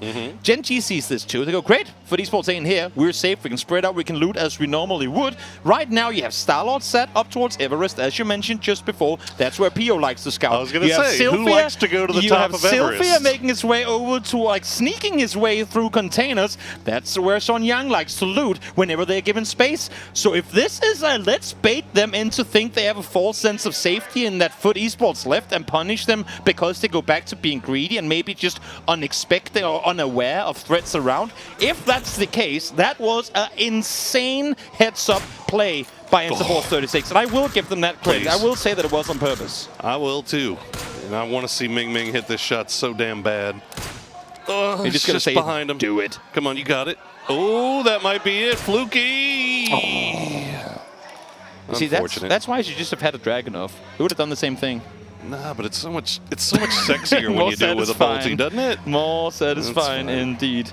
Purple Moon wasting no time trying to make their way up here from the southeast. They wrapped around New Heavy, able to do so, dodging and weaving through Ming Ming's bullets, and now will try and vie for something more circle center. Foot Esports, though, already down here. Pentagram, as we said, splitting wide with full control as for now. But Foot and Purple Moon might just be in for a fight here as we see Thunders pulling up an 8C. Uh-oh. He has the grenade in hand. He's going to send it. It's going to go a little bit long here, but now Fluky going to find T-Bone on the top of the hill as they have Foot kind of caught in this split. 8C inside the window. Can he spot him out? He's going to get a lot of damage down, but no knock. And I think Purple Moon now starting to kind of figure out exactly where all the Foot people are, but they won't spot Beamy, who's going to beam Thunders from a mile away with that Car 98. Perfect angle for Beamy. Very, very important, though, that he hits that shot, because they were just 2 here trying to fend off. You see Vard pulling up now on the ridgeline north. They're playing this one from outside. It's just 8C who's in T-Bone. coming to fortify as well, but they have to worry Nov too. They know that Pentagram lingers around here. If this fight takes too long, even New Happy could potentially join in on the party. While we got that going on, Hal and Twisted Minds also very close to each other. Don't think Twisted knows exactly where he is or if he's even there. Lou going to be aware now, though, as the Mad and Laza going to be joining forces over by the church. Batulin's inside. He's going to need some support from Lou as we got the PIP showing you the foot and purple mood fight as Tanawat will get flushed out. Early game shenanigans causes chaos early, and we know usually that chaos kind of transfers into the mid to late game as well. Duckman's currently alone in this building in a 1v3 now against the entirety of Foot. Not going to be able to do anything. No damage done either at all. Floki has to just try and make a run for it, but there's nowhere for him to run. Vard on the flank around the side. 80 peeks on over. Damage done, but the trade is instantly there. Great hold from Foot. Caught off guard, but able to regroup, take the fight, and control it all the way from start to finish. Really good stuff from Foot there. They are taking some long-range fire from, I'm not sure if it was New Happy or question mark, but either way, smokes are laid down. There should be all right to go ahead and get their res. While you see there's another G-Coin code up at the top of your screen. Make sure you go and enter that as quickly as possible. 9J7WB5WE23KE. And we are done with that and moving on. Batulin still all by himself in this church. You can see the rest of his team have kind of pulled away a little bit, leaving him to fend for himself. And this fight is kind of interesting, mainly because we saw Howl do this on day one to, I believe it was Purple Mood who pulled in late. So I think this might actually have been Howl trying to set up a trap, and then now Twisted Minds are saying, you know what, screw it, let's take the fight and see what happens. But here they come, 3v1. Batulin's the in-game leader for Twisted Minds, down early. It's a good job by them of all pushing through on those back-to-back flashbangs, making sure that Batulins could not take advantage of them in any way. LG also making their push, getting a little bit close to New Happy, as New Happy in a 2-1-1 split, and they are very greedy with this split. Yep, not something you see too often. NH Esports usually grouping up, but we'll see now and get a little listening onto Genius. Đây rồi, Glory lên tiếng khi có góc đứng chắc chắn dành cho phía thành viên team NG trả ra, và tí nữa đây rồi, Serty là người có cho mình cái mạng và một pha đấm thẳng vào đến từ Văn Nghị, và nó sẽ là mạng cho ai đây? Hiện tại Hùng vô địch cùng với cả đồng đội đang là cái tên số rất khó chịu. Tiếp tục lòng quả thi đấu. Again, it's the story of seeing these guys. They can frag like monsters, but they just can't set themselves up for that success in these lobbies. Every time they try and split up, they lose one early. Every time they try and group up, they're, small mistakes means that they come into fights at a disadvantage. I want to see Genius with more success, but so far, it's just not been the case. Yeah, this is one of those things where obviously a lot of experience on that Genius squad, but it almost doesn't really matter how much experience you have, because at the end of the day, you don't figure out what your rotation paths are going to be until you figure out what the lobby's going to look like, right? And you have these paths all set down because you know in your region, these are the places that I can go. These are the places that are safe. But then all of a sudden you get into this international lobby and everything's different. And it's not, the punishment that you'll take for some of this stuff is going to be severe. As you see 4 AM finding out the hard way as Clories and the rest of the Genius boys try to set up a trap. A lot of damage coming through, but ZP Jan skating by the skin of his teeth. Yep, but surviving one onslaught might lead straight to another. They're going into dangerous territories. This one hard shifts south. This is a very typically timed 4 AM rotation. They like to linger on the edge come phase 1. As soon as phase 2 pops, they want to be full speed, making their way towards the new circle center. I'm loving seeing this because yes, on that day 1, 4 AM played scared. They didn't do none of this. But what we're seeing right here is picture perfect 4 AM playstyle, what usually grants them success, and now they're straight back to it once more. Very slow play, as you said, playing out, feeling out the lobby. Well, the lobby is felt now, and 4 AM knows exactly what they think they can get away with, although they are getting right close up to Legacy, have the sniper tower. Looked like 4 AM might have been considering stopping there, but they're going to have to get on the move once again as the rotation that never ends keeps on going. Oh, here we go. Question mark being pulled up on by PMA, but a little bit of a cluster on approach. Yes, Phil first is able to find the first one. Maybe shouldn't have been able to, but able to do so nonetheless. Best Luck gets one in return too. Filfers does fall, but let's see what the Beast here can do. Comes around the corner, finds another one. Hipfire able to take down Teddy, and just like that, PMA down to just one. You think Best of Luck is feeling it now? I think he is, because he is just lighting these guys up, although it is now just down to him and a doozy. Tian, the last one up for PMA, as he has managed to make his way into the second floor. He's going to have to hide for now, though. Nobody really near him to even res, as it's just going to be the blue zone grenades coming through. Not going to find him just yet, though, as they're just going to go ahead and finish off those kills. Actually, Tian, okay, he'll get the res. Shengyi Shinlong over the hillside towards the north. 4am crashing in here now as well. They were the team the furthest north just 40 seconds ago, but here they are, circle sender. Tian is sat tight for now, but with every single piece of utility being used by Question Mark, they're isolating angles. They're pretty much playing the puzzle of where can he be. Great, there's only one room left. Question Mark cheering section in full voice here, as their team is wiping out what's left of PMA. They got to be careful about how they do this. Obviously, same situation as usual. You're down to, you're down to just one guy hiding in a corner. You want to make sure that you don't take that risk of losing somebody unnecessarily here, especially when you're already down by Phil first. Again, you run up, you throw an 8, you go back down. You know that you're going to be hearing footsteps if he's making moves. That's one they got area isolated. And exactly, he saw the muzzle of the gun. He saw the tip of the barrel, but Jian jumps down and finds the double! The flashbang perfectly timed as he gets 2. Will he find the third? A hero play won't be made! And Tiano 513 says bye-bye, question mark. Hero plays coming out from PMA as Twisted Minds now finding a fight with Genius in the hills. What a play! We said we wanted to see more from PMA, and here comes Jianchan. While the game might be a salvage at this point, what a great time to get momentum going, even if it's into losers bracket. Twisted Minds, caught in the middle of a scuffle between 3 teams, will fall as a result of it too. Unbelievable stuff here so far, as we see Erangel is proving a lot more violent than it has been, or at least it was in our first 2 games. Twisted Minds going out. Keep in mind where they were sitting in this leaderboard in 7th place coming into this game. There are a number of teams that can make moves and try to surpass the the Twisted Minds super team. Wow, we're shifting out towards the east now as well. New happy with their wide split. You can only imagine, yep, instantly CC108 is going back towards the east. December 12th, right there to join him too. There's no reason to try and risk something and split this wide. Yes, they might already be guaranteed for winners bracket, but play it as smart as you possibly can, even up until that point. Yeah, 17 has so much room to work around here. They really can do whatever they want. So we wait and see.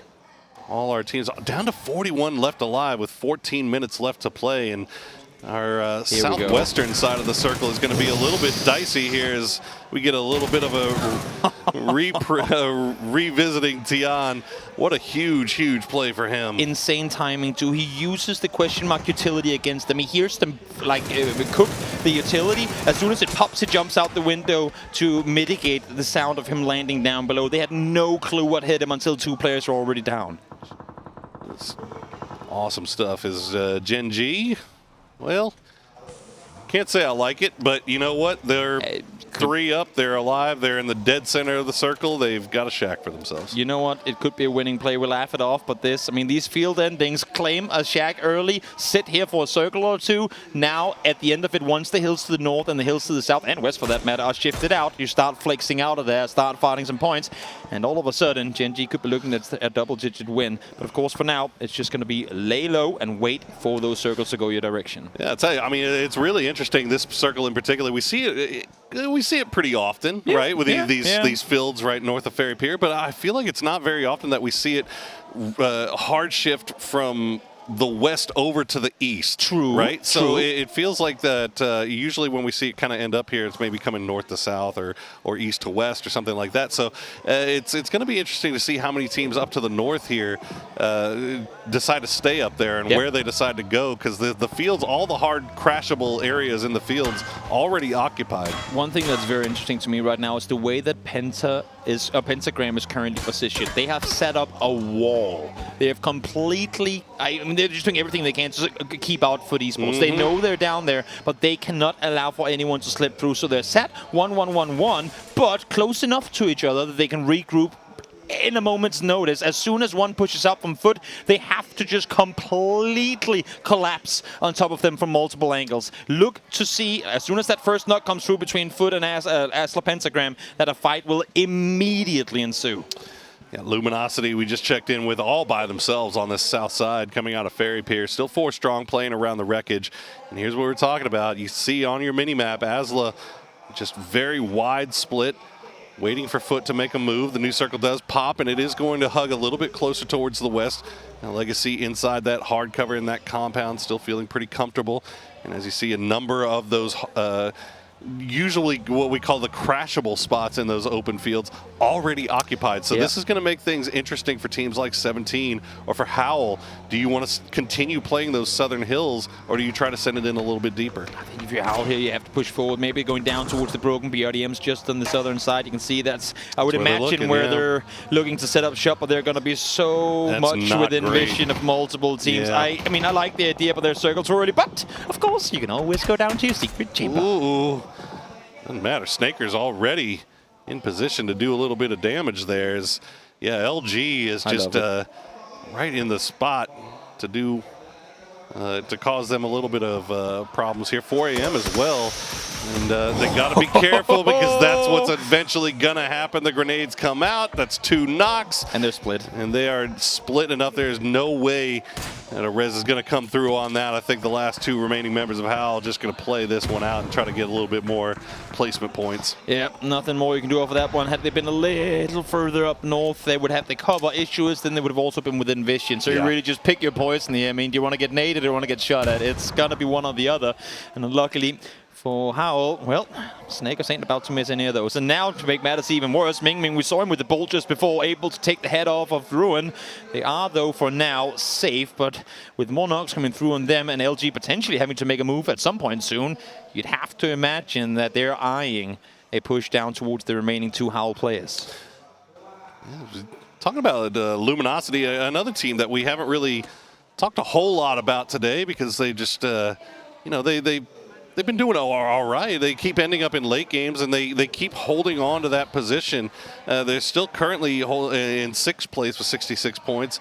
Never really turned things on the way that we've seen them do in the past in these early group stages where they just light the entire world on fire. But they're getting the job done, right? And they're doing it with that new teammate in Mime. So now that they've got a couple of days of international experience under their belt as the new squad, look forward to see what they do in the winners or losers bracket, whichever one they end up in. And while they're set on the southern side up towards the north here, Asla, Pentagram, and 17, a fight that's bound to happen at some point soon. Then both know, like, their spider senses are tingling. They know they have people just on the other side, and they're split in very similar positions. 2 teams that like to fight in very similar playstyle, which is pretty much just straight at them. We can maybe flex one out a little bit, but for the most part, we are all about gunplay. We're all about just running it straight down the middle and taking out our opponents. Issue is both these teams are also very shy of fighting early game. Issue mainly for them 2 is, though, unless if the circle swings north, which it doesn't, is this fight worth taking? And 17 says no. Well, that just goes to show you the intelligence of both teams, right? They could have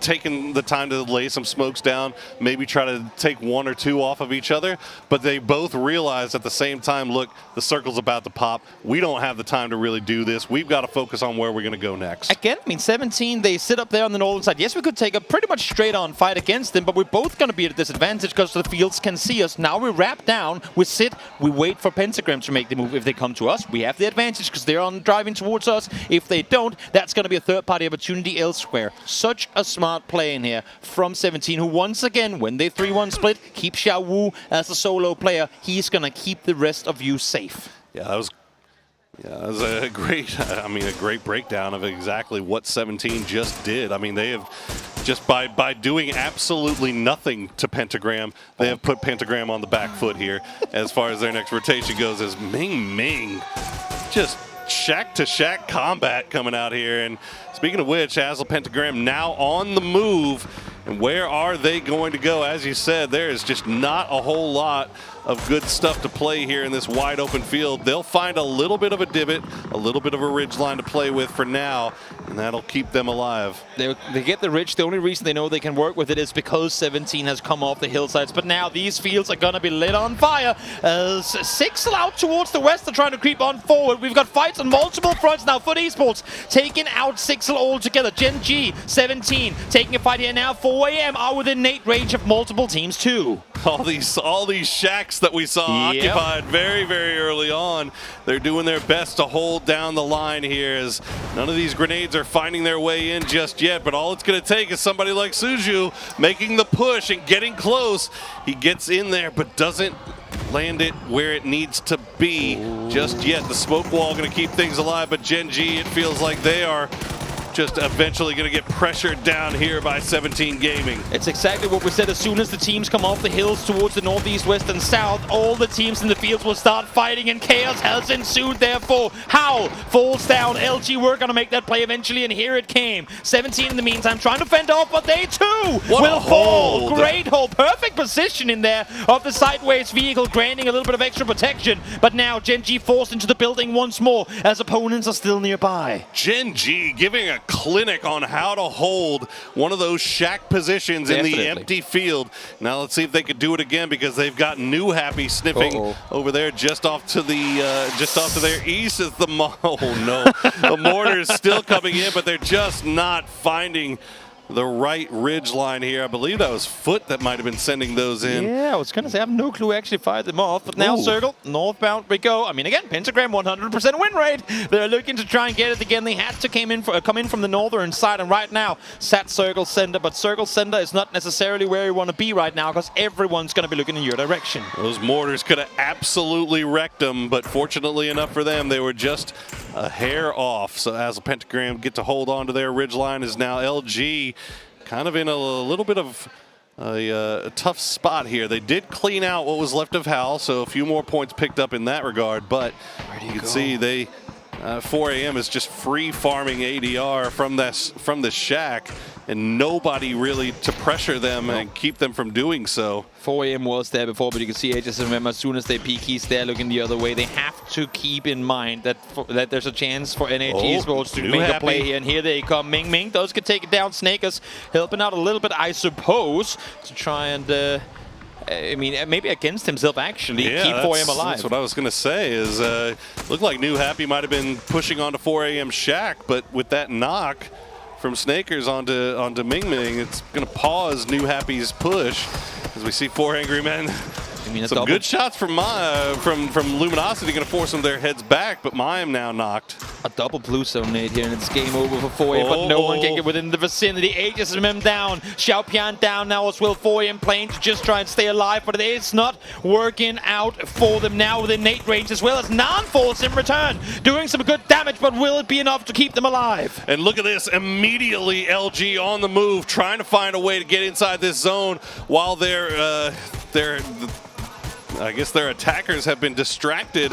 New Happy doing their best to kind of shoot at everybody. Rello going to find December 12th, and now the Blue Zone grenade going to find it. HSM going to have to heal through. I think he might actually have a Blue Zone backpack, so that's going to keep him up. You can see Rello actually has the same thing here, as Luminosity just slowly making their way through. They have no right to be alive at this, and now they pick up their 7th kill. 7 kills as Flood's heart rate skyrockets up to 140 plus. HS, though, might be a solo player left alive, but he ain't done fighting yet. Snakers does what his name, I guess, forces him to do. Prones in the field, tries to hold the angle, but doesn't see him. Oh my God! HSMM! Headshot, body shot, Snakers down! How does he have the vision to see just the smallest of glints of his helmet through that grass? But Flood still in it here. HSM just still trying to finish off that kill. It looks like he won't be able to do it through bullets, but maybe Snakers gets res here. I don't know. How far away is Flood? He looks like he might be trying to send it. It's dangerous. You have Also don't John know. nearby. You have Legacy now flexing out. It's going to be a very, very dangerous risk to try and commit to. Snakers is crawling in this direction. Yeah. We'll see if it's going to happen. Oh, That's boy. what Pentagram. You know what? I mean, they committed to the play. They went there. They wanted to take the fight against It 17. worked. It didn't come around, but now they get the circles in return. Issue is now Legacy are within nade range. Legacy, a team who's only fought at a distance so far, should still have plenty of utility to use. As I say that, RPN got none. Legacy full strength. Foot Esports also full strength coming from that southwestern side. And now Legacy just opening up down the valley.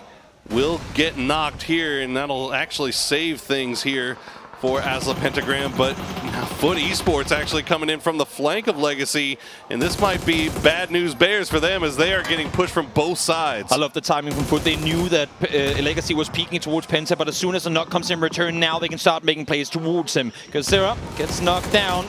That's going to be him out of the equation here. I don't think a rest is going to be coming through either, as they're looking to find more Legacy. They were aggressive before, but now they're just going to be forced to prune down. See that P90 in the hands of LFP if they can get close. There's also quite a few snakes here, Toby, that could get involved at any time. Yep. As a COD will find LFP, Yep. takes that P90 off the field. Able to get one down and out, and again, Esther. Dragon off at this distance. Steal it. So There you damn dangerous. A semi-automatic another. fold action effectively as Vard now swings around. Spots one, spots two, and that is going to be Legacy down and out in 7th.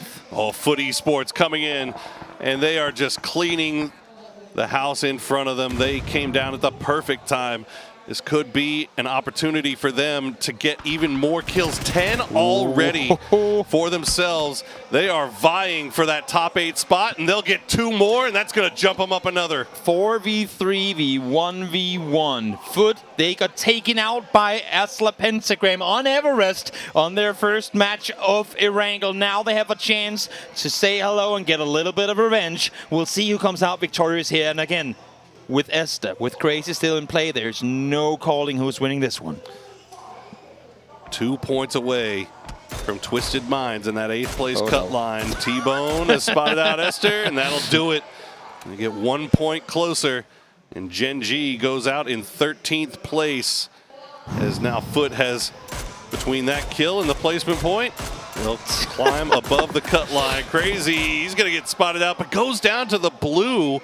So that's a point that's denied them. T-Bone on successful snake duty as he finds both of them now. It's just a straight on 4v3. Of course, Foot should be aware they have the numbers, but again, it got hectic, especially around the time when Penta pushed towards the middle. So we'll see if they're well aware that it is indeed a 4v3, or if maybe they think it's a duo with snakes lingering elsewhere. And would you look at this? Asla Pentagram with 8 kills now in first place of the group stages.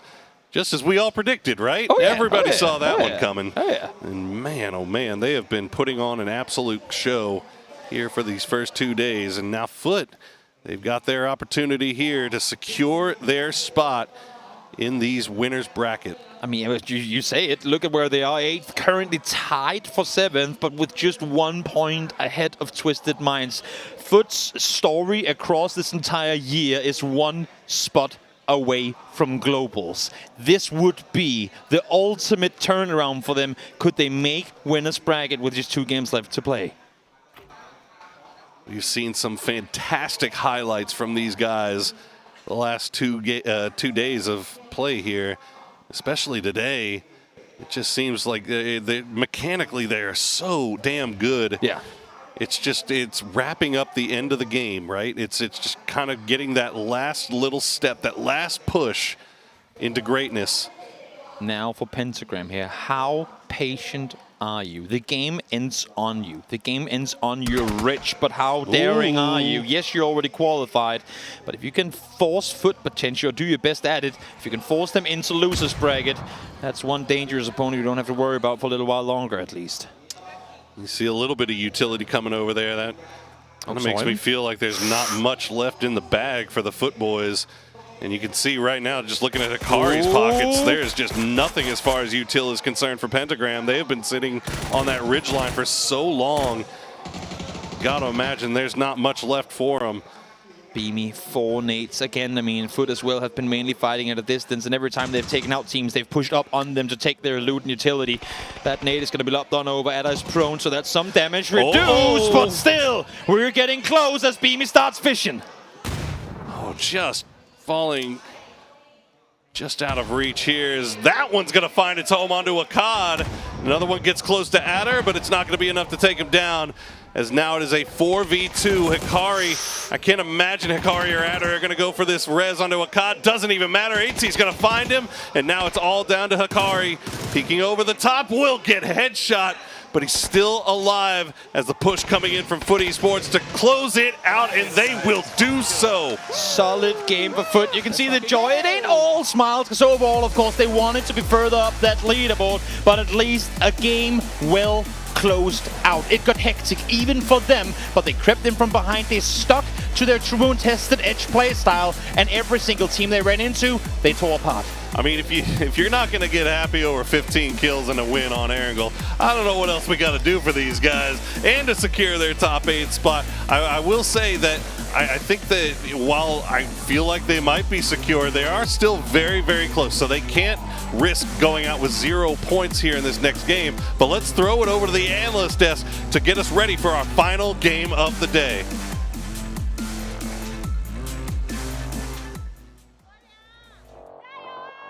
Ooh, game 5 for today is done, and Foot came to play ball. They come out with a big chicken dinner, but also worth noting, Pentagram, we said this is their map. They also put up a very good plays here, and it's going to be tight. It's their map, and 3 out of 3 maps had home turf circles, so good to see, of course, for them to jump in things here. But Foot, you know, Foot, they're always good for a win per day. Yeah. And here, they get another big one, which is going to put them up into the top 8 here. But they need a good game to defend that top 8 spot in the very last one. Otherwise, yeah, I don't see it happening. And as we saw, we heard from Bart as well, some interviews during the game, and I talked to him. It's like, yeah, I got 6 kills in one game, and I got 6 kills during the day. Here, he got another big game.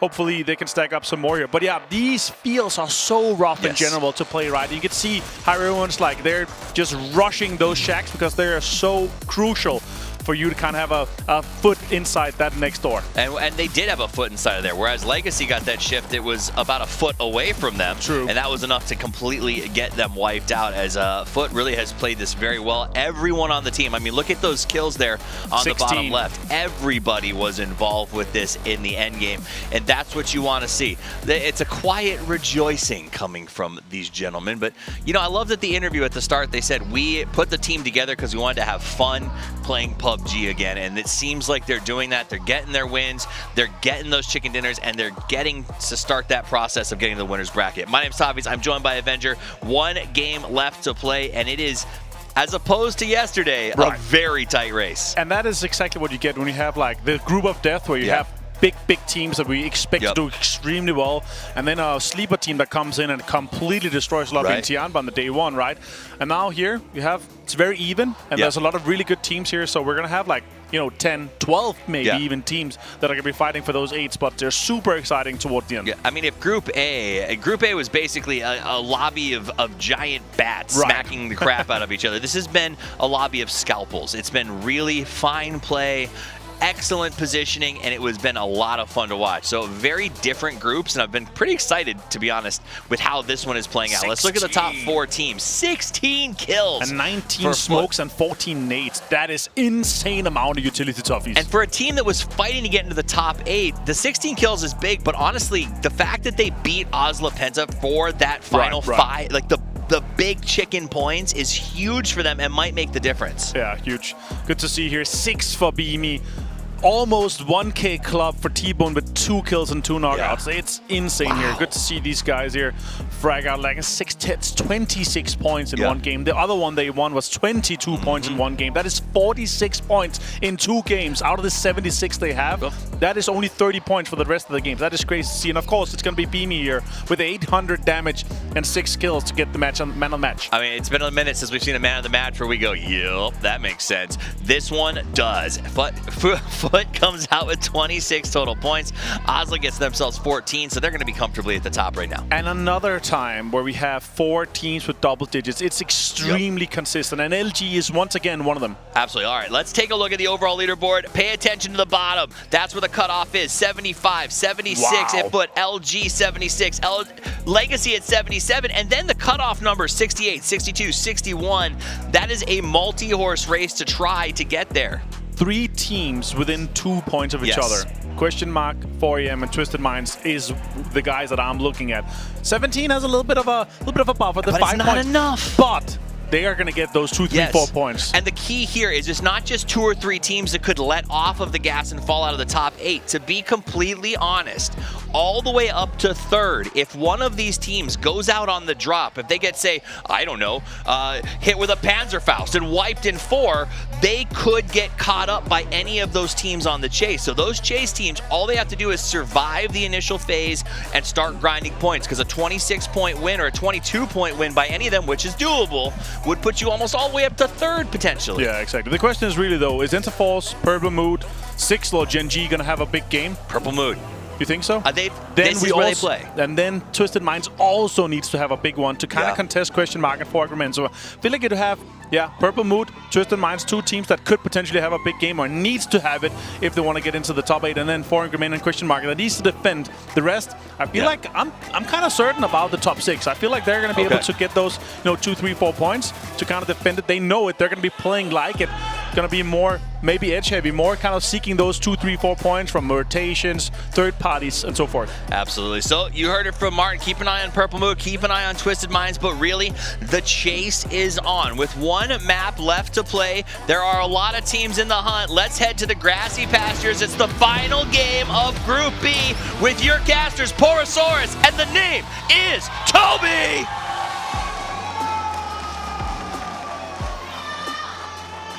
One match left of the PGC 2023 group stage. In just about 30 minutes time, we will know the 16 teams in winners bracket. We will know the 16 teams in losers bracket. The teams just 12 matches away from elimination of PGC all together. And here they come on the server for one final time to cement their positions in either or the other group. The question I have on the top of my mind, Toby, is this going to be a typical Game 6? Is this going to be one of those ones where it is just early fighting, rotation camping, all the wheels off things that you could possibly imagine, all going crazy all at the same time? Because there are a lot of teams here that still have a shot at that top 8 spot. I have no doubt that certain teams will try and make that the reality, but when you're this far in a tournament, and all these teams have been here before, when you're this far in, one of the things that makes a great run at a winner's bracket, at a grand finals, whatever the bracket may be, is being able to weather that storm. The chaos always commences on the final day of games, and here we have it once more. PMA trying to get the safety, but how? Now the one's under pressure. Schofield instantly down again. We've talked this lobby, said how safe they are in the early game, but chaos commences once more. 2 teams that, well, I gotta say, they are very, very on the outside of trying to make it in. I think their places in the losers bracket are fairly secure, as you can see there. 14, 15, and 16, about the only ones that we can pretty much say for certain are going to be in the losers bracket. But even down to 13th place, Toby, Gen G with a big win here could jump everybody. Now it also depends on what those teams decide to do, but it's so damn close. And as the desk broke down too, we can't just look around 8th. We can't just look at 4AM, potentially question mark 2. They said it, I mean, all the way up to 3rd. It's so close that if you zero out now, we're looking at it, it's just 2, 3, 4 maybe teams that have to get a small handful of points, and you're bumped out, I mean, completely out of it. So we'll see how things are going to happen as we finally go away from the west side of Oracle. I mean, geez, all the way up to 3rd place, Legacy. You can't go out with 0 points and not be sitting in your chair sweating. It is This is very, very close here. Well, we do have that northern circle that's going to be kind of working around that Severny shooting range area, which Legacy already in, so they get good circle luck once again here to start things off. But we've all seen that that doesn't mean much as Luminosity, they're going to find PMA at the worst possible time. Big knock coming in from Rello to start things off, but one round away from getting Kit. I saw the click there on the screen. I saw his cross had been right on point. He had one more bullet in the chamber. That would have been 2 points coming through from Luminosity. But Rello, for now, suffices with one. I tell you what, you look at how far over into Milta LG is right now. This is extremely intentional from LG. You have to imagine that they know, even though they are in third place, they know that they need to find points. They need to secure themselves a little bit more of a spot here in that top 8. So they creep over into PMA's territory, feeling like they like their chances in that fight. And they do that off of seeing PMA get a kill on Howl early. They know there's kind of shenanigans going on up and around Shelter. That's them saying, great, that's another 20 seconds. We just bought ourselves to set up a potential trap. And, oh my lord, did that trap work when it was sprung. And look who it is, too. It's Rello and Mime. Got the new player and the IGL working together to find success for that squad. Azle Pentagram, just what else can you even say at this point about Azle Pentagram? Hopefully they can keep this going, this momentum that they've found into winner's bracket. Genji crossing on over. We're seeing Xiao Wu look towards Utah, but right now my eyes are towards Genji, up towards Cube. I think they just exactly got away to safety. We'll see if Yuta will be as lucky as well. Xiao Wu hits these shots at all distances, and of course, I guess no damage comes through when he doesn't take a shot at all. That's the only time he's not dangerous, when he doesn't shoot. When he's not shooting. It's the bullets you don't shoot. Okay, now they're coming out as they'll just find a retreating Yuta. But Xiao Wu currently tied for second, Toby, in total kills. We've got Hikari and Bestalok tied for first with 20 apiece, and Nan and Xiao Wu with 19 apiece. And then you've got Gizero with 18 right behind it. So a lot of kills just spread out amongst everybody really in this lobby. It just goes to show you how good these guys really are. And that's one of the things that I love the most about PUBG. The fact that every single region is up here representing some of the very best PUBG that we've ever gotten to see before. Absolutely amazing to see. Bolyang as well. Tradition Long trying to crawl the way on up. It's a little bit of a longer journey. But now let's highlight the final one of the group stages with PMA. You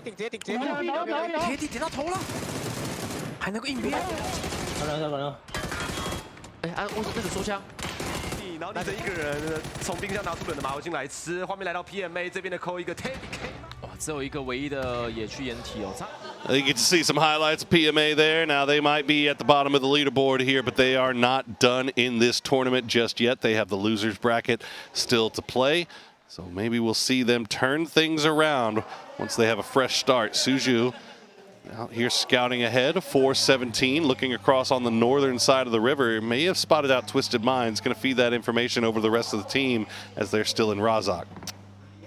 Looking here at the knock from the last game, Beamy again. He'll turn back and forth between the Bolt and the DMR pretty much as often as he changes his in-game sense. It's about, like, he hits one good shot, I'm a Bolt main. He misses one, I'm a DMR main. And it seems like right now he's on the Bolt train. We'll see if that's going to continue or if he's opting to change things up here coming into maybe not the final game of today, but the tournament going forward. Man, Beamy has been hitting some absolutely insane ones here, especially that last game, as we've seen how good these guys from Foot are mechanically. Checking in on Wicked. Why is scouting with the 4X DBX? Yeah, I love it. Why not? I love it, I love it. Maybe put it on you. You do have an M60, M4, but yeah, you know what? They're playing at a very high level. They're currently set in first place. I'm not gonna question anything Pentagram does. You for the do rest whatever of the you want to here. do, babe. Exactly. Howl now again. This is not intentional. It's rotations, crisscrossing, and luckily for both these teams, neither taking casualties. Howl has already lost one, so it would be terrible for them to lose even more. Boy, it just seems like this is happening to Howl a lot.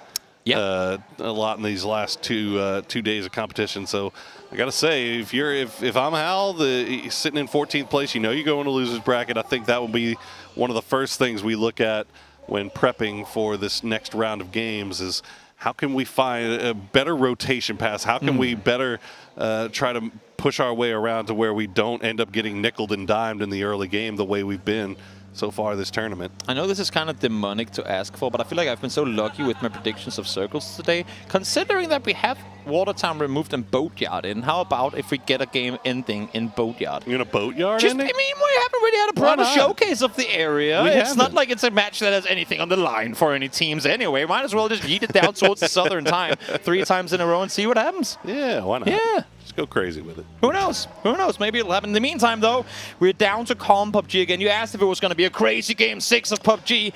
It hasn't been that case yet, but we all know what happens when the early game is dead quiet. Usually the chaos in the mid to end game just gets that much more fiery, and I think we're in for a pretty wild one, regardless of where this next circle takes us. Well, as the boys on the desk stated, this is definitely the suit and tie lobby, right? This is the business. The business. So they're all. You know, there's no craziness here. These are all the guys that are going to play things slow, think things through, and be very methodical and respectful about how they want to play this thing. Whereas lobby A was just a whole bunch of dogs chewing through the walls. We see NH Esports here crossing over towards North George, and we saw a couple of shots fired from Beamy before, so Foot Esports is clearly well aware that NH Esports has opted to head in this direction. Curious, though, as to whether they're going to kind of full-on commit to this position or not. Again, despite them being in 5th, they're by no means guaranteed for winners bracket yet, so if they fall early here, that would be terrible, and especially against the team in NH Esports who are already through to the winners bracket. Yeah, I mean, you say that. I will say that I feel like Foot had a great position up on the hills, and then once they got the info from Beamy that New Happy pulled into the gas station, they all pulled down into those North George apartments. So we'll see what happens there. Kit, rest of PMA, looking off into the distance. Who is that? Okay. Who is? Oh, that's Purple Moon. We're northbound. We're northbound for sure. Severny is where we're sending it up. Howell is going to get that one straight on top of them as they depart Severny altogether. Multiple teams now, though, have to make their way in this direction. Spiro, the Sheriff, pushing his way on forward with the revolver in hand. As, easy for you to say. Yeah, exactly. As a spot, I think the open doors alone should be an indicator that there are indeed players in the compound further north. Indeed, there should be. And Purple Mood actually did the emergency pickup that popped right, the circle popped right as soon as they were in the air. So perfect timing for them, although they are trying to send it for Severny and getting shot at here, while 8C and the rest of the boys, they try to position themselves to take advantage of New Happy. Unfortunately for them, it looks like New Happy is going to skirt right through. Thing is, they swing on this and then just go shooting range and wait. That would be, I mean, the play for NH right now. Again, there. Oh, there you go. Body shot connected, of course. A headshot was connected earlier, so not that much damage needed, but still, you love to see it at these distances. 8C able to rack up some more points here. Now PMA pulling up on 17. Every single point matters, and right now, Kid has gone down. PMA trying to push into Suju. Ooh, he goes down. Tian again. Tian has been having himself a hell of a last 2 games here on Erangel, and can he do any more damage to 17 Gaming? And for 17, the team that never splits wider than a 2-2, the one time they dare to have just a bit of a gap between them, they get instantly punished. Now damage done in return, and the name to follow is going to be the downfall of PMA, but 17 is taking casualties there at 78 and 3rd, and hopefully for them, that's not where they're ending this one. Take it down to you on the raid, boss. But I got to tell you, man, PMA, although they are bound for those losers brackets, they have a lot to feel confident about. They showed a lot here in these past 2 games as we check in with Pentagram on that shooting range. A lot of action going off just to their west, though, Toby. I just have to mention real quick that I love the fact that we just saw Wicked's heartbeat monitor spike from 90 to 130 when he was about to run over his teammate, and then it went down again. You love to see it. In the meantime, now again, for the Esports, we thought they were maybe going to get wrapped on. Instead, they set up the play themselves. Again. They take the first shots at New Happy, then they back off, run all the way north side, set up where they're expecting them to come moving forward. Vart does fall with a potential rest coming in, but NH Esports down to 2. Right there around the plane crash. And NH still haven't given up on CC108. He's bleeding out, but they are trying to send Ming Ming to see if he can maybe get that revive. 8C, though, I think he heard that, and he's got a Molotov ready. He's got a grenade ready. He's just going to send the Molly right on in, and we're going to immediately switch over to Nan, who's taking shots at Hikari as the blue zone grenades come in. Yep, New Happy just summarily dispatched here by Foot. Such smart play, great utility, no reason to risk anything, no reason to peek on in when you just lob 2 pieces of utility on over and get yourself a double kill off of it. Now that fight ain't quite done yet, though they do manage to get Vard back on his feet, but as we saw just before, they still have plenty of opponents around him. Ooh.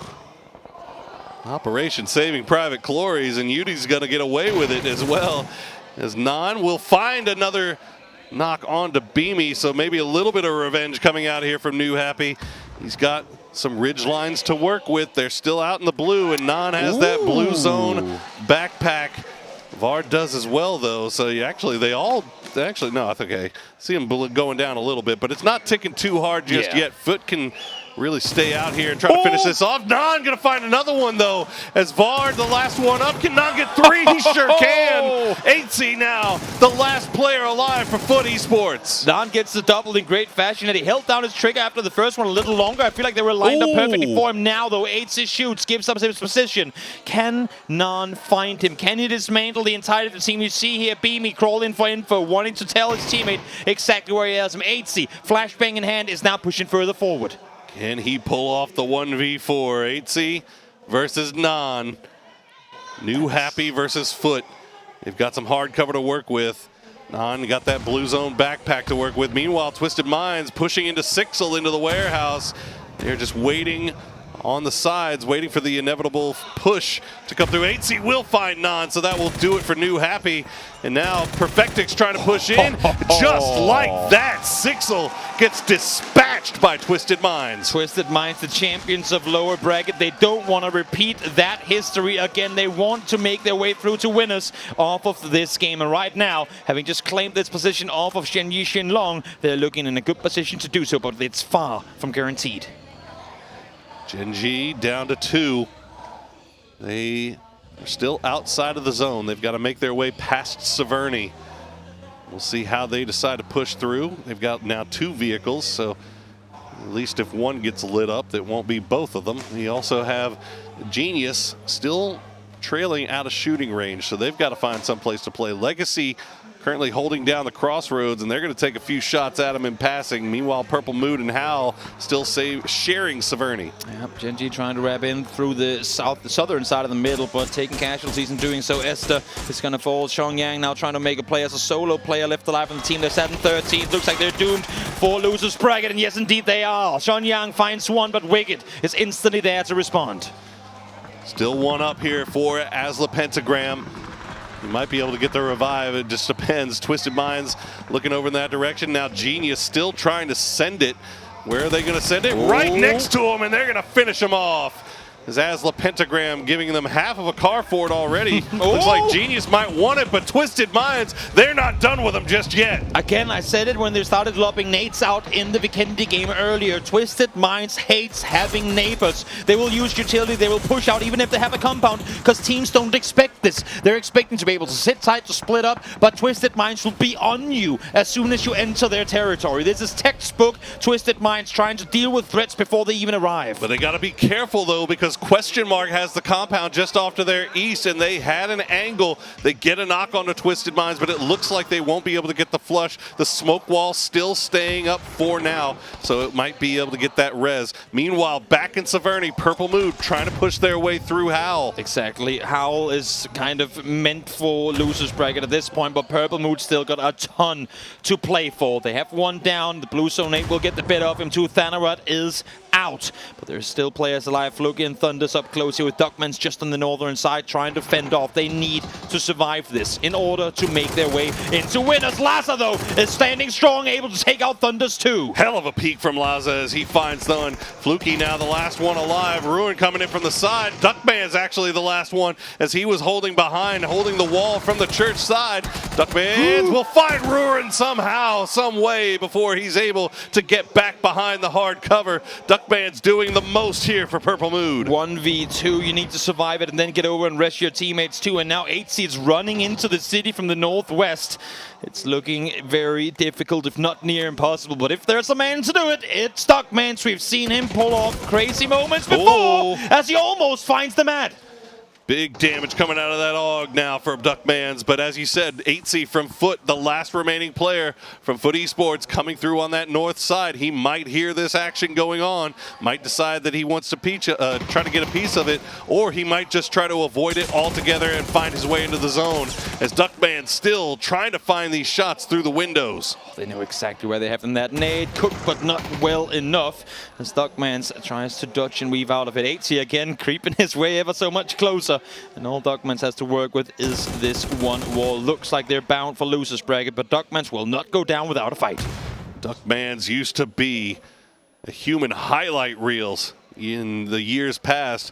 Let's see if he's still got it, as he is holding this wall. Not really much that Hal can do about him, but they have to leave here. The blue zone has arrived, so they've got to decide what to do, as Gizera actually going to do some big damage here. Looks like Legacy might have an angle on the Howl as well. They've been focusing so much here to try to get rid of Duckmans and have not cleared their backside, as Legacy is currently just sitting inside the zone waiting for the inevitable. Duckmans, 9 points needed as it stands. 1 first aid and not a whole lot more to work with for you. How are you planning on making this play? Well, 1 kill at a time, I suppose, is the way, as he finds the first. Can't quite get the flush though, as Lazar creeps on into the smoke, but now no first aids left for Duckmans. He has to make a run forward. He's just got to send it. Legacy, meanwhile, they are perfectly content playing this ridge line. Laza, oh, is this a free point for Duckman? I can't see it through the smoke. Can't.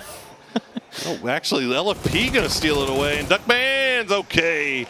He will get taken down, and that's going to be another point in the bag for Legacy. Salute through, though, from the audience. They all appreciate the performances from Purple Mood, a team who, again, most people didn't expect to make their way into winners bracket to begin with. So the fact that they made it this close is something they should be very proud of. Absolutely, and you got to be scared of them going into losers bracket. They have proven to be a very formidable opponent, as we check in with Enterforce 36, trying to reposition from that north side. Looks like they're going to get to the shacks just before LG does. Luminosity still 4 strong on the north side as well, taking a few shots from QM. Loving the reaction play from Luminosity here as well. They came in from the southeastern side of the circle, wrapped all the way up behind 4AM, realized where they were, and as soon as they see Interforce leave the gas station up north, they instantly go up and claim it. They had nowhere to play into the circle from, but because they scout well, they are able to claim their way into the north, and actually, when you look at it, has a pretty good chunk of the circle up there. Real close still at that cut line. 4AM and Enterforce 36 still have a shot. Twisted Minds and QM can't let down their guard at all, as now E36 going to find Legacy. They pull right in. They're going to find RBN right off the bat. Another knock comes through onto VHZ, as LFP will trade it down onto Pure Boy. We'll see if Legacy can turn things around here. Yep, he has a jammer pack on, so right now not taking any blue damage. Should be all right. 80 will be formed by Snakers as well, as Legacy tries to creep further forward. Enterforce still not in just yet, but the amount of points they're racking up is getting them ever so much closer. These are huge points for Enterforce 36. Legacy 5 kills in the bag already, but now LG has come to join the party. They've got the smoke wall laid down, found an angle onto Legacy, but have not found shots onto Enterforce 36 just yet. They're playing around that hard cover so well, as the smoke wall is just laid down by Legacy to provide them a little bit more time to maybe take this fight. And the main issue for Enterforce right now is that it's going to be kill points alone that's going to have to mitigate that gap up towards the teams up above. Everyone ahead of them are still alive, so every time they get placement points, other teams will too. Here comes Twisted Minds, though, helping out a little bit and taking out one at a distance. They do have Genius very close by, though, and I think that's why Spiroprone's down, realizing that there's a threat much closer than Legacy. Okay, Gizera is a danger man.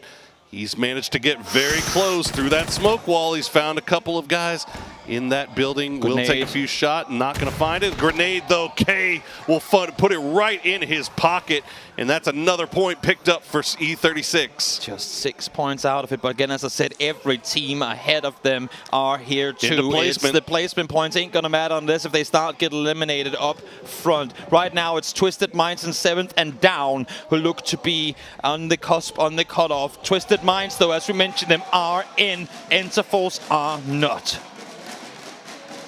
Okay, LG still 4 strong on that north side. They've got to find a way in. Interforce 36, as you just mentioned, they've got to leave their hard cover. It looks like LG kind of spreading out, trying to see if they can maybe find angles onto Interforce 36 as soon as they leave. Our eyes right now, 4AM and Interforce, the 2 teams on the hunt, but also the 2 teams who have to make moves. 4AM looking down towards 17. If they find Xiao Wu here, that might just be a highway opening up for a southern rotation. Right now, Question Mark and Twisted Minds in the driver's seat. They have the 2 compounds. Twisted Minds working out and playing out away from it, as we've seen them do so far this tournament, trying to collect a few more kills for themselves, which they absolutely need, sitting there in 7th place. Want to secure this as best they can. LG, meanwhile, found themselves a vehicle, and they're going to go ahead and try to figure out which way they want to wrap, as we see 4AM still just biding their time. Yep. They want to take as long as possible before making this move. Again, with every team elimination in front of them, that's placement points they're getting, other teams won't be. But again, you can only wait for so long as the blue is now closing on in. Xiao Wu's still yet to reveal his position. Xiao Pian has no clue he's there, but I'm sure that if we look over to Xiao Wu's POV, he's going to have a perfect line of sight. As I say that, no, he's inside the shack. He's just sat there waiting. But the Smoon bloking, that's going to be clear info for 4AM that there's one nearby. Absolutely. That smoke is going to give away the game here, as E36 now using smokes of their own to try to leave the compound that they were in. So far, so good, it seems, as they are just inching forward with those vehicles, trying to make sure that they take that hard cover with them as far as they can. So far, they're able to do so, but Twisted Minds still looking down in that direction. LG going to smoke off where they want to go. Right now, it's just a question of all these teams getting their hard cover up to where they need it to be. Here comes Luminosity, maybe the initiators of what will be a chaotic fight to end things off here. Full speed forward they go. They're going to split into their 2-2. They have a rock for cover, and yet another one too, but now they're within Nate range of Question Mark. That's a dangerous place to be, too. Mime already knocked low, and Phil First, perfectly cooked grenade, will find him. Won't be able to get the flush, though, as Mime immediately on the crawl. Rello will stop down just long enough to heal up. Might be able to get this res, because I don't imagine that Question Mark is too desperate to push out of this. How much do they dare do off of the knock they 4AM. were given? And now 4AM reps not, but they're going straight into Interforce as well. This is the 2 teams that have to make something happen, and they're going to collide on the northern side of the circle in just a short moment. 4AM immediately loses everybody. ZP on the last one remaining alive. Interforce 36 came in from the north side. LG finding angles, somehow, some way staying alive. Pure Boy, Star-Lord still working around. Snakers will find Pure Boy with the Groza, and that's going to be E36 down to just Star-Lord, as the circle will pop, and it's going to go back down to the southwest. The one direction neither team could afford to go, and Star-Lord, now it's on you. What can you do? You need 6 more points. As a solo player, magic has to happen, and it won't, as Phil First seals the deal. The top 8 is guaranteed, and what a ending of it, all of them brawling in the northern side of the circle. Few more placements left to shuffle around here as Genius tries to make the push into Twisted Minds. They are finding Twisted Minds ready and waiting. Luminosity, they've been getting knocked over and over again, but have not gone down just yet. Phil First has been knocked as well. LG will use that time to res Mime. Genius, meanwhile, will get Clories back on his feet, while Batulins will be taken care of here, as 17 has used this as an opportunity to come in from the south side. Exactly. Twisted Minds getting pinched from multiple directions. Exactly. They are well aware of what's happening in front of them. Fortunately for Question Mark, there's a little bit of help coming through, and I think that's going to alert Twisted Minds to the fact that they now do have 17 right next door. Okay, everybody able to get reset. Everybody get their men back up. Everybody with the exception of Lil Ghost, who just got knocked. I believe that was from QM as well. QM still needs to leave their compound, but LG is ready and waiting. Not sure how much utility QM has left in the bag, but LG in a perfect position to try to take advantage of them. You said you wanted to see Luminosity come out and stand strong in the end of it. If they win this one with a couple more kills, they could potentially finish off Group B in first. We've seen them there in the past. This would be the long way about things here. Is the question mark just going to smoke off LG's line of sight here as the blue zone is pushing in. QM going to go for the long south wrap, but that's going to push them right into 17 and right into the eyes of Xiao Wu as he cleans them up with help from Batulans. Wow, what a setup. Hiding behind the bogey, a little bit of an off angle there to get not one but two on down. Question mark falls. They might not be aware of it though, but they are in. A breath of relief I'm sure will come through for them once they realize that that's the case. But now into a 4-team left alive situation with Twisted Minds still in control of the warehouse. LG, just the cockroaches of this lobby. They refuse to die. Yeah. They just keep getting revived over and over again as the circle continuously finds itself on the other side of where they want to be. Rello still bleeding out here as the rest of the boys just trying to decide what to do here. Clories has them in line of sight. Genius kind of getting free reign to do whatever they want on the other side of the wall from Twisted. And 17 with so much control on the eastern side now, considering they practically didn't fire a bullet against 4EM. Presence alone, a smoke here and there, just having opponents know that if you come here, you're in trouble, was enough to force teams to go elsewhere. And now they're set with almost half a circle to their name. You can see LG just sending rounds over towards Clories to see if they can maybe go for this res on Rello. Looks like they'll do so as Snaker's going to hit some big shots there just to make sure that he's defending his teammate while they go for the revive. They get it, and now they're going to send it for the rock. Full speed forward he goes, no smokes to work with. Boy. Headshot comes through, but able to dodge and weave and get the safety Level body 3 shot. helmet, baby. That. Yep. Rello does fall, and in the end, I mean, they've been down so many times. Mime, can you get here too? Even the rock that Snakers has under control is not inside the circle. Yuda, well, don't play with your food, mate. Just take him out, and indeed he does. And there's Mime going down as well. Snakers gets to the rock, but the rock, unfortunately, not in. As Genius just getting to free fire damage because Twisted has no real reason to push out of this warehouse to engage in this fight at all. Again, so much chaos commencing in through phase 4. They are not sure that they're qualified yet either. Snakers now revving on forward. Groza to work with level 3 gear, but it's not going to matter. Clory steps up when needed the most, able to take him out as well, as we now find ourselves with 3 trios left alive in the circle, going right out east of the warehouse. Luminosity does go down. Oh, careful there. Luminosity does go down, but they have secured their place in the top 8. Unfortunately for them, they drop down to 4th as 17 now crossing over them. And now it's just down to these. I feel like I like 17's chances here. Yep. They've got 3 alive, and they have everybody just keeping eyes on this warehouse.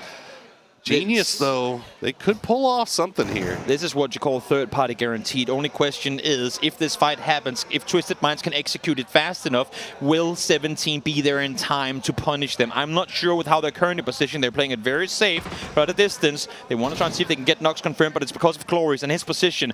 They want to have them play around the outside, and now Xiao Wu, perfect position, spots Clories. And you can see 17's remaining 2 players, and Xiao Bei and Little goes repositioning off of it.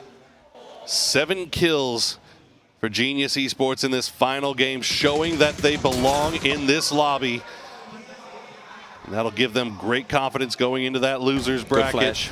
As the flash will come out, that's going to slow down Twisted Minds as they want to try to make this push out. And they're actually going to find Xiao Wu too. That opens up a huge door for Genius and Twisted Minds here. Indeed it does. Can they make it though? Can they get out of here alive? It's only 3 on the side of Genius and Twisted. Smoke's now being deployed. They want to have an exit. They want to be able to get out of here, but look at both of the sides of this building. The escape is not possible as Clories is able to find the first from up at the top of the gas can.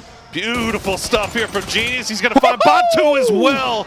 Beautiful play from Clories as he picks up 2 more knocks. It's down to just Spiro. He's got to leave the warehouse. He's going to try to go for the res in the smoke while it's there. Sir T just spraying through. Not going to find it here as the rest of 17 now trying to see if they can find anybody peeking through the smoke through the fading. blue. It's He's going to fading. find one little ghost. Will be the one to pick up the points. Finds the kill in the end of it, but will they be able to bring it all the way home? One goes down, Xerxes spots him on the other side, and Genius Esports from the bottom of the leaderboard racks one up. And if there is something you can call momentum going into losers bracket, that has got to be it right here, Poro. And that was so well played by Genius Esports from front to back. There was no, I mean, there was every opportunity for them to find themselves losing that game. I mean, you saw them out in the middle of that wide open field in between Twisted Minds, who had complete control over the warehouse, and then you had the fight that was going on at the shacks, and somehow Genius stays alive through all of that, fights their way up to the warehouse, stays alive, takes down Twisted Minds, gets the win to close out today. Let's throw it over to the analyst desk to hear what they have to say about this final day of Group B.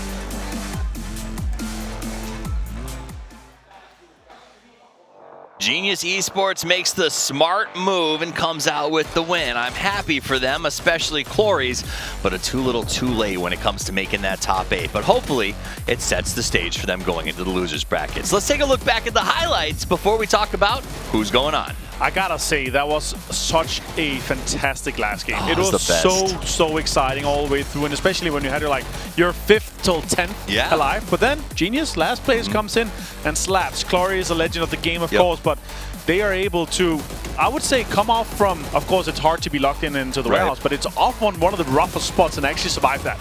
And especially that outside. I mean, Luminosity had aim at them. QM, I think they did benefit from the fact that QM, Luminosity, and E36 kind of had to stare at each other for a while so they could find a good position. That said, though, the end of this game was incredibly exciting. For the briefest moment, I thought 17 was going to bring this home. They had Shawu in such a good location, but that push, they got caught by Clories, and Clories just finished this game out. Here you go. You see the teams looking for that. QM had no other option but to make that push, and really, up until that moment, it was still wide open for a couple of these teams. Yeah, super insane shots here. And as you said here, it definitely felt like it could be a 17 gaming that could close it out. One smoke that kind of forced and hurted these two last teams towards each other, Twisted Minds and Genius. That could have been a win, but then again, 17 didn't need it. 17 did not need it, but they played very, very well today, so they're going to finish in that top 8 for sure. What an exciting day of games as we are done and dusted for the group stages. My name's Toffees. I'm joined by Avenger here on the desk as we continue to break down the action, and that was, if Group A started with a bang, Group B finished with it. 100% agree. In this case here, as we talked about multiple times here throughout, this top 10, top 11 was so close. We had so many contenders for that top 8. So it's beautiful to see it come down to the very last game. And those last few kills that's going to push you over. Of course, Twisted Minds with a huge clutch there. You could see the way that they were playing that warehouse. They were not sure that they were in for sure.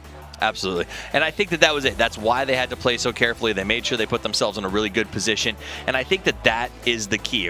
There were so many teams on the cusp. When you're watching at home, you might think to yourself, I don't understand why these teams aren't just going out there and throwing the push. We know they qualified.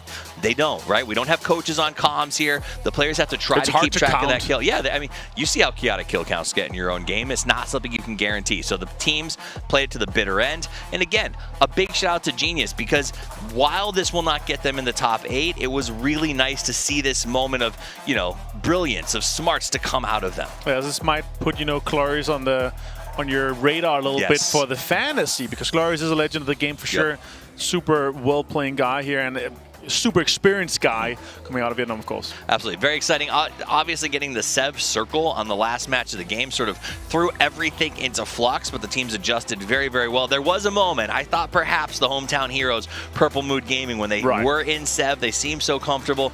Maybe they're going to pull it off, but Legacy, who has been on fire today, and Hal had something to say about that. Yeah, they got completely shut down. They got delayed, and unfortunately, if they came in from that western side, they had taken on Legacy or Howl earlier. Could have been a different game, but yeah, they're going to be playing in the lower bracket. They will be playing in the lower bracket. In just a few minutes, we're going to be able to walk you guys through exactly what teams are advancing and what teams are going to that 3-day break before winner's bracket kicks off, or who have just one day to sort of get their wits about them, I guess is the best way to say it, and go to loser's bracket. Because the downside of loser's bracket is nobody intended to be there. There wasn't one team I talked to at the start of today who said, we're already looking forward to loser's bracket. Because if you finish bottom 8 there, you go home. Yeah, and there's better practice in the winners bracket. It's not like you go losers, then you go winners. Yeah. You go losers, then you go to last chance. True. If you could guarantee yourself to be both losers, winners, and last chance, it would be a different case. But here, yeah, you go losers, then you go last chance, and last chance is going to be rough. Yeah, there is absolutely no world where you want to find yourself in the losers. In the past, there has been that argument, right, where players have been like, I get to stay hot the whole event.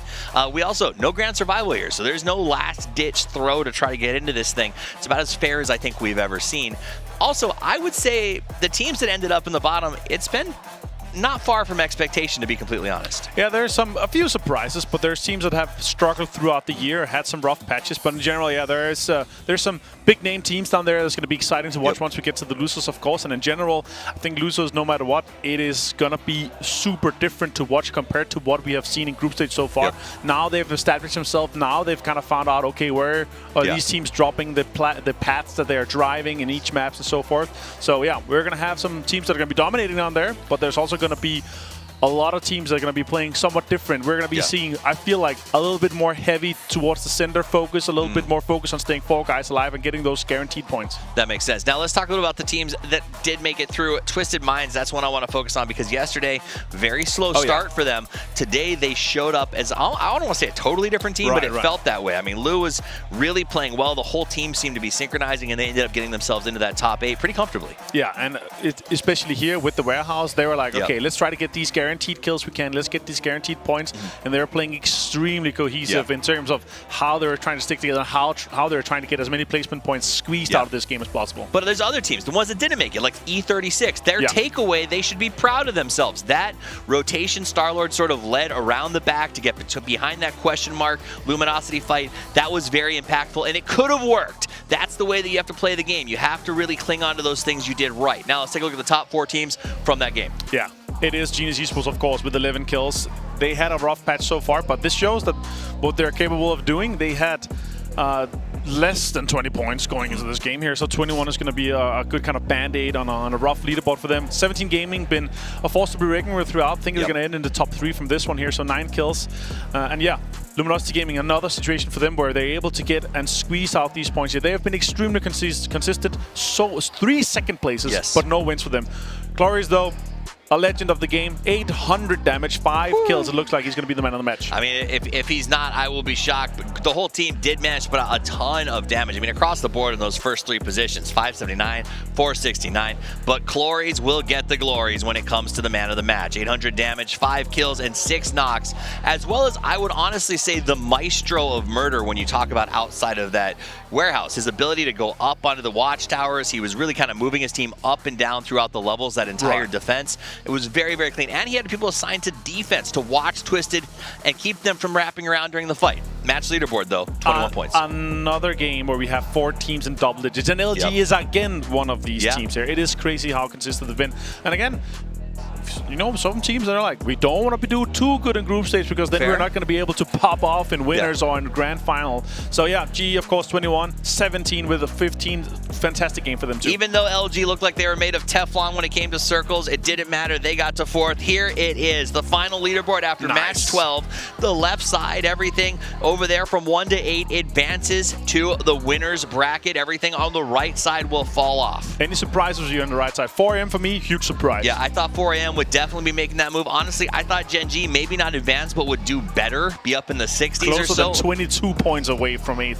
Absolutely, and I think Howl, again, you know, I wish that they could have done a little bit more. We saw some moments at the end, but it wasn't quite enough. Here are the teams that will be playing in the winners bracket. This may be the most stacked winners bracket that I have seen in the 6 years we've been covering this. Yeah, this is going to be insane. This is going to be grand finals level of competition. And only 12 games is going to decide the top 8 teams that's going to be going from winners bracket to the grand finals, of course. It's honestly going to be the best training I've ever seen for the grand final. Now let's look at the losers bracket. That starts in just 2 days time. There is a day off to teams get ready, but this is also going to be a very difficult losers bracket. I think a lot of these teams unpredictable. Yeah, and big surprises here. A few surprises here. Some teams that we kind of expected that they're going to have a rough time to get to winners. Yeah. But yeah, remember, 8 of these teams are going to be going to the last chance and facing off the bottom 8 of the winners bracket to try to go to the grand finals. I already feel bad for whoever advances to the last chance qualifier because of how strong that winners bracket looked. It's going to be Upcoming matches, we're back. Not tomorrow, the day after, but we will kick off losers bracket with Erangel, Vikendi Tego, and then Miramar, and then flip it around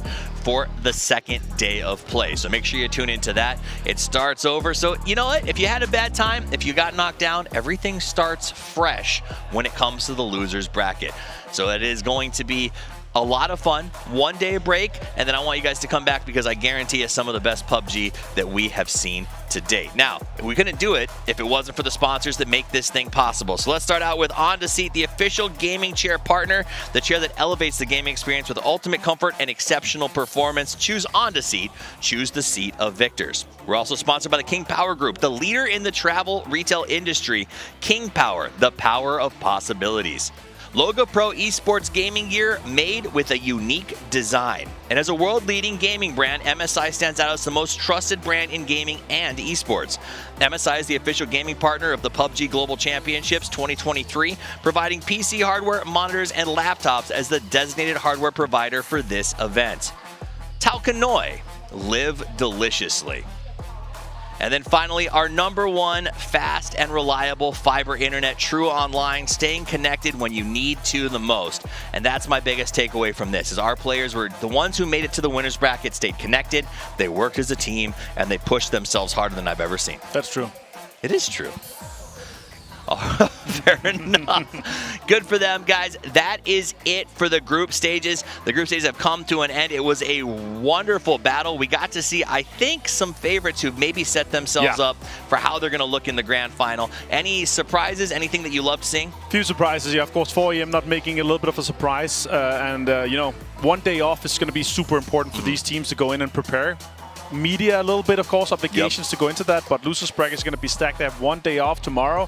They have 30-some hours to kind of prepare for what's going to be next. And yeah, enjoy the time by the pool and enjoy the time by the PCs where they're going to be preparing all these games here, because it's going to be extremely hard to make it out of losers. It starts in the next couple of minutes. Right now, those teams are already starting to put their drop calls into Discord to argue with each other about who gets to go where and what kind of hot drops are on the table. Then it's going to continue through tonight as they do VOD review, and then tomorrow, I guarantee the practice facility is going to be packed with these players trying to find their way back. So it is a very exciting lead up, but this is just the beginning.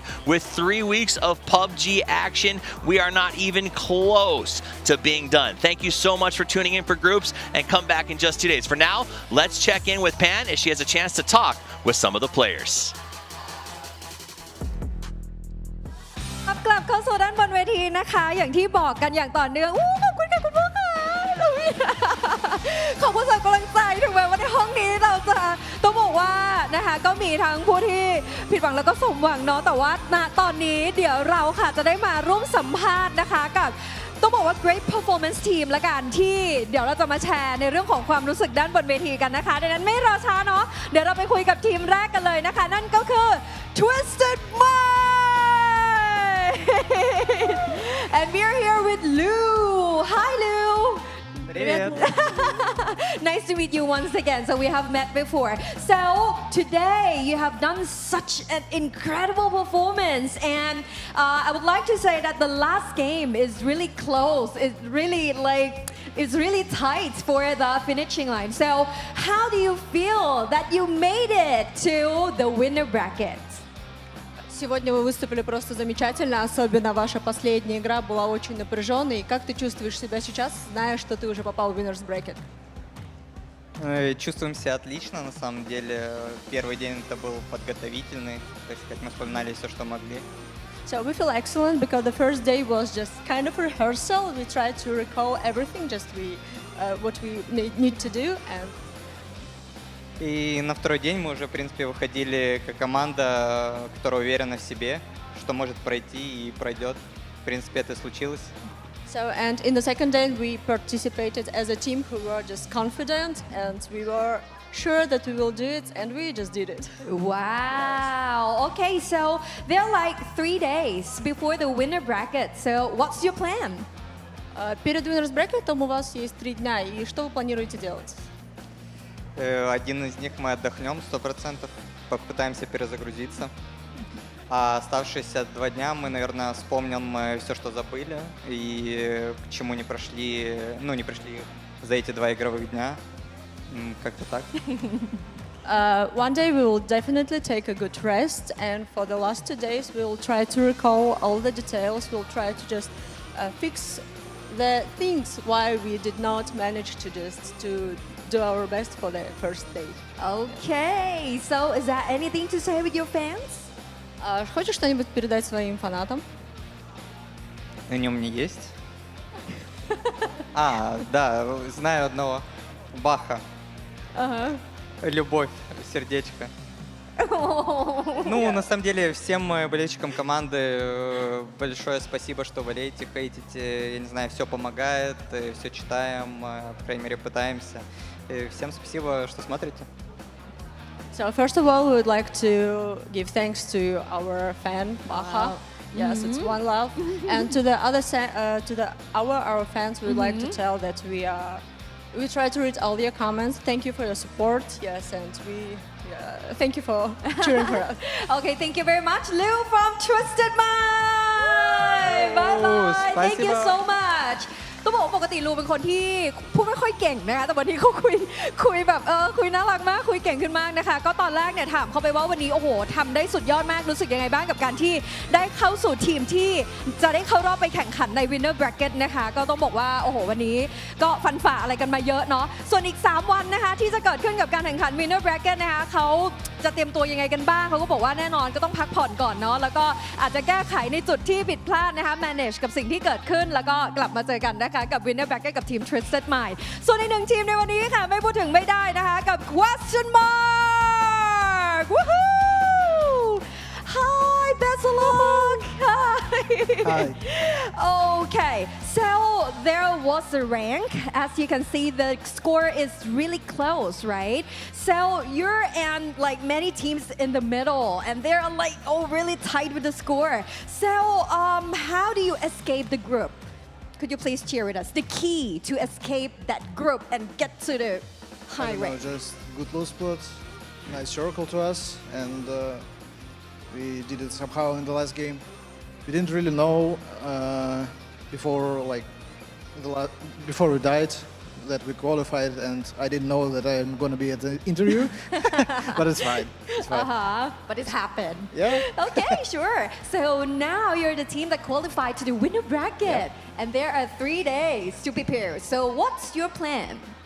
1 day of chill, 100%. We're gonna probably go to massage. And That's great. Yeah, and then 2 days of prepare for upper bracket. Okay, 2 days to prepare. Yeah. 1 day for massage. Yes. All day massage. Yeah, all day massage. So is there anything you'd like to say to your fans? Yeah, thank you everyone who is supporting us. Where's the camera? Yeah. So maybe they're live streaming. They can like watching through the live streaming. Yeah, thank you everyone. Всем спасибо большое. Всех люблю. Okay, thank you very much. Best of luck from Question Mark. Bye bye. Take some rest.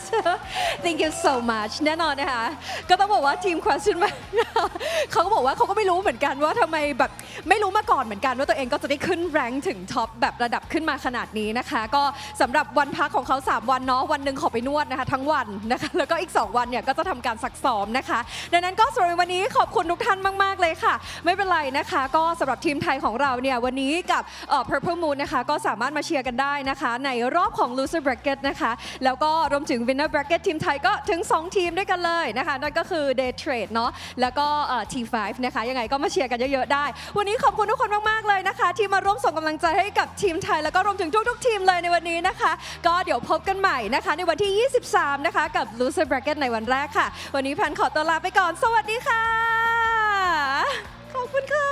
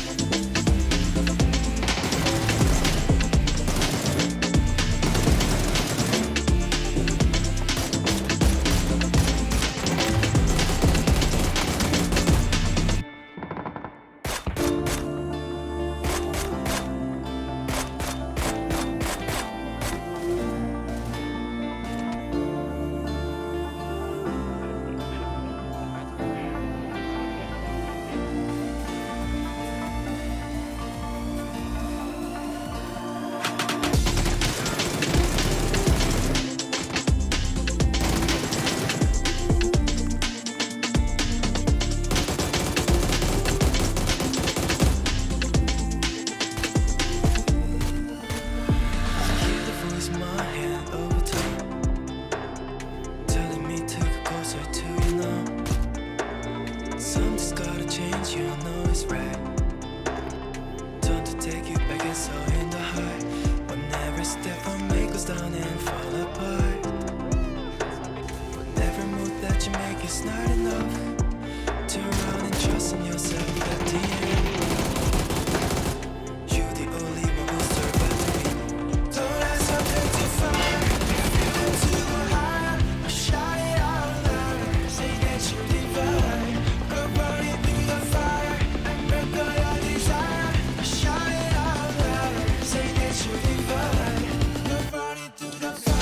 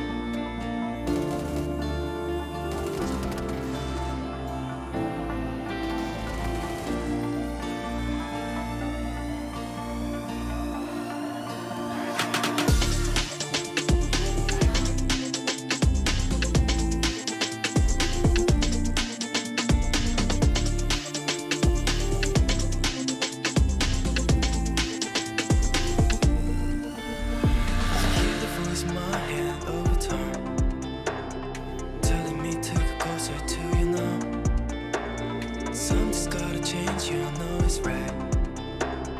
Time to take you back, it's all in the high. Whenever step I make goes down and fall apart. Whenever move that you make is not enough. Turn around and trust in yourself at the end.